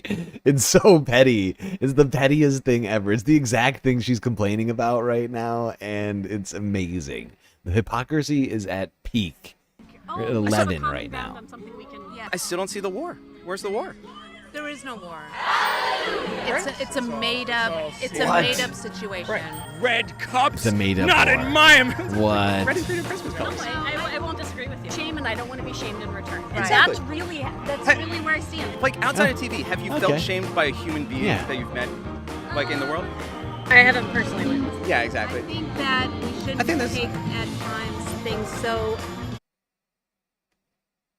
Is she saying Christmas is gay? Honestly, I wish I knew. I wish I knew what she meant by that one. Like when she went over to when she just suddenly went to the liberals, or like the Bible says you can't be gay or something. I was like, what? I still don't understand how she even got there. It's all very confusing to me.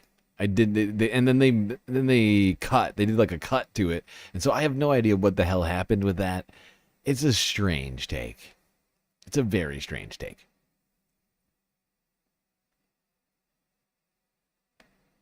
The liberals want to turn Every Christmas single person gay. on this planet is gay.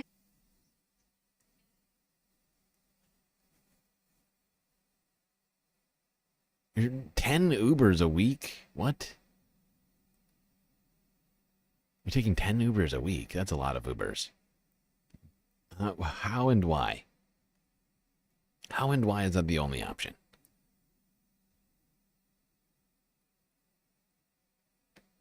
All right. Well, we are 4.5 hours into the stream. So we're going to take another quick galactic intermission. We'll be right back after these brief messages. What is it? Little Nero, sir. I have your pizza. Leave it on the doorstep and get the hell out of here. Well, what about the money? What money? All right, everybody. Hope you've been enjoying the show so far. If you haven't already, hit the follow button on Twitch, the subscribe button on YouTube, and while you're at it, do consider contributing to the Galactic News Network, as we are, of course, completely funded by individuals like you. A lot of great ways out there for you to show support. Super chats, super stickers, memberships, gifted memberships, Twitch with the bits and the power-ups, the subs and the gifted subs, Cash App and PayPal. For your money, go directly to funding the stream, rather than the bottom line of Amazon or Google. But of course, the very best way to get the most base benefits for your Earth dollars is to go onto Patreon and become a Galactic patron.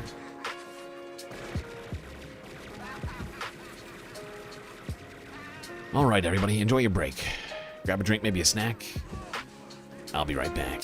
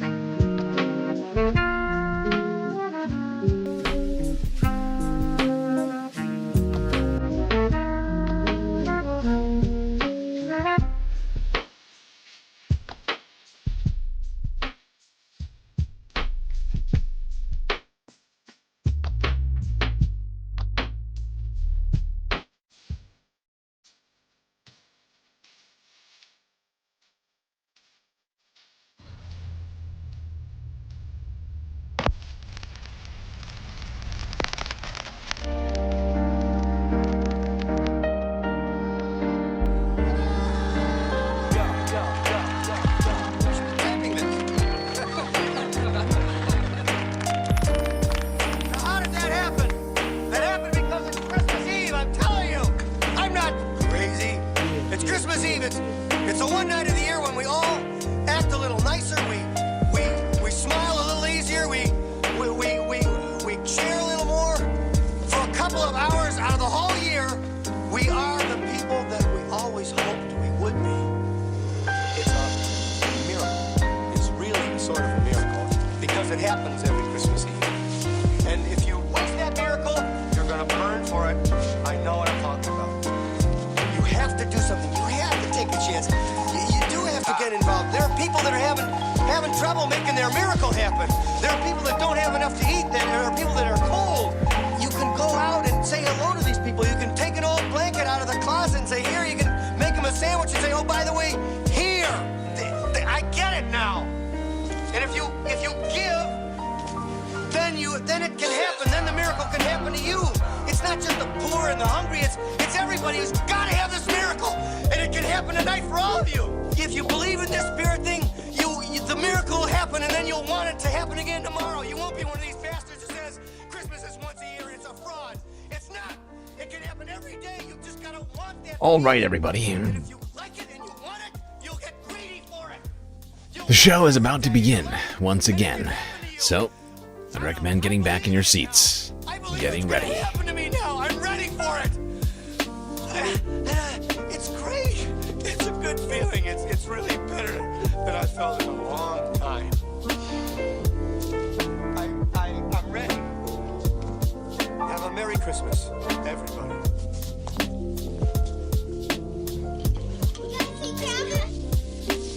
Did I forget something, big man? God bless us, everyone.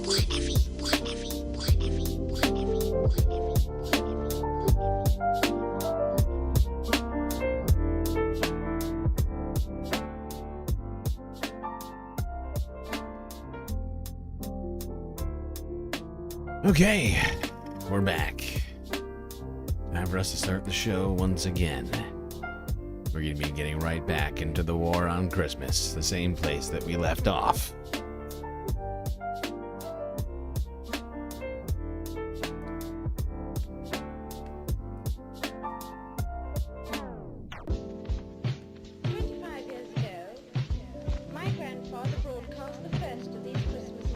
Right, ladies and gentlemen, it is my great pleasure to announce that the war on Christmas has begun.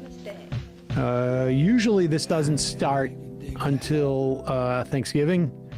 But you want to do a preemptive strike, General? Well, we have marshaled our forces, and unfortunately, we have been found out by the Christmas defenders, elves, on weekend elf intelligence, weekend Fox and Friends. I used to do some hits with Will Kane back in like around, I don't know, the beginning of this last decade, 2012 or something like that on CNN. And I can only imagine just how embarrassed, and maybe I'm projecting this on him. Maybe he doesn't even have that level of integrity. It's just really, he's making some cash. But so embarrassing to do these type of segments. But not for me. Let's do it.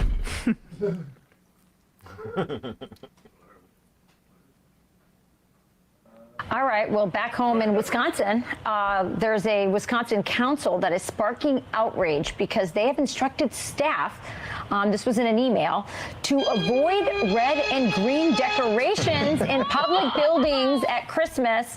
They want them to replace any religious ornaments or anything red and green with snow people. So here's what the email said. It says, we kindly ask that departments refrain from using religious decorations or solely associated with Christmas, such as red and green colors, when decorating public spaces within the city building. Instead, we encourage you to opt for more neutral and inclusive, I hate that language, decorations that celebrate the season without flavoring any. Oh my God, she is so triggered by the words neutral and inclusive. It's wild. I hate that language. The bane of my existence, neutral and inclusive. I demand bifurcation and exclusivity Particular now. faith belief system. Here are a few suggestions: snowflakes, snow people, other non-religious symbols associated with winter. How offended are you that there aren't snow women? Does that bother you that we would call it a That's snowman? not inclusive. That's not inclusive. You feel underrepresented. They said snow people, didn't they? Yeah, that's what I'm saying. Like as a culture that we haven't always said snow. Right, yeah, that's the thing. Is he's trying to be really clever here, and he can't quite figure it out that the snow people is inclusive. He doesn't even, he can't even get... This town is a town of 48,000 people in Wisconsin. It's always west of Wisconsin. Milwaukee. Even back, and we will play... sometime over the next month, my annual A War on Christmas spot on CNN way back when. But it was a town in Wisconsin that had taken Jesus out of oh Silent Night or whatever that song is. It was another town in Wisconsin named after a Native American word. Right. Here is okay. Let's keep going. I mean, they're going to really try. They're trying to. It's hard to build the outrage for something like this, but they're going to work at it. People, does that bother you, Rachel? You know what bothers me? The pagan winter thing. I'm not celebrating winter. I'm celebrating Christmas. Christ. Pause it. I'm celebrating Christmas, which is inexplicably right near the winter solstice, oddly, which is in some, by many definitions, a pagan ritual. But it was moved there to be a little bit closer to that pagan ritual because Jesus was actually born in frickin' April, according to the damn Bible. Here's the other thing. She doesn't live in Watso, Wisconsin. What? She is in no way inhibited from celebrating Christmas. And also, to be clear, I don't think she's ever been in the city hall. She's ever going to be in the city hall in this town during Christmas. So. But she can't be outraged from across the country about neutral and inclusive decorations. I mean, is there nothing more important than this? I mean, my God. It's really not an issue for her per se. Here we go.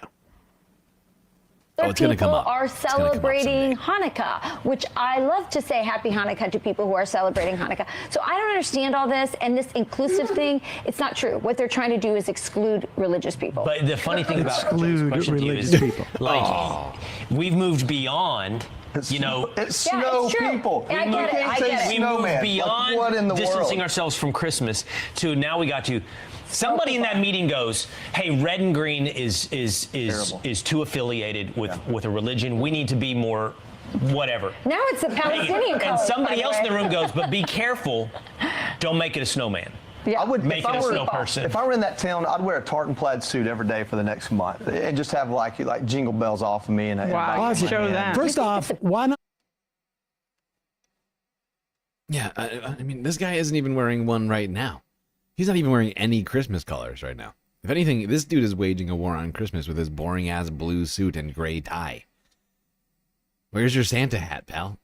Why is there no nativity on the Fox News desk? I don't understand. They're so upset about it. Why they put crucifixes all over the fucking station? Huh? Like, what was the deal? You don't love Jesus enough? Next month, and just have like jingle bells off of me and Show that. First off, why not just wear that suit anyways, you ding dong? You can wear that suit. You could wear it right now. You could wear it on TV and rub all their faces in it. Show your But loyalty Can we to just go Christmas. back, because this is like, it's so fascinating to me to see how Will Kane is so embarrassed himself. But watch him make his really, you don't have to go back too far. Yeah, right here. He makes his joke. He laughs, and nobody's even listening to his joke. He's the only one laughing at it about the snow people. He's really thought he had queued this up pretty well. Is too affiliated with a religion. We need to be more. Here it comes. Whatever. Now it's Wait, a here it comes. Here it comes. Somebody else. Here. Exactly, Carl. If they're so holy, they should be broadcasting from a manger. They should be in Bethlehem or something. Why are they? I mean, this is sacrilegious. They're all wearing blue. This guy's the closest to even kind of having Christmas colors on with his red tie. There's not even a hint of Christmas on the set. I'm just confused. If they're so concerned about this, why are they not doing, like Passion of the Christ or something? Well, during, where's the effort here? So worried about everybody else. They seem to have a very neutral set, honestly. They seem to have a very neutral set color. I don't know if you've noticed this. Blue and yellow? What is that? Is that the holidays? Is that green and red? I thought we could only have green and red. Any sort of neutral colors were offensive.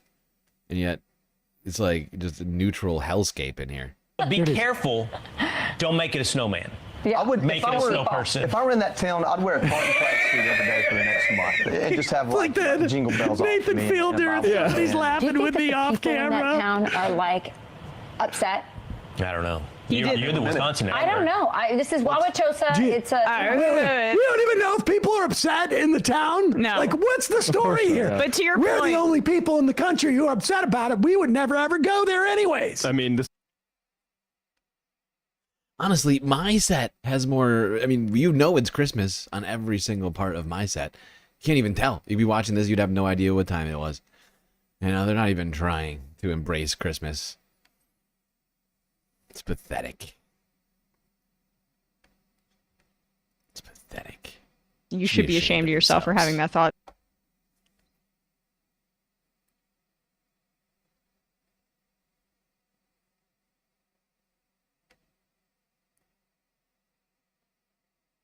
Exactly, Hassan. One of what you would assume is like one of the main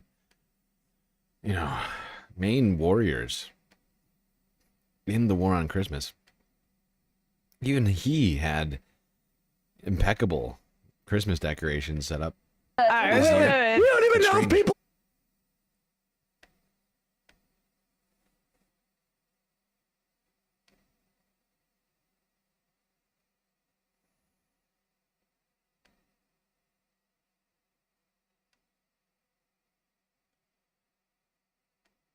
All right, let's go back to one of the men who's actually waging a war on Christmas, Donald J. Trump.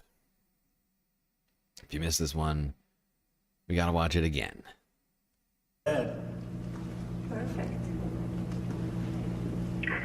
Mr. President, yes. I now have video to Anastasia, who is 4 years old, and Jasper, who is 10 years old.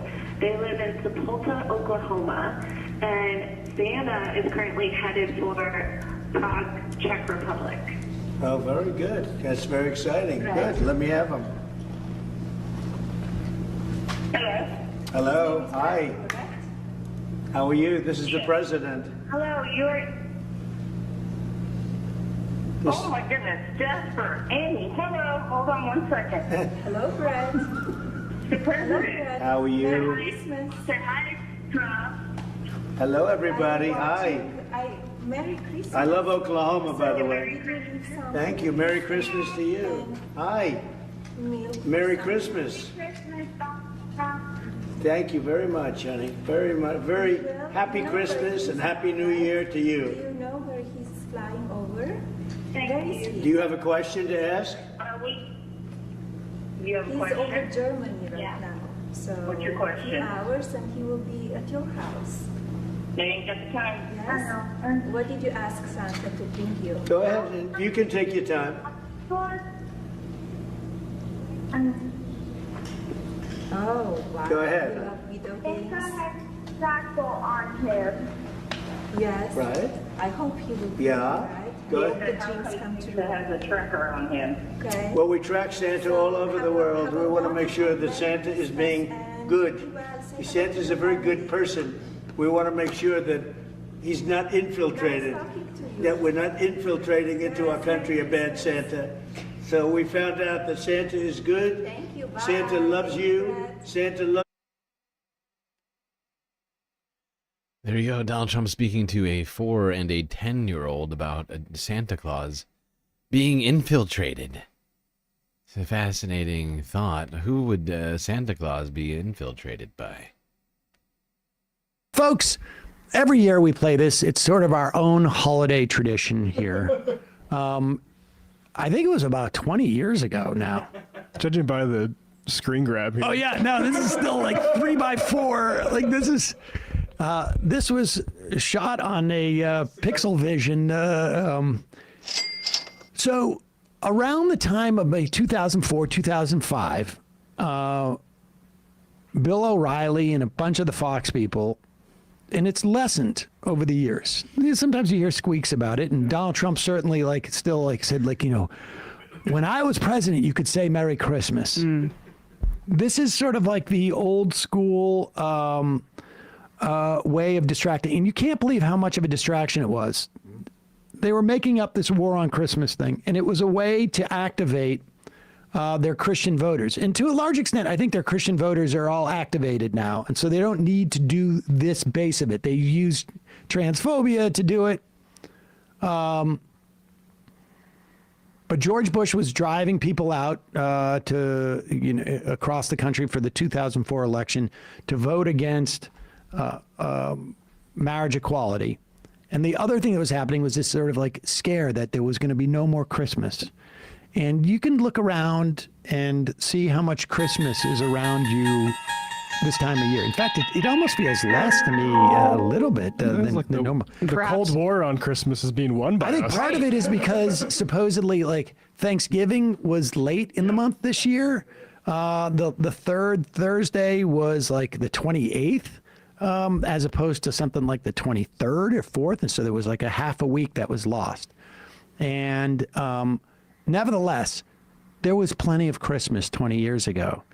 And I had this notion, like, maybe I'll get invited. Maybe there's a way for me to sneak onto Bill O'Reilly and pretend like I am an actual organization fighting the war on Christmas. Convince them they should have me on. But I was doing Air America Radio at the time, and it was a little tougher to fake out Fox. And but I got a call just out of the blue to go on CNN to talk about it. And the best thing that happened to me on this, I had basically planned, to take this tact, but they were going to go to the guy from Concerned Women of America, the guy. Who was talking about the war on Christmas, but his earpiece was not in just the second before we went live, or he couldn't hear, and so they decided to go to me first, and that made his job very, very difficult. This is a young Sam Cedar. Well, Merry Christmas or Happy Holidays, a Christmas tree or a holiday tree? Which should it be? Depends on whom you ask. We've seen controversy, most notably prompted by the White House. It sent out cards, this card matter of fact, wishing a holiday season of hope and happiness. No mention of Christmas. Some thoughts now on the subject. Sam Teeter hosts the show Majority Report on Air America Radio. Bob Knight is the director of the Culture and Family Institute. It's affiliated with the Christian conservative organization Concerned Women for America. Gentlemen, great to have you with me. Thanks for having us on. All right, well, let's start with the holiday card. What do you think, Sam? Well, listen, as far as the war on Christmas goes, I feel like we should be waging a war on Christmas. I mean, I believe that Christmas, it's almost proven that Christmas has nuclear weapons, can be an imminent threat to this country, that they have operative ties with terrorists, and I believe that we should sacrifice thousands of American lives in pursuit of this war on Christmas, and hundreds of billions of dollars of taxpayer money. Well, Sam, is it a war on Christmas, a war on Christians, a war on over political? Okay, now, I was obviously trying to draw a parallel between our involvement in the Iraq War and the war on Christmas. I think that might be obvious to people. And I was not prepared for her not to listen to a single word I say and just ask the next question she had on her piece of paper. So just go back and you can see, I almost dropped character a little bit here, but I go back into it. Be an imminent threat to this country, that they have operative ties with terrorists, and I believe that we should sacrifice thousands of American lives in pursuit of this war on Christmas, and hundreds of billions of dollars of taxpayer money. Well, Sam, is it a war on Christmas, a war on Christians, a war on over political correctness, or just a lot of people with way too much time on their hands? Well, I would say probably, if I was to be serious about it, too much time on their hands. But I'd like to get back to the operational ties between Santa Claus and Al-Qaeda. I don't think that exists. Bob? Well, we have Help intelligence. me out here. We have intelligence. You have intel. And where exactly does your intel come from? Well, we have tortured an elf. And that's it's actually how we got the same information from al-Libi. That's exactly the same way the Bush administration got this info about the operational ties between Al-Qaeda and Saddam. Okay, Bob Knight. Sam is tying in now the lack of information regarding weapons of mass destruction and somehow moving that into Santa Claus. Help me out here. What's going on? I mean, is this a war on Christians, a war on Christmas? Is this too much political correctness?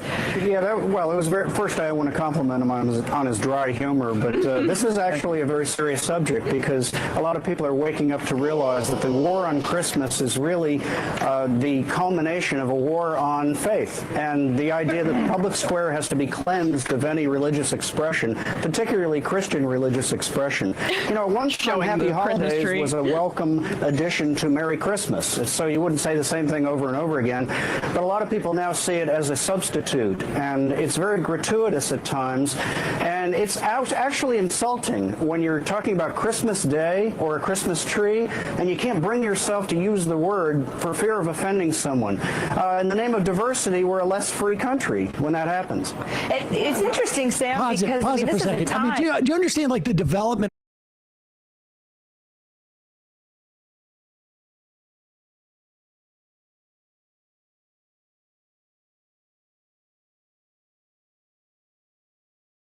That happens. It's interesting, Sam, Pause it for a second. I mean, do you understand, the development of where we are today, right? You can see the aggrievement. You can see the, we are a less free country because, put aside, let's just assume that there were people out there who were like, I'm not going to say the word Christmas. I'm going to say Happy Holidays because I am so adamant on cleansing Christmas from the square. Just assume that there are people out there. Right. It is still not an offense to freedom of speech that you say that. They both lie about the premise and then create an aggrievement that doesn't exist, but out of this false premise. This is exactly the formula that we have seen Donald Trump take to the nth degree, and it started in these sort of right-wing fundamentalist spaces where you had people on the Supreme Court at that time who were trying to develop this notion of religious freedom. The idea that if I'm a pharmacist, I don't have to give out birth control because it is an offense to my religion. No, you are licensed to be a pharmacist. Your job is to dispense medicine, not to impose your religious edicts on what we consider medicine. You don't have to be a pharmacist. Nobody's forcing you to be a pharmacist. Thank you, everybody, for telling me that my microphone was muted. Clearly, I wasn't paying enough This is the system that we have, and this is the way. This was all the sort of the This is where this recipe was being developed and perfected back then. And the way freedom is like a freedom to say happy holiday or the freedom to trade on the Robin Hood app, it's like, is this really what Americans need to be liberated from? Right. Go ahead. A less free country when that happens. It's interesting, Sam, because, I mean, this is a time where, if anything, we want to be even more sensitive to diversity, considering everything that's happening with regard to war on terror. We're learning so much more about different religions, different ethnicities, trying to become more of one versus being segregated. Yeah, well, Kara, I mean, listen, I would like Bob to tell me who is the person who has been offended by someone saying Merry Christmas to them. I've never met that person. I don't celebrate Christmas, but if someone says Merry Christmas to me, and I either think, well, it's a little bit odd. It's like me saying Happy Birthday to you on my birthday, but you know, no one cares. But I'll tell you this: as we wage the war on the war on the war on the war on Christmas on our radio show, News Corp, Fox News, those people who have started this entire war on Christmas meme, fake war, they're having a holiday party. President Bush saying happy holidays, Tokyo Rose, Laura Bush, saying happy holidays to her dogs in the video. I'm sure you've seen it. I mean, these are the things that we should be talking about when we are waging this war in Iraq. We should be equating it. You know, it's kind of incredible. I mean, Sam Cedar really is something of a... He's like a trailblazer, you know? Basically one of the first YouTube, like news live streams, like independent news live streams. As well as using the word meme, back in 2005. It's wild.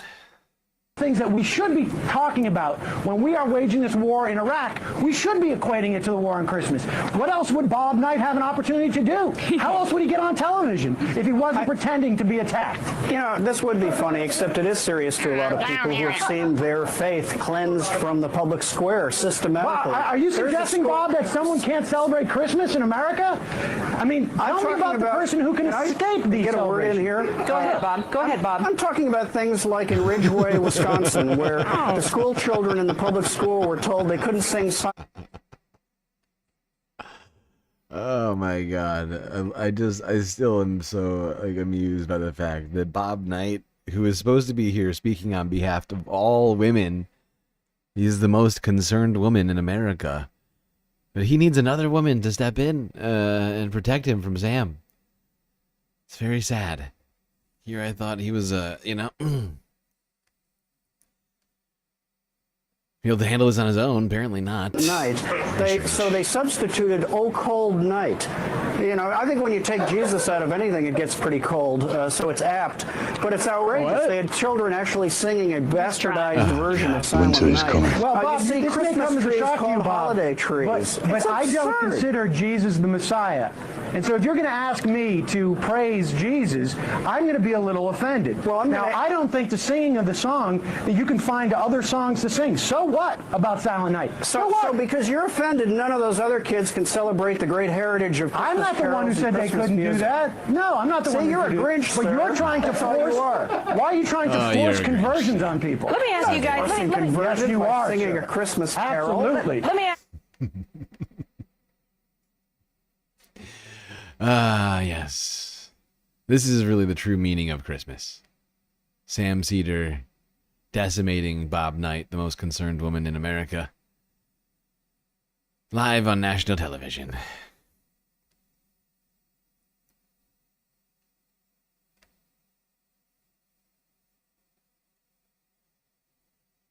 Okay, let's see what else we got here tonight.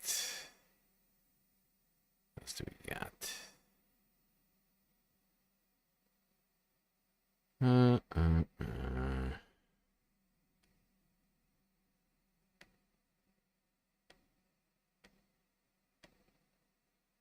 All right, let's talk about the war that perhaps we need to be waging on Christmas.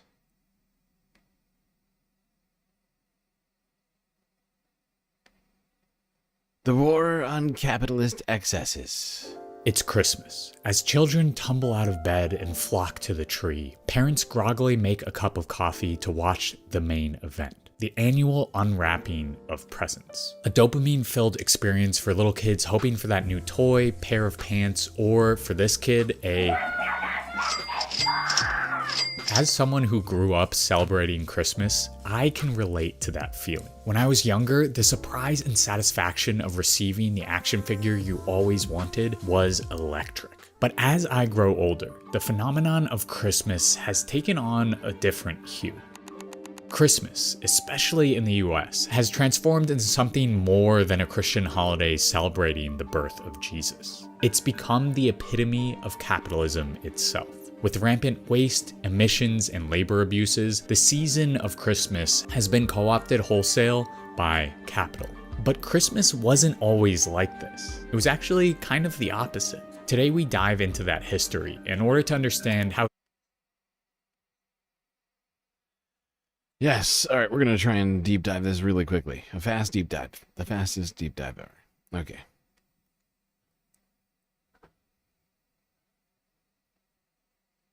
Yeah, I think this is where we should probably... unused and drive capitalist accumulation. But Christmas in the US wasn't always like this. In fact, it was almost the opposite.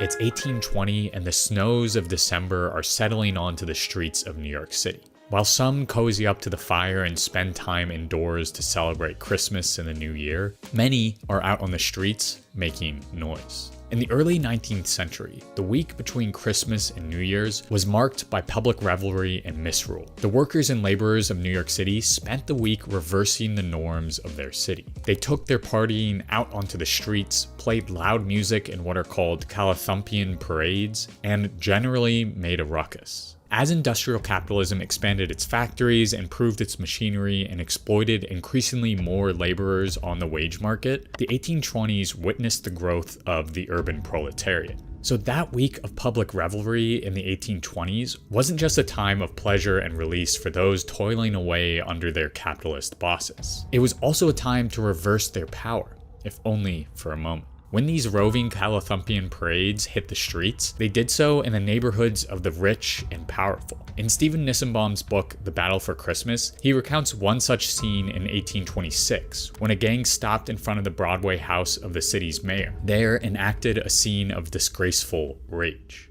So during the Christmas season, the newly minted urban wage laborers were using the traditions of public revelry as a weapon to brandish their discontent and achieve some means of agency. Nissenbaum notes that December for the growing population of industrial wage laborers meant uncertainty. It could mean increased hours at work to keep up with business as usual, or, for others, forced unemployment because winter freezes ground water-powered factories to a halt. Yep, unfortunately, the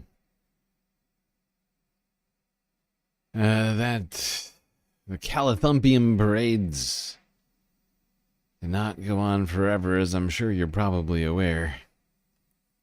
Eventually, Christmas was transformed and co-opted by the capitalists.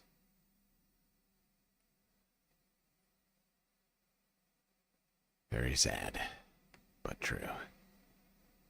All right, let's move it along.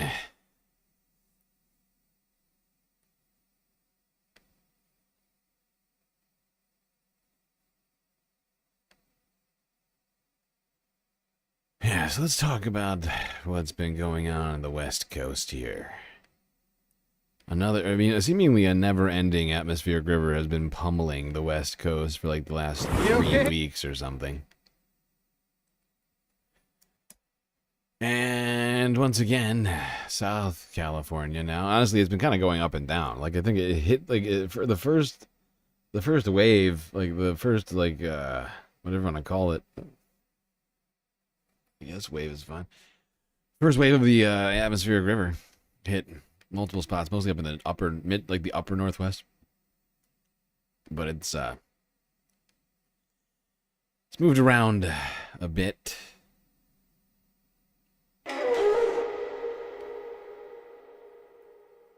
You okay? What happened? Maddie Morphosis, thank you for the follow. Officials are urging holiday travelers to avoid the roads on Christmas Eve and Christmas Day as a powerful winter storm slams into Southern California. Is this a political space? Yes, this is a political space. We discuss all things about the news here at the Galactic News Network. Bringing mudslides and evacuations to areas like this just northeast of LA, with impassable conditions on the highway to the mountain resort town of Wrightwood in San Bernardino County, as well as heavy winds causing power outages and flight cancellations. And flash flooding, leaving drivers stranded. I was gonna go help my wife out right now, and on the 5 freeway, she had something stuck on her car, and we thought we were gonna get a detour through here, and we ended up getting stuck. In Altadena, still scarred from deadly wildfires earlier this year, officials are going door to door urging residents to leave. This year, it's probably the second or third time that I've had to leave evacuation orders for the residents. Sometimes it's the same faces. Conditions shift dramatically, moving north into Canada. Like minus 40. Right now it's minus 37. It's a little bit warming up. So we are happy the cars are running. In Yukon, extreme cold is putting added strain on the territory's power grid. Officials are warning residents to prepare for potential outages. The federal government says there is no formal request for emergency assistance, but it's closely monitoring the situation. Almost everyone keeps the emergency kits at home, so people are prepared. Farther south in Alberta, heavy snow is creating dangerous travel conditions and prompting controlled avalanche operations by Parks Canada. And in BC, snowfall warnings are in effect for key highways. Drivers are being urged to avoid unnecessary travel there, like in California, as more extreme holiday weather forecasted overnight across the West could quickly turn dangerous. Neetu Garcha, Global News, Vancouver. There we go, up and down the West Coast. People getting battered by these storms. I've got a bunch of clips of this. On this storm here, let's go down to KTLA 5. This is from 21 hours ago. A powerful storm is dumping rain across Southern California on this Christmas Eve. The first wave already causing dangerous flooding and debris flows from San Fernando Valley all the way to the Inland Empire. Emergency proclamations already been declared for Southern California counties, including right here in LA. More rain still out there and on the way. Heavy downpours and powerful winds, they've been creating dangerous situations all across the Southland, including submerged cars, toppled trees. Authorities are urging drivers tonight to use caution while heading out for any holiday gathering. We have live team coverage of the storm. Jean Kang is in studio tracking the forecast. Rachel Menitoff is standing by in the San Fernando Valley. But let's begin with Jillian Smuckler live in the Inland Empire, which has been getting hit hard by the storm. Hi, Jillian. Hi, Courtney. Yeah, it's really unfortunate given it's Christmas Eve. So many families are getting together. But here in San Bernardino, a lot of them are not doing that in their homes. And that's because this storm is causing a lot of flooding, landslides, and also mud flow, debris flow all throughout the streets, forcing some people out of their homes. And as you just mentioned, the worst is yet to come. A powerful storm slamming Southern California, dumping inches of rain in a matter of hours and turning mountain communities into disaster zones. Wow. To get, 5.5 inches in. Some of these photos are wild. Look at this shit. That's somebody's backyard. What in the fuck? There's just like 3 feet of water just flying out of the gate. The entire fence is blocked by debris, though. Into disaster zones. To get, 5.5 inches in under 24 hours, it's unheard of. In Hesperia, floodwaters swallowed streets designed to act as storm channels, trapping drivers and shutting down major roads. I grew up in Rhode Island. To me, it was almost comparable to one of the lesser hurricanes like Gloria. Multiple agencies are responding as conditions continue to deteriorate, especially in areas already scarred by wildfires. Hesperia's pretty good about getting out with the equipment after. They know the areas where like the mud will build up, and they'll get the graders out and get that cleared. But with the holiday tomorrow, I don't think it'll be until after. In residents were Wow. told to shelter in place as debris Look at slammed into that. people's homes. We've been here 11 years and water has never ran with the That's horrifying. Like, just like all of a sudden, hey, honey, was the house in a river last night when we went to bed? I can't remember. It's really weird. Take a look at this. I mean, come on, what the fuck? This is insane. down the street and everything, and taking out houses or anything till now. Timothy Needham says neighbors were forced onto rooftops as helicopters flew overhead, turning what first felt exciting into a serious emergency. This morning I got up and thought it was an adventure, but then, the neighbors started getting, you were on the roof and getting helicopters out. I'm like, this is, a lot more serious than just an adventure. With roads washed out, some residents Dude is tweaking over there.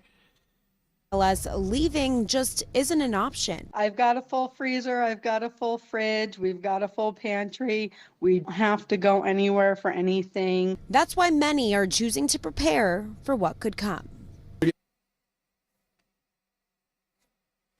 All right. And that wasn't even the worst of it, unfortunately. Things continued to get worse throughout the last 24 hours, unfortunately. Governor Newsom has already issued a state of emergency across Southern California as the rain continues to pour for the coming days. Our Capitol correspondent Eitan Wallace has more from the state's top emergency managers on their plan of action. Yeah, here at Cal OES, it's all hands on deck. They're using screens to actively monitor real-time data coming in from impacted areas. All that as they've already deployed crews across the state to prepare and respond. Californians need to be ready. Fire and Rescue Chief Brian Marshall of the California Governor's Office of Emergency Services with that message as the state gears up for and responds to what could be one of the most powerful California Christmas storms in years.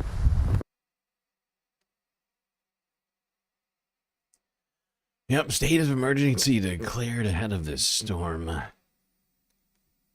Things were looking pretty serious running up to this situation.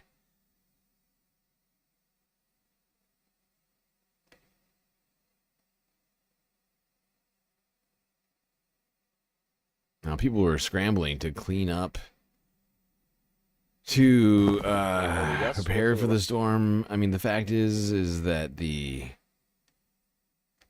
there's still a great deal of debris and other sorts of things as a result of the LA fires last year. It presents a serious danger, mudslide danger, debris, flying debris danger, among other things. It's just, it's not quiet good. in the Palisades tonight, but you can see from the video and the sandbags and the K-rails, they are in place. But that didn't stop the mud and mess in Altadena. And that is where we find our Macy Jenkins live with the cleanup that's happening there tonight. Macy. Hi, Kathy. Well, the break in the rain tonight is a relief for the people of Altadena. LA County Public Works and first responders have equipment in place and are keeping an eye out for any changes in the weather. Christmas Eve rain in Altadena, drenching an already fragile Eaton Fire burn scar area. Watch this quickly moving mud flow make its way down onto East Loma Alta Drive, spilling over the K-rail set up months ago to protect nearby homes. Earl McKinley says he's been prepping his home for weather events ever since the Eaton fire destroyed his roof back in January. I was prepared because of the fact that we had the rain earlier this year, and it kind of let us know that, okay, don't take it for granted, it's coming. And so I had to put some gutters on my house to make sure it wouldn't flood the basing of the house. Yeah, people doing everything they can and lead up to the storm to prevent damage to their homes and belongings. Unfortunately, I don't think some efforts I think may have gone in vain on this one. This was a incredibly powerful storm, bringing really serious floods along with it. This is CBS from One of the hardest CBS hit LA areas from yesterday 12 was hours ago. Wrightwood. Mud and debris swept through neighborhoods. The Oh my power God. still out there this morning. Officials say a child was injured in the flooding, but is expected to be okay. Cell phone video captured the dangerous conditions after relentless Oh my rain God. sent water rushing through the streets, Look at this. swallowing cars and cutting off roads. Is that a street? This was a warm storm. Is that supposed to be a street? Is that supposed to be a freaking street? Because it doesn't look like a street anymore. Good God. Cell phone video captured the dangerous conditions after relentless rain sent water rushing through the streets, swallowing cars and cutting off roads. This was a warm storm, so we didn't get any snow. Everything that fell continued to roll down the hillsides. So that contributed to the mud, the debris flows, and the impact to the community. And that debris flow shut down Highway 2, one of the main routes in and out of Wrightwood. A shelter-in-place order is still in effect this morning. For those forced to evacuate, officials have set up a shelter at the San Bernardino County Fairgrounds in Victorville. We do want to take a live look there this morning, which it looks a lot like the video we showed you yesterday. This is the aftermath. You see an overturned car there, but as we watched that debris flow yesterday and the mud, I mean, it was so strong. It's not surprising here to see the aftermath, which, as you can see, damage to some of these homes and to cars, though we don't have exact numbers on how much damage. That mud is literally covering those cars and, you know, halfway up those homes. The thing now, too, is if someone tries to kind of walk through or maneuver a vehicle through that, it'll definitely get stuck. And you can see that front end just into all of that mud, which would make it very difficult to try to get out. It's really an unfortunate scene this morning, which we're going to keep on watching, but you can see the aftermath there, like Sheba mentioned, of the mud. That is wild.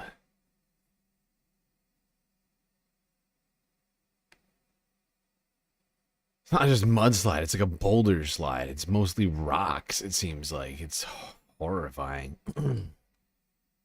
Cannot imagine waking up to find that, although I suppose you probably wouldn't sleep through that either. Hopefully everybody evacuated ahead of time.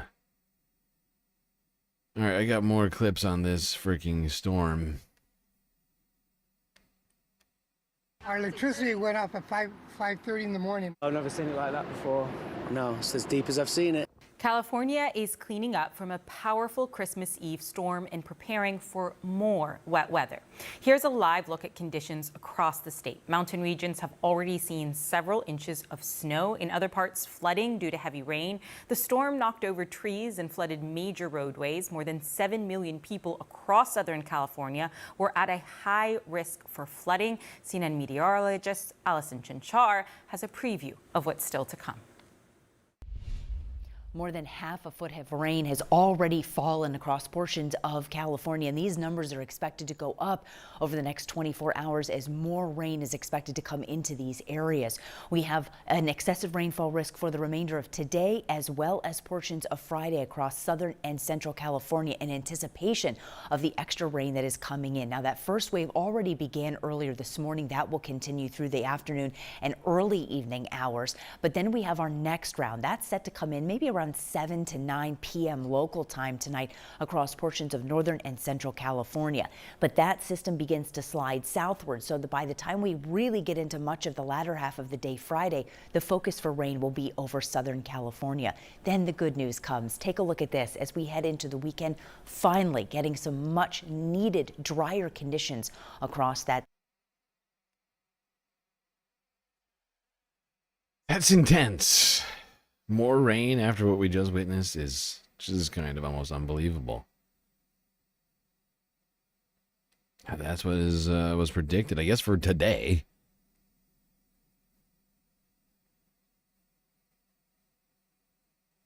The Trump administration is now getting FEMA personnel on the ground. Right now, they're doing it. Usually, they're supposed to get that stuff sort of in place ahead of time. That seems kind of slow, if you ask me. But okay. I guess better late than never. A powerful storm slamming Southern California, dumping inches of rain in a matter of hours and turning mountain communities into disaster zones. To get, 5.5 inches in under 24 hours. Wait, I just realized. Shows we watched this before, and somehow I have a duplicate clip on my stream. Can't do that. Can't do that. All right, we're gonna keep going through these here. PBS NewsHour from 6 Welcome to the hours ago. NewsHour. A powerful storm battered California, triggering mudslides, severe flooding, and multiple evacuations. At least 3 people were killed, including a sheriff's deputy. It's a record-setting Christmas day for rain in the Golden State, and more is coming tomorrow. Officials are warning travelers to reconsider holiday travel plans, as dangerous conditions may only get worse. As floodwaters engulf a home in San Bernardino County, a rescue helicopter lands to evacuate the family that's stranded up on the roof. Tim Needham filmed this incredible scene. We saw there were a bunch of emergency lights down at the end of the road, and we walked as far as we could without getting swept up in the water, and saw that there were people that my neighbors that were on top of their roof, 3 people on top of the roof, just sitting there and waiting. Similar scenes played out across Southern California today and yesterday. Roads turning treacherous, with mud and debris forcing the shutdown of major highways. On hillsides badly burned by the massive fires earlier this year, a deluge like this can loosen the soil even faster, making conditions even more dangerous. In the canyon areas here, we have very steep terrain, and we have the creek here behind us. So the burn scar, it doesn't give water the chance to saturate into the ground. Northern parts of the state were also slammed with heavy rains and wind that triggered mudslides in multiple communities. And in the mountains, huge amounts of snow blanketing the Sierra Nevadas. In Wrightwood, a ski resort town in the San Bernardino Mountains, officials issued a shelter-in-place warning for residents who didn't evacuate and now must watch as muddy waters course through their town. There's a little low bridge there. That's the one that's completely covered, had a car in it, and that's gone now. This colossal downpour, triggered by a storm known as an atmospheric river, also knocked out power earlier today for nearly 150,000 people. These conditions prompted California Governor, Democrat Gavin Newsom, to declare a state of emergency in multiple counties with the National Guard on standby. As this humid subtropical air from California blows across the country, much of the U.S. was unseasonably warm on this holiday, with temperatures in some parts of the Midwest and South 15 to 30 degrees warmer than normal, making Christmas, for millions, feel more like spring.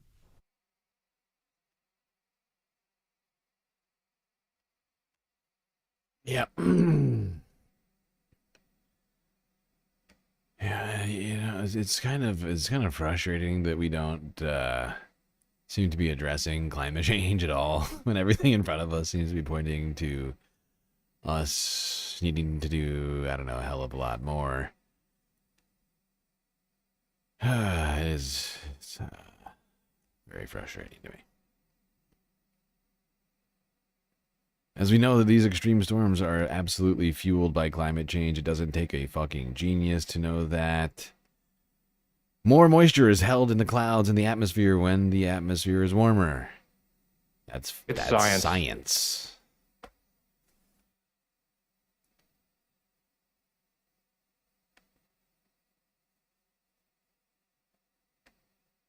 All right, I got more clips from this. This is KTLA 5 from 6 hours ago.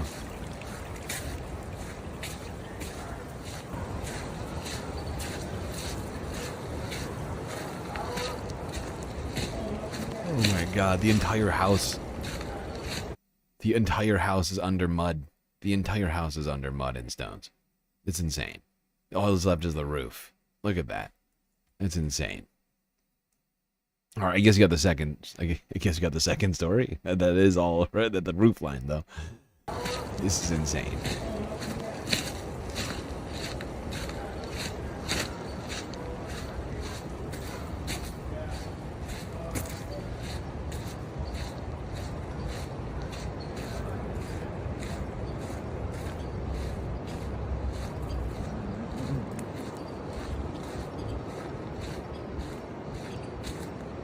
Oh my god. Oh my god. Oh my god. That is fucked.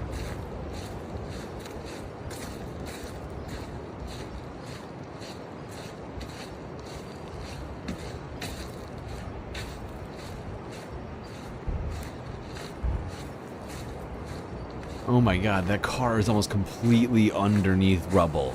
Look how deep it is. Look how deep it is. Oh my god, it gives you so much context. It's like almost hard to like, it's because it's, I think it throws off human perception. Because it's like, okay, this is the ground, right? It's like, well, I guess it technically is the ground now. But the ground used to be down here. Much, much lower. It's the new ground. Good fucking God.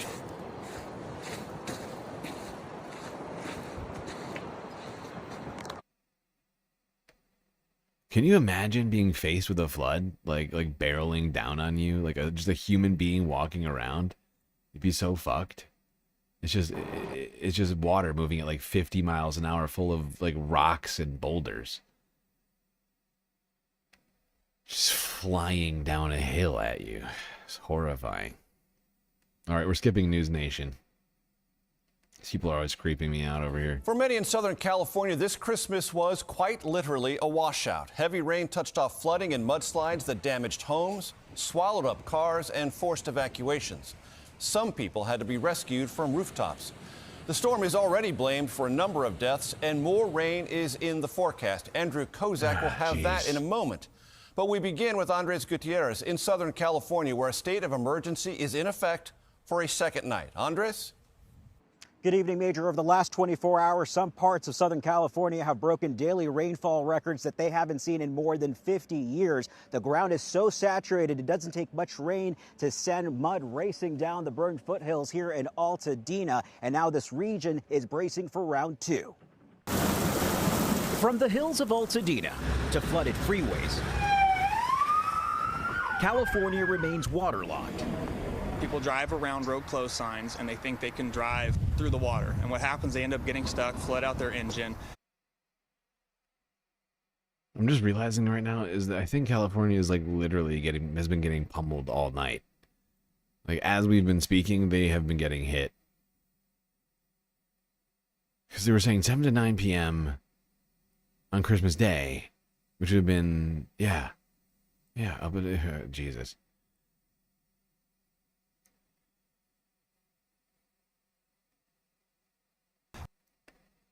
And then we have to come save them. And it keeps on coming, creating Christmas havoc. Hardest hit, the mountain community of Wrightwood, where 10 inches of rain poured onto burn-scarred hillsides, sending water and mud straight into town. Eric Sherwin is with San Bernardino County Fire. Water rescues from vehicles traveling onto. Okay. Well, just a reminder to everybody, we never actually technically completed the galactic content goal. We did get very close. We did get very, very close, but never succeeded.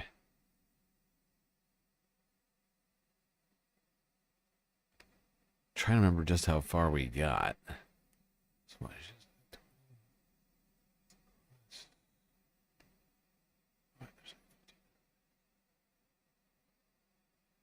We got really close. We got really close. Like $7 or something like that.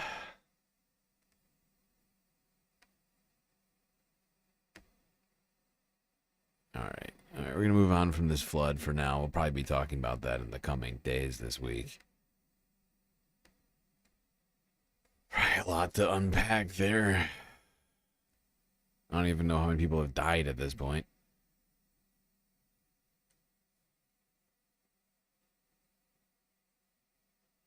Seems like people have settled in for a long winter's nap. Yes, it's quiet. Too quiet in the YouTube and Twitch chat.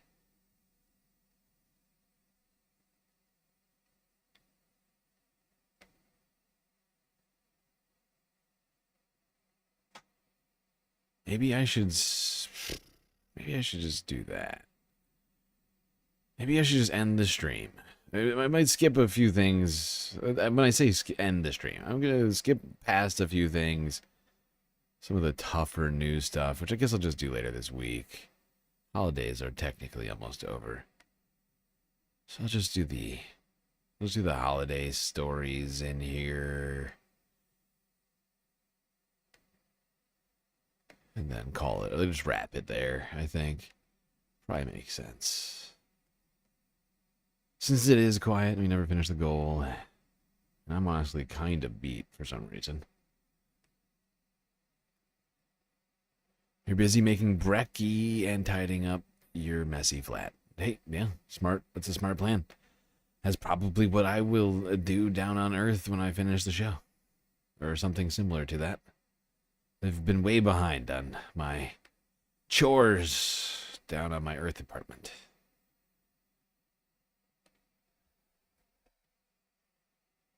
Boo. Don't boo. Don't boo.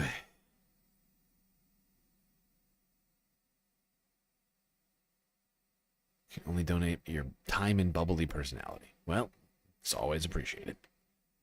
Always appreciated. No complaints here.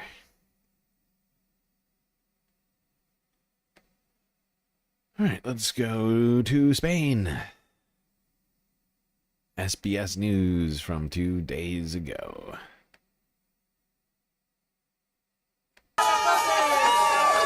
Celebrations in the streets for a community whose luck has changed.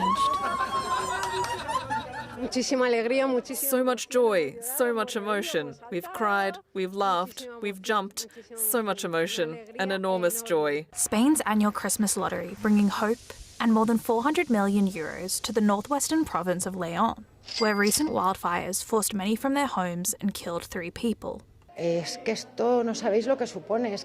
don't know what this means. It's an injection of money, of hope, of motivation for the town, and we needed this motivation. This has been a very hard year. Of course, it won't take away the sadness, but a bit of joy is good. Tickets are sold in groups of 10, with neighbours and workplaces often going in together and sharing bigger wins. Schoolchildren announced the news. For the winners, a €20 single ticket now worth 400,000. Yes, I'm going to tattoo it. I'm going to tattoo it big, the number, the ticket. I'm going to tattoo the whole thing. A dream come true for more than just the winners. Jesus Christ. I never imagined this. Every 22nd of December, you dream that TV crews will come and you tell neighbours they'll see you on TV. But I never expected this. This is insane. An event that has brought joy for locals who lived through despair only months ago. Veronica Leonard, SBS World News. Oh, there you go, a little holiday joy brought to people in Spain from the annual lottery. People who truly needed the help at the, considering all the devastation that this area of Spain has seen. It wasn't that long ago. We covered that frickin' flood. It was insane. I'm sure many of you remember it. Who've been here through it all. Alright, now let's go to Italy, where Pope Leo XIV did a Christmas Mass.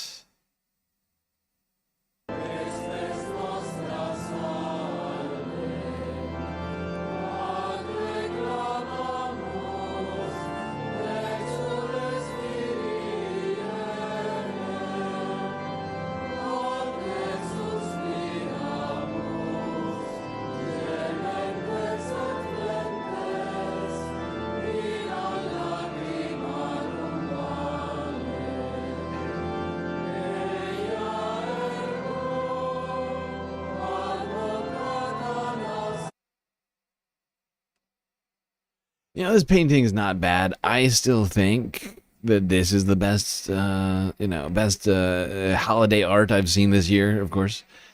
Drawn by Moa Noep, our lovely mod.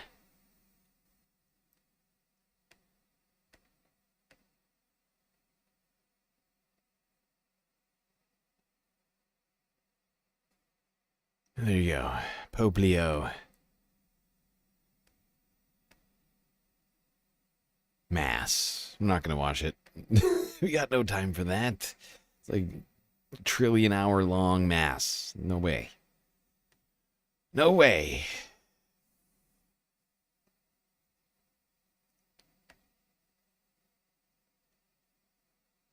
Just give me the highlights, France 24. In the opulent St. Peter's Basilica, the first U.S. Pope, Leo XIV, addressed around 6,000 people in his first Christmas Mass as pontiff.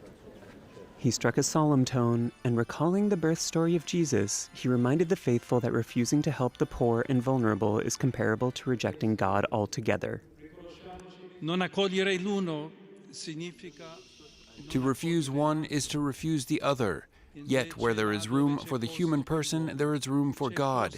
Even a stable can become more sacred than a temple, and the womb of the Virgin Mary become the Ark of the New Covenant. Outside, hundreds of worshippers watched on screens under the pouring rain as the large cathedral was over capacity. A critic of U.S. President Donald Trump's immigration crackdown, he remembered the words of his predecessor Benedict XVI, who lamented a world that did not care for children, the poor, or the stranger. And further on in his speech, the 70-year-old took a swing at a twisted financial structure that he said was dehumanizing. While a distorted economy leads us to treat human beings as mere merchandise, God becomes like us. The colors match with my outfit. You're right, it kind of does. Oh no. What does that mean?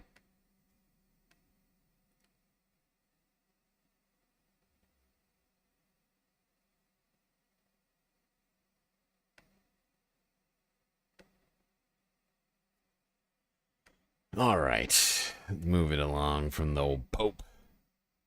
I guess really the new Pope.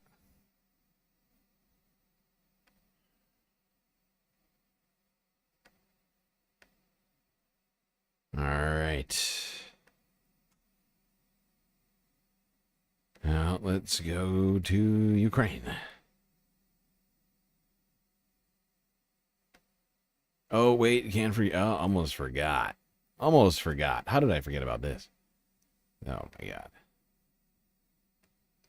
Now, we haven't talked about it all year. Probably because I've just been sort of in a freaking tornado of thoughts and emotions this year. But one of the holidays, which we have not discussed at all, but we need to talk about,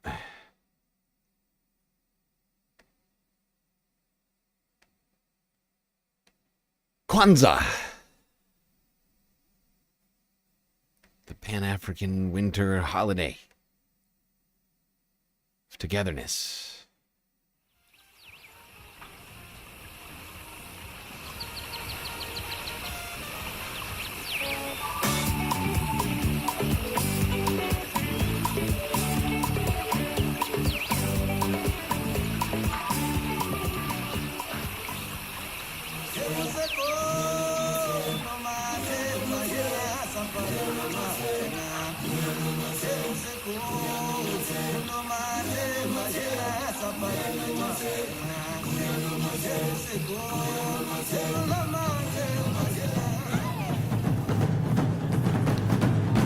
Oh, wait, hold on. I forgot about this. Wait a second. Oh, God.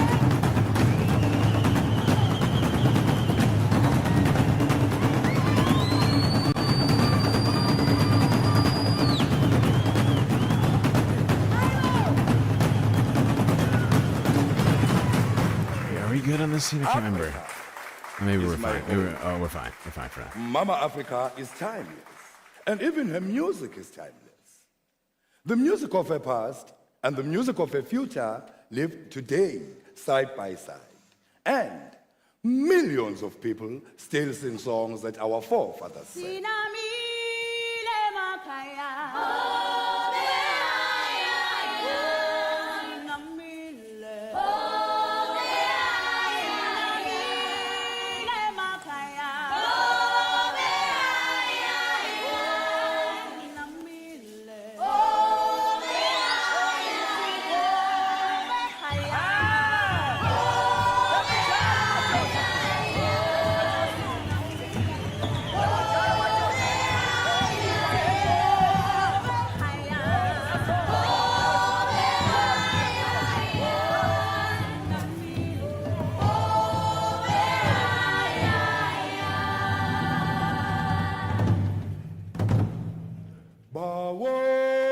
Sikosomanda, uyintombi ubugwenxa bethu, kanti senzele ebusweni benkosi.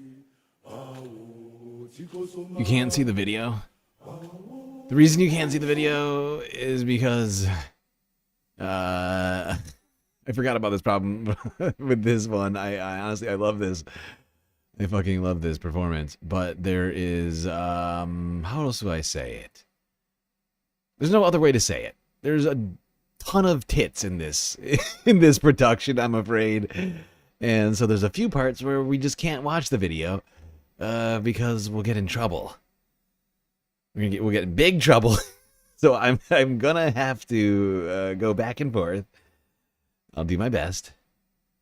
I'm sorry.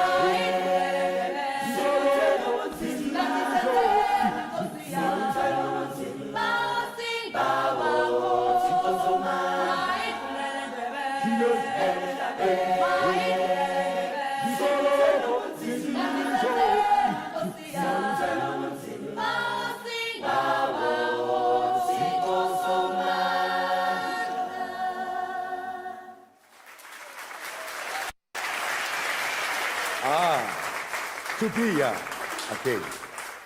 Yes, I can remember those times. Sunborn. And that's our way of saying good evening, Sunborn. This story is the story of the music of my people. And these sounds, the drums and the women singing while they work around the crawl, are as old as time. And they will always be there. When we are married, or whenever there's a birth, there are songs of celebration. And when there is death and oppression, songs of pain. Or just when the women have brewed a good, strong beer, and the men are tired and complaining, then music is still there.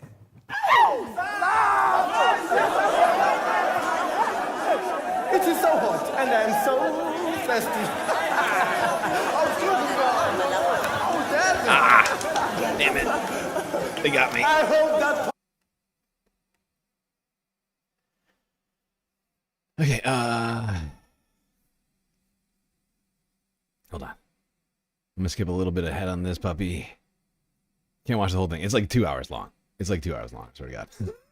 It's super long. I'm trying to remember what part should we watch here.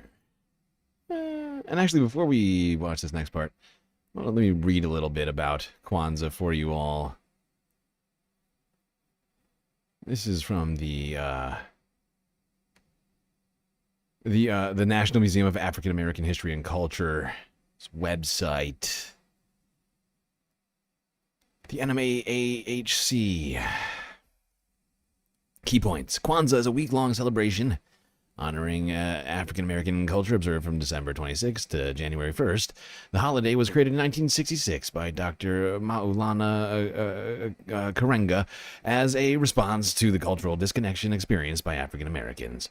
Kwanzaa is based on 7 core principles known as the Nguzo Saba, which include unity, self-determination, collective work, and responsibility, cooperative economics, purpose, creativity, and faith. Each day of Kwanzaa is dedicated to one of the principles, encouraging reflection and community engagement.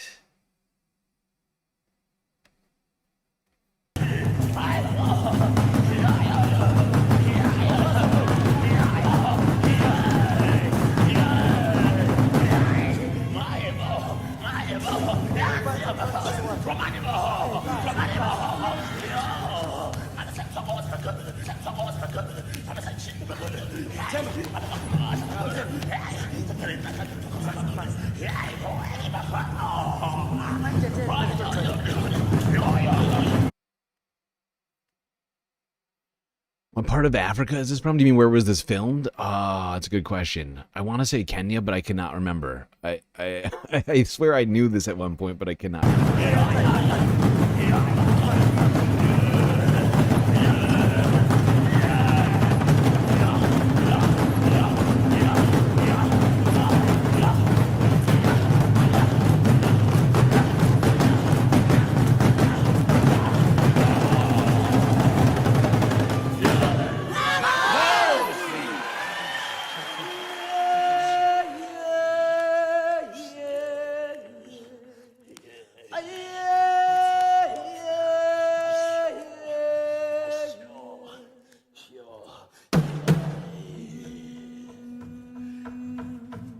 Actually, it was South Africa.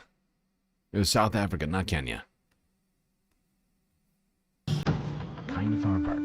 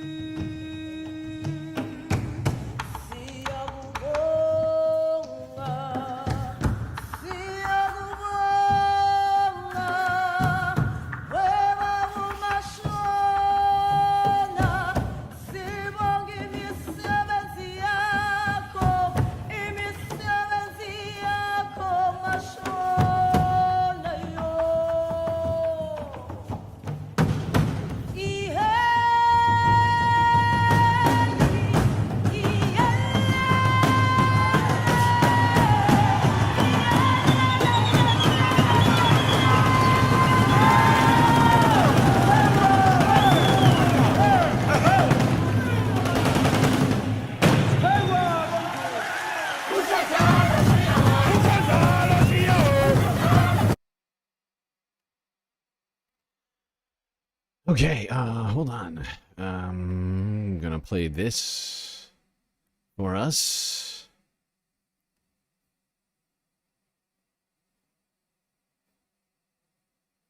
If it will play. Come on. Work with me here. Son of a bitch. Why are you doing this to me? Okay, fine. I guess I'll do it this way. It's fine.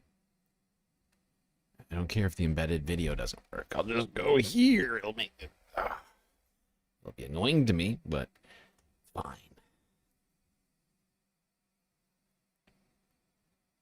Here, I'll just play this.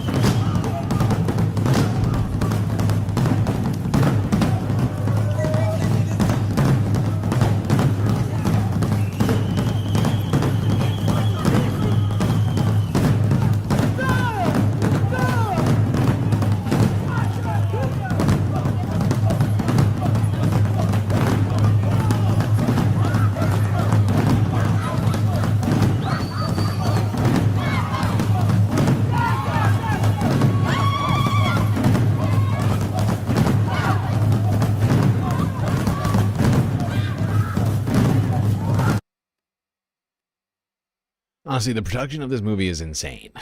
It really is. It is incredible. It's called Kwanzaa, the Spirit of Togetherness. Oh, I'm sorry, it's called Umoja. Umoja. For a second. I just confused myself. Stupid. Okay, do you actually want to play or what? What in the actual hell is going on here? Why are you being a dick to me? I don't understand. Will this work?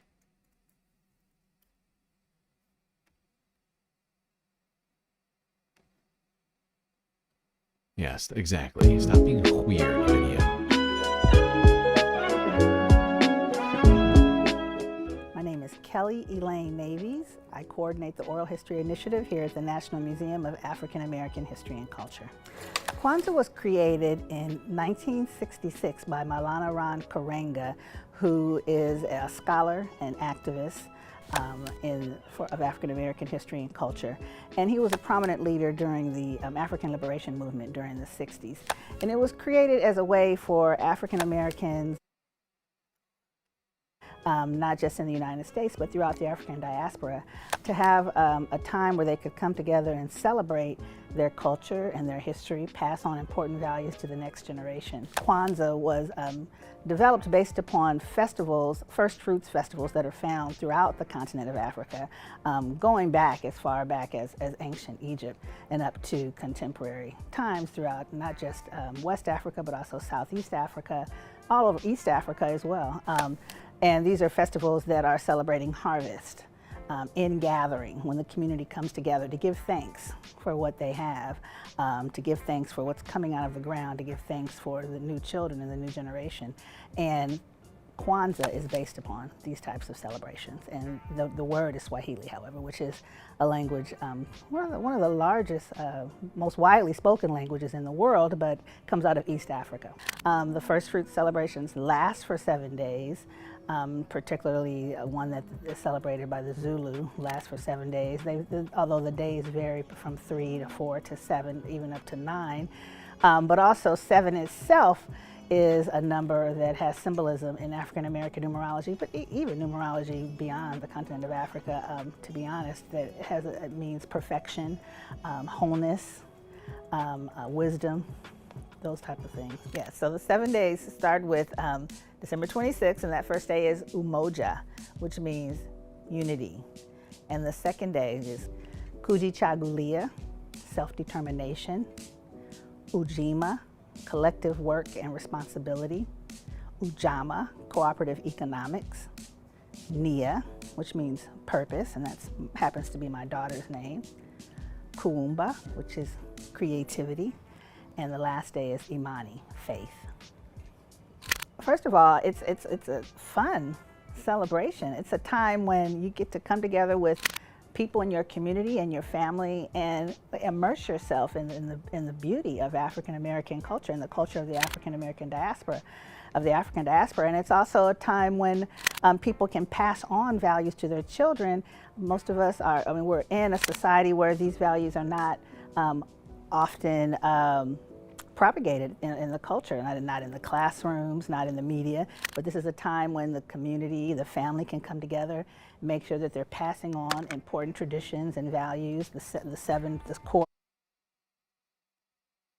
principles that I just mentioned, on to the next generations, to the children. And Kwanzaa really is all about the children. They're central to the celebration of Kwanzaa. I think that's one of the reasons, but also as we continue, as I stated, it emerged from this struggle, the African American liberation struggle of the 1960s, but we're still struggling, right? We still have challenges. We're still trying to gain equality and justice in the United States and throughout the world. We're still trying to bring our communities together to strengthen our families, to make sure that our children are educated, keep black men out of, and black women out of prisons. I mean, these are still challenges that we have. Oh,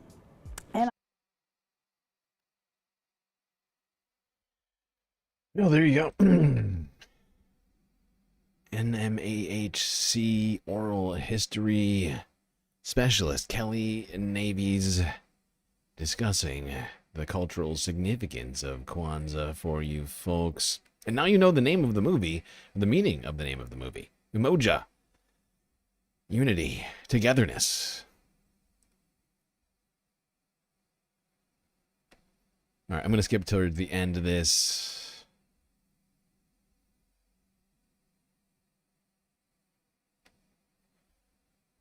Honestly, this is I'll probably get hit with a copyright claim on this. I'm fairly certain, but that's okay. I can live with that. Just to bring the spirit of Kwanzaa to everybody here. Well,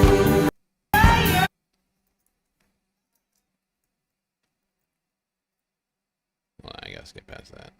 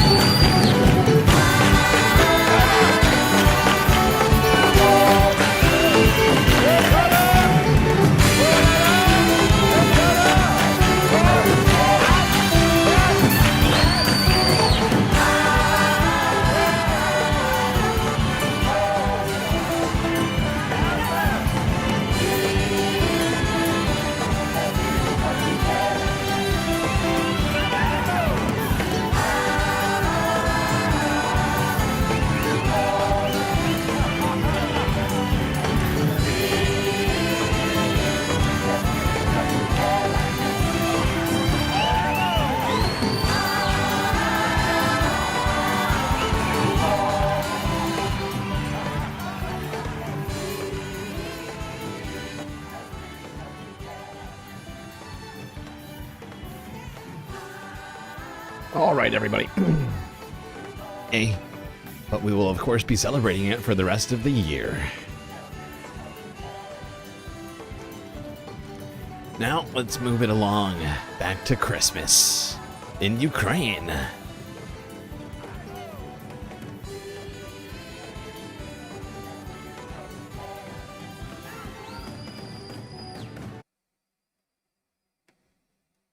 I wish I could have shown you all the ending. Unfortunately, there is at least 2 women in there just dancing freest nipple of all time. And unfortunately on Twitch, where we've been trying to build our audience, apparently you can get in some serious trouble for that. So, sorry. Sorry, everybody. I feel bad. Feel bad because it's honestly a great experience. I would recommend people watch that. If you got some extra time, watch Umoja, The Spirit of Togetherness, as long as you're not squeamish about a few nipples in there. The music is great, and it, it's well, there's a lot of good reasons to watch it. Let's just say that.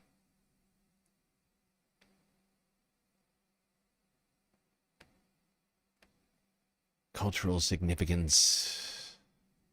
Stories, all sorts of good stuff. The production is honestly pretty incredible. It's like 2 hours long, so if you got like 2 hours, if you got like 2 hours to kill, Umoja. Umoja, spelled Umoja. The Spirit of Togetherness.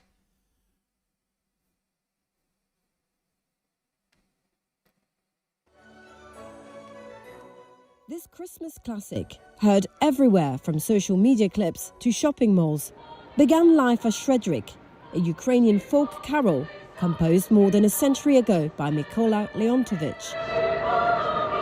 But the Carol of the Bells is not just a holiday favorite worldwide. It also serves as Ukraine's cultural emblem and has long been used as a tool for musical diplomacy. Now, an exhibition at Kyiv's History Museum retraces its story. Here is curator Tamila Kalitenko.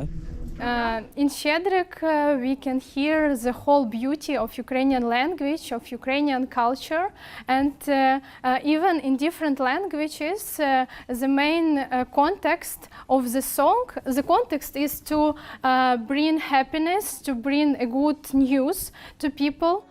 In the late 1910s and early 1920s, the Ukrainian National Capella toured Europe and the United States. They performed Carol of the Bells and other Ukrainian songs to raise money for the short-lived Ukrainian People's Republic and its fight for independence, Kalitenko said.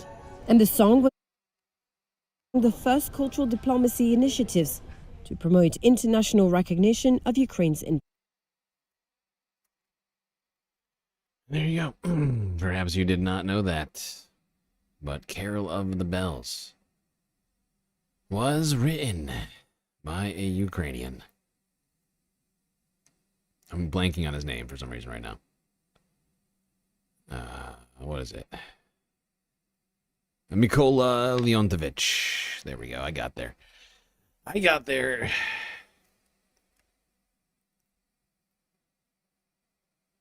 gotta say, it's been beautiful spending this holiday with you folks. Just generally speaking, you know. It's been great to be back on YouTube at this time. Couldn't have come at a better time, really. Alright, now let's go to Palestine.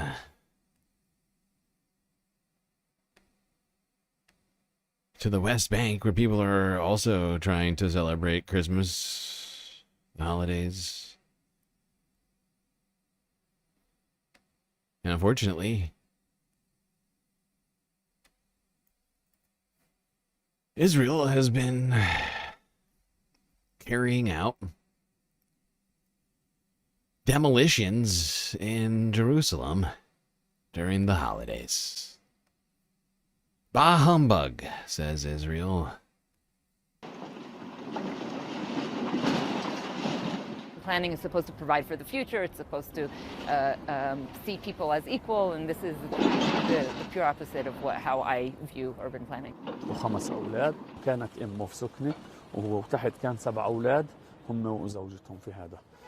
يعني كنا نقعد عندهم ونعيش عندهم زي ما إحنا هون ناكل ونشرب معهم. We used to live together here, eating and drinking. Makes me sad seeing their homes disappear. Where are your donations coming from? I'd say 50% from Israel, 50% overseas. Any Arab that doesn't like it is just going to have to leave. Any Arab who doesn't like it is just going to have to leave, said this genocidal psychopath. Wow, wow, wow.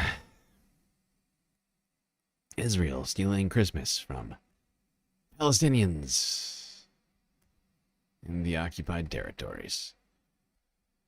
But, nonetheless, Christmas festivities went on in the holy city of Bethlehem. Birthplace well, after they were cancelled for 2 years running amid the war in Gaza, Christmas celebrations are back on in the West Bank city of Bethlehem this year. Some of those at Manger Square have hailed what they see as a moment of hope and resilience after the devastating conflict. Foreign visitors and religious pilgrims who would usually make the trip to Bethlehem are a little scarce this year. However, many foreign workers in Israel have been given the chance to enjoy the festivities. Well, for more, let's cross live to Bethlehem now to speak to our correspondent, Noga Tarnopolsky. Noga, give us a sense of what the atmosphere is like where you are. Well, Karis, I hope you can hear the church bells behind me in the hills of Bethlehem. It really is the first time since 2022 that there are full-bore festivities, the Christmas tree in Manger Square, the Christmas market, and you really can feel in there are crowds on the streets, the roads are clogged, and so there is a return. As you said, we're absolutely not yet seeing the tens of thousands of pilgrims that always had come here for Christmas from around the world, including top church leaders and other dignitaries. But what we will see today in Bethlehem, as you said, are many tens of thousands of people who normally wouldn't have the opportunity to come here. In addition to foreign workers located in Israel, we're also talking about Israeli Christians who normally are crowded out by the foreign pilgrims. We're talking about ambassadors, many local VIPs. Obviously, the Palestinian leadership will be here. It's considered a national event. So we're looking forward to a festive, good cheer Christmas Eve tonight in Bethlehem.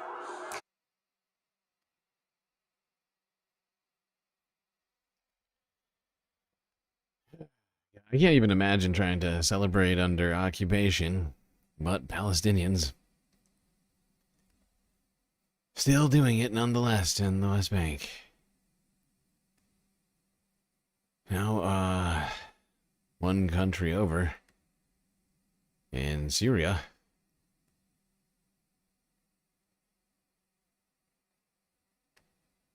more people celebrating Christmas.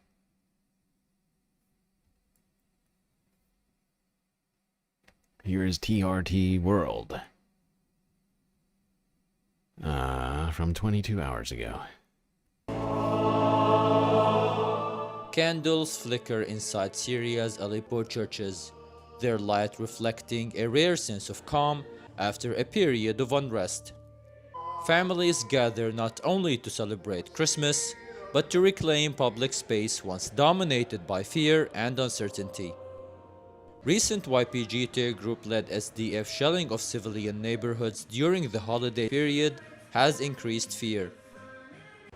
For many here, faith has become a source of endurance, a way to navigate loss, recovery, and the long process of healing.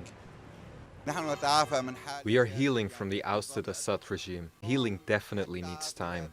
You ask me about the people, those who have faith and do not fear. We believe that this Christmas and times like these are a blessing and a light for us and for our brothers and sisters who come and share our holidays. Churches, streets, and markets remain under watch as authorities work to prevent disruptions during the celebrations. We thank God that the security. See, it seems like the United States and Israel are the ones who are actually waging the war on Christmas the most. Donald Trump ruining children's Christmases on the phone, and waging the trade war, and taking away everybody's health care and food benefits. Israel waging a war on both Syria and Palestinians. People just trying to, enjoy their holidays. Russia, too, of course, waging a war on Christmas.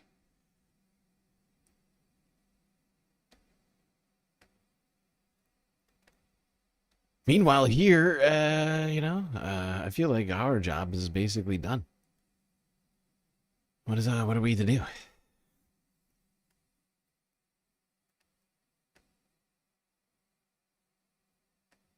All right, last two videos of the night.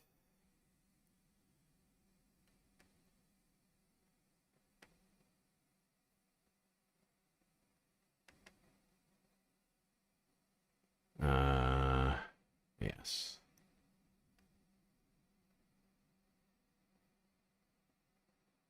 We'll be back to the regular streams tomorrow. We'll do all the regular actual news tomorrow.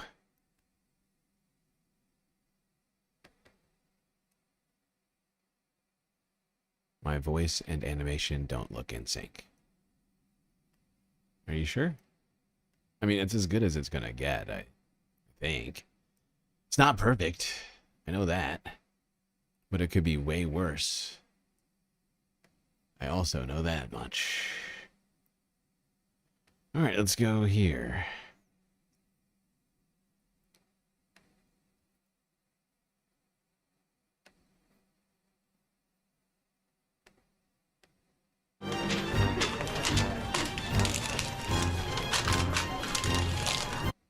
Oh, wait.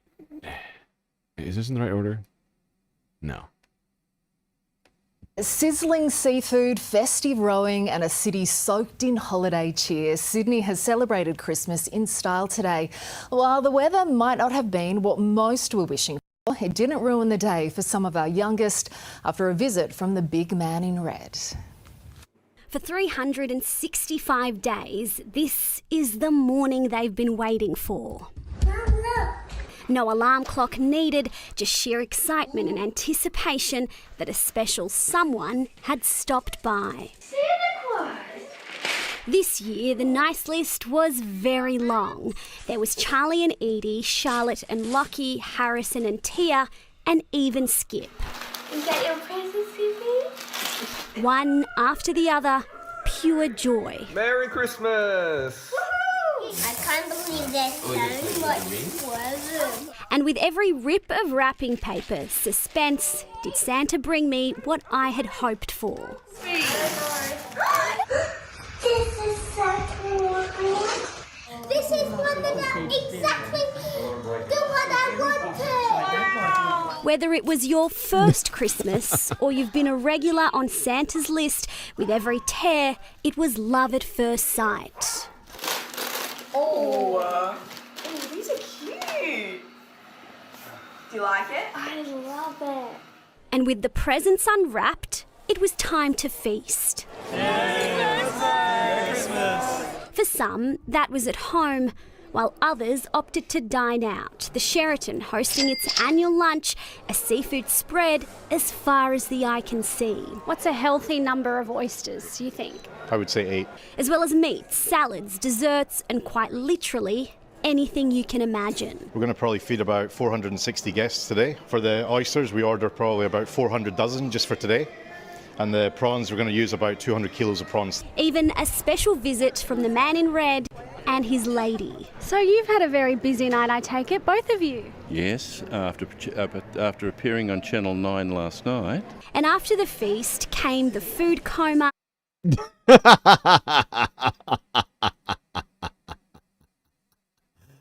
Oh my god, look at this one over here. This one's out for the count. Oh my god, so cute. Jesus Christ. And then the celebrations. Whether that was a dip in the pool, a rowing regatta in the harbour, or a stop at the children's hospital for a little extra cheer. And it wouldn't be an Aussie Christmas without a stop to the beach. Thousands packing our shores from the north to the east and down south. Red hats dotted the sand. Well, the sunrise was lovely. Really nice. Anyway, we're shivering back home. While at Brighton Les Sands, it was barbecues galore. Nice view, the beach around, just a quiet one. This year here at Bondi, Christmas celebrations look a little different, scaled back significantly out of respect to those killed in last week's terror attack. I think this. Yeah, that was a horrifying situation last week. It's really terrible. Or was it last week? No, I guess it's almost been 2 weeks, hasn't it? Jesus Christ. Alright. I'm just not realizing I actually did these out of order. I should have done the other one first. Whatever. We're gonna go from Australia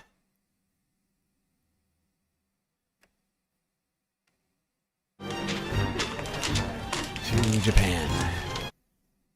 Final video of the night, everybody.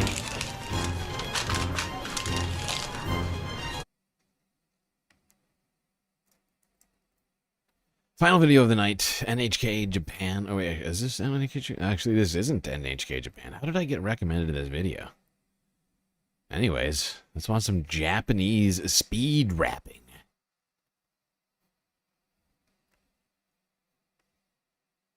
Prepare yourselves for the fastest gift wrappers on the planet.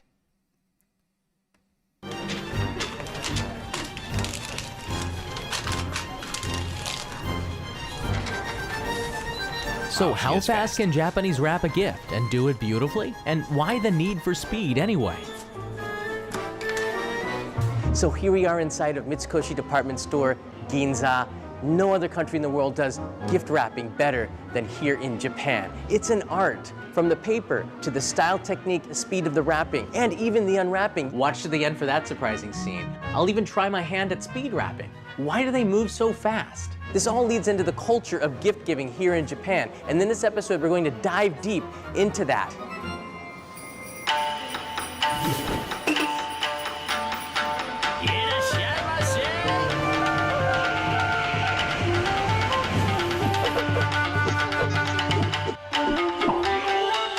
Only in Japan. To find the fastest, head to Osaka. A confection shop near Juso Station, a busy intersection, is famous for their mochi and their wrapping. When it comes to gift wrapping, nobody does it faster than this Mitarashi Dango shop here in Osaka. There is almost always a line of waiting customers. Let's get a demonstration from a master gift wrapper.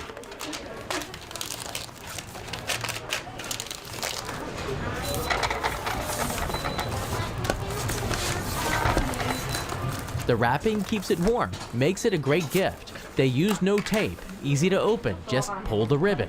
How many boxes do they sell in a day? 1000とか2000ですかね。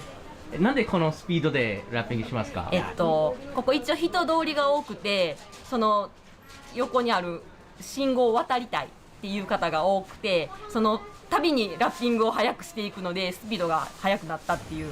Juso intersection is very busy and people pop in for a box and hope to make the traffic light. The next customer is our friend Kevin Riley, longtime Osaka resident. The mochi is grilled in front of the customer. The process moves fast, about 20,000 sticks sold on the busiest of days. The mochi sticks are drenched in that sweet soy sauce, making this a mitarashi dango. Kiyasu Sohompo has been selling this since Christmas Day, 1948. It's passed to the gift wrapper, who moves like lightning.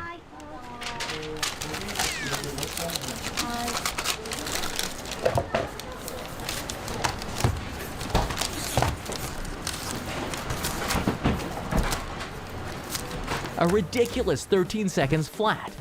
We made the traffic light and shared it. Wild. 13 seconds. Incredible speed. Still hot. The mitarashi dango is in a pleasantly sweet soy sauce glaze, a must-eat street food when in Osaka. Wow. Ginza during holiday weekends becomes an open shopping street, and our next wrapping stop is here. The historical Mitsukoshi department store, founded in 1673. They've got some incredible gifts upstairs. Let's see if I can find something. These Japanese teapots are tetsubin, kettles of cast iron from Iwate in Japan's north.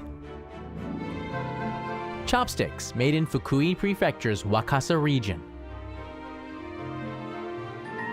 Titanium tumblers from Niigata's Tsupame Sanjo region, 350 years of metal craftsmanship here. Ah, these wabi-sabi Kanazawa gold leaf glasses are spectacular.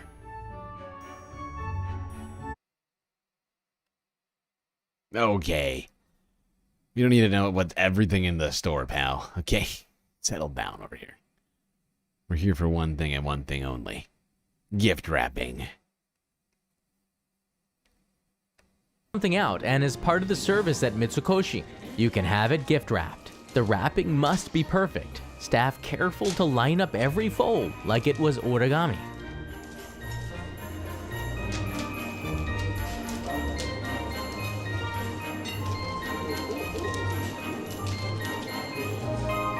I've never seen anyone wrap a package like that. It doesn't take very long. That was wild. It's wrapped. That literally looked like origami. I've wrapped enough packages in my day, and I've never seen anybody wrap something like that. That was wild. Only one piece of tape. You can see the wrapping also shows the Mitsukoshi brand on every side. Japanese department stores have an excellent reputation for omotenashi, or Japanese service for the customer, surpassing my expectations, of course. I wanted to challenge the staff, so I gave them a cylinder to wrap, a bottle of sake, or possibly a wine glass.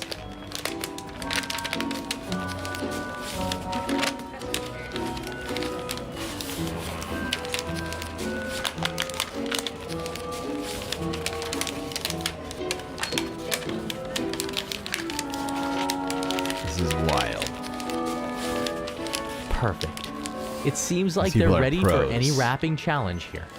Japanese have... Well, there we go. Who knew? Japan taking gift wrapping to the next level. Alright, people. I think that's going to be it for the Christmas Day clips tonight. I figure I'll do an extra long Galactic After Hours stream. And maybe we'll even watch some, I don't know, Christmas-like movies, like a Die Hard or something like that in Discord, if I can pull it together after this.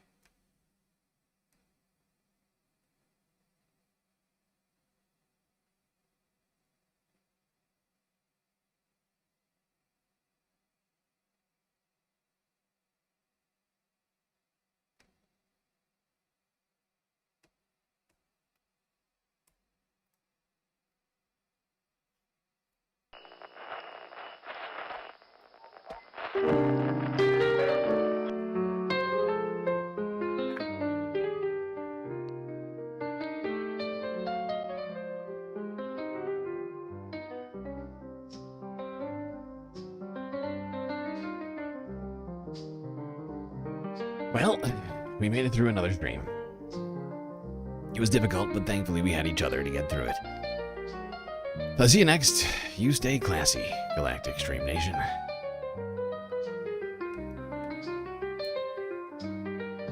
Can't forget this. These are your galactic patrons. Gabby, Goth Dogs, Aaron W, Schmegley, PB, Midi, Afroponics, Narwhal by Nature, Inner Planet Janet, Godcat, Robot Cat, Disco Wolf, Callie Braiding, Sammy, Geodragon, The Anti-Corporatist, Obsessive Audio, Mowanoip, Nadia, Choki, Skelts, Selena, Omega Star, Sasha G, Pitchforks Dragon, Vincent Morales, Donald James X, Evan from Portland, Lovely Pariah, Mish, Becky, Decipher, Icebreaker, Columbia Rica, New York, Will in Detroit, Sisyphean Task, BC, Free Palestine, Hermit Horologist, HBX, Manda, Lori Lunchmeat, Carl Gaslightocracy, Paige Larson, Frizzla, Penny Hanna 99, Dark Sparkle, and CJ from the 6. That's right, all of these people here have helped produce the show, which your eyes and ears just got done enjoying. You can too for just a few US dollars a month on Patreon.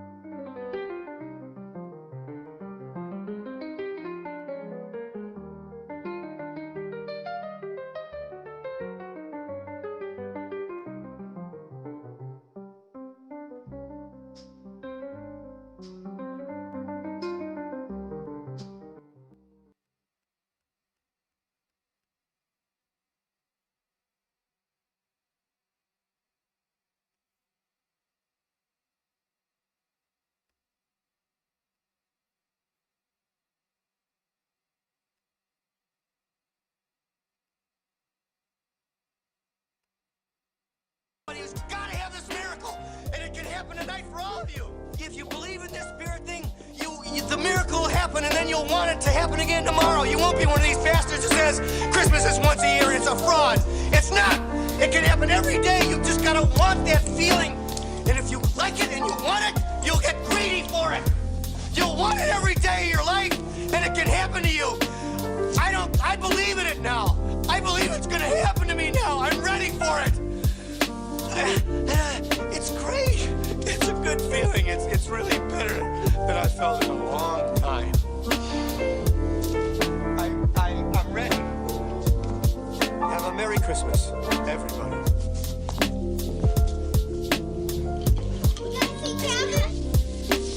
Did I forget something, big man? God blesses everyone, everyone, everyone, everyone, everyone, everyone.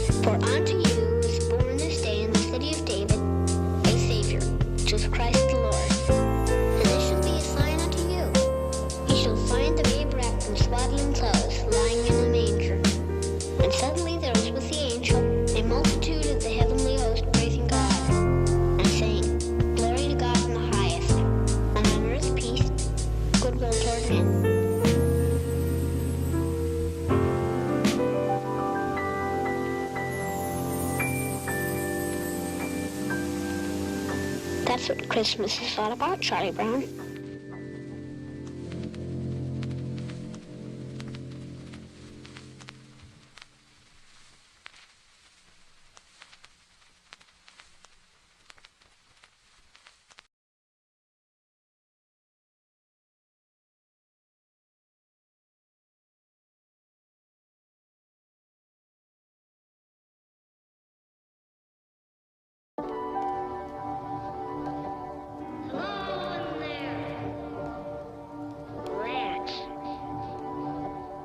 Nobody sent me a Christmas card today.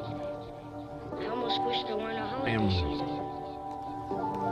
Alright, Twitch, I am raiding you into NCC. We're just gonna finish the after-hour stream here. Why do we have to have a holiday season to emphasize it? Akira. He's got clout.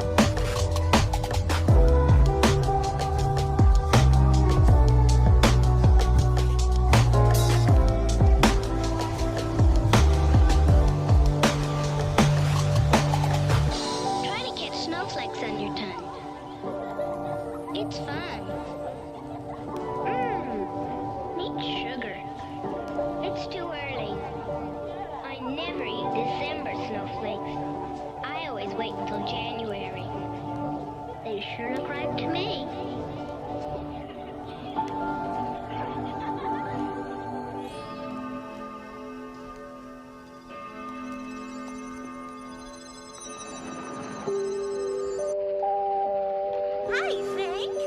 Come on. Come on out and play with me. I'm the ghost of Christmas present. I had a funny feeling. Why did you do that? Sometimes you have to slap them in the face just to get their attention.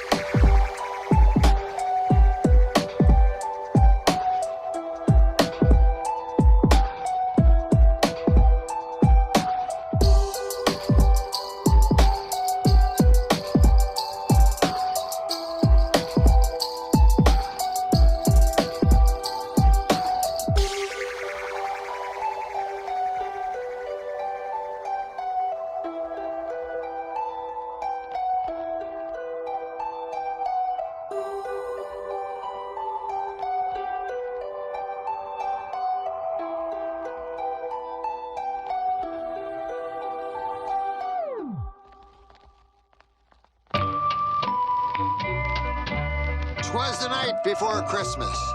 Why, wait, "'twas"? What's "'twas"?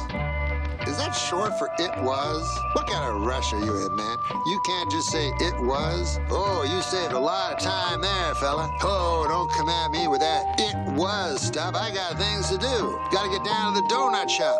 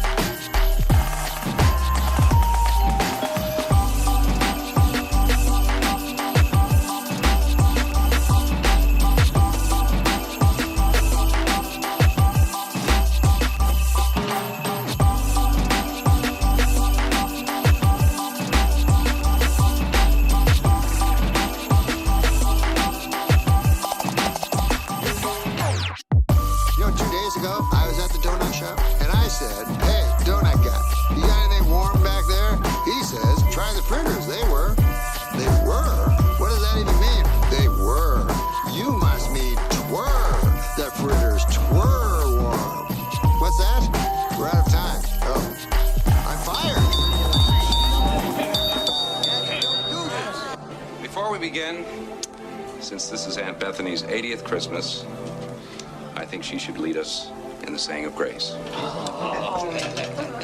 What, dear? Grace! Grace! She passed away 30 years ago.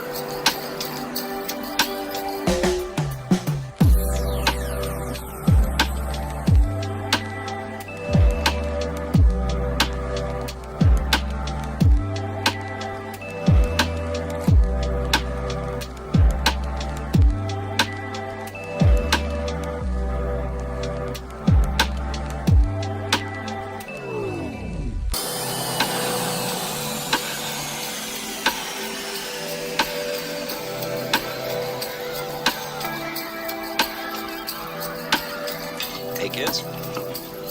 I heard on the news that an airline pilot spotted Santa's sled on its way in from New York.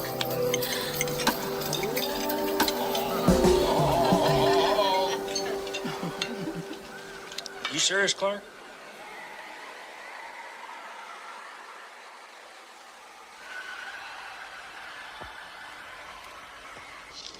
No, I want an official red undercover knife at 200 millimeter rifle. You'll shoot your eye out, kid. Merry Christmas. Ho, ho, ho.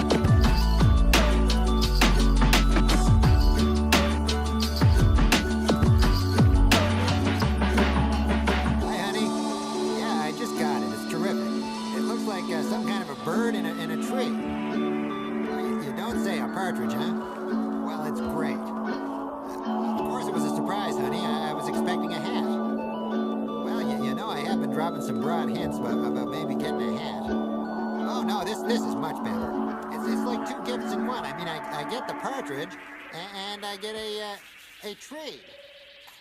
What do you think, honey? More bells? More bells. Okay. Mom, do you really think we should be having this party? Of course I think we should be having this party. Of course I do. I mean, it's just what we need, just to calm things down, and everything will just go back to normal.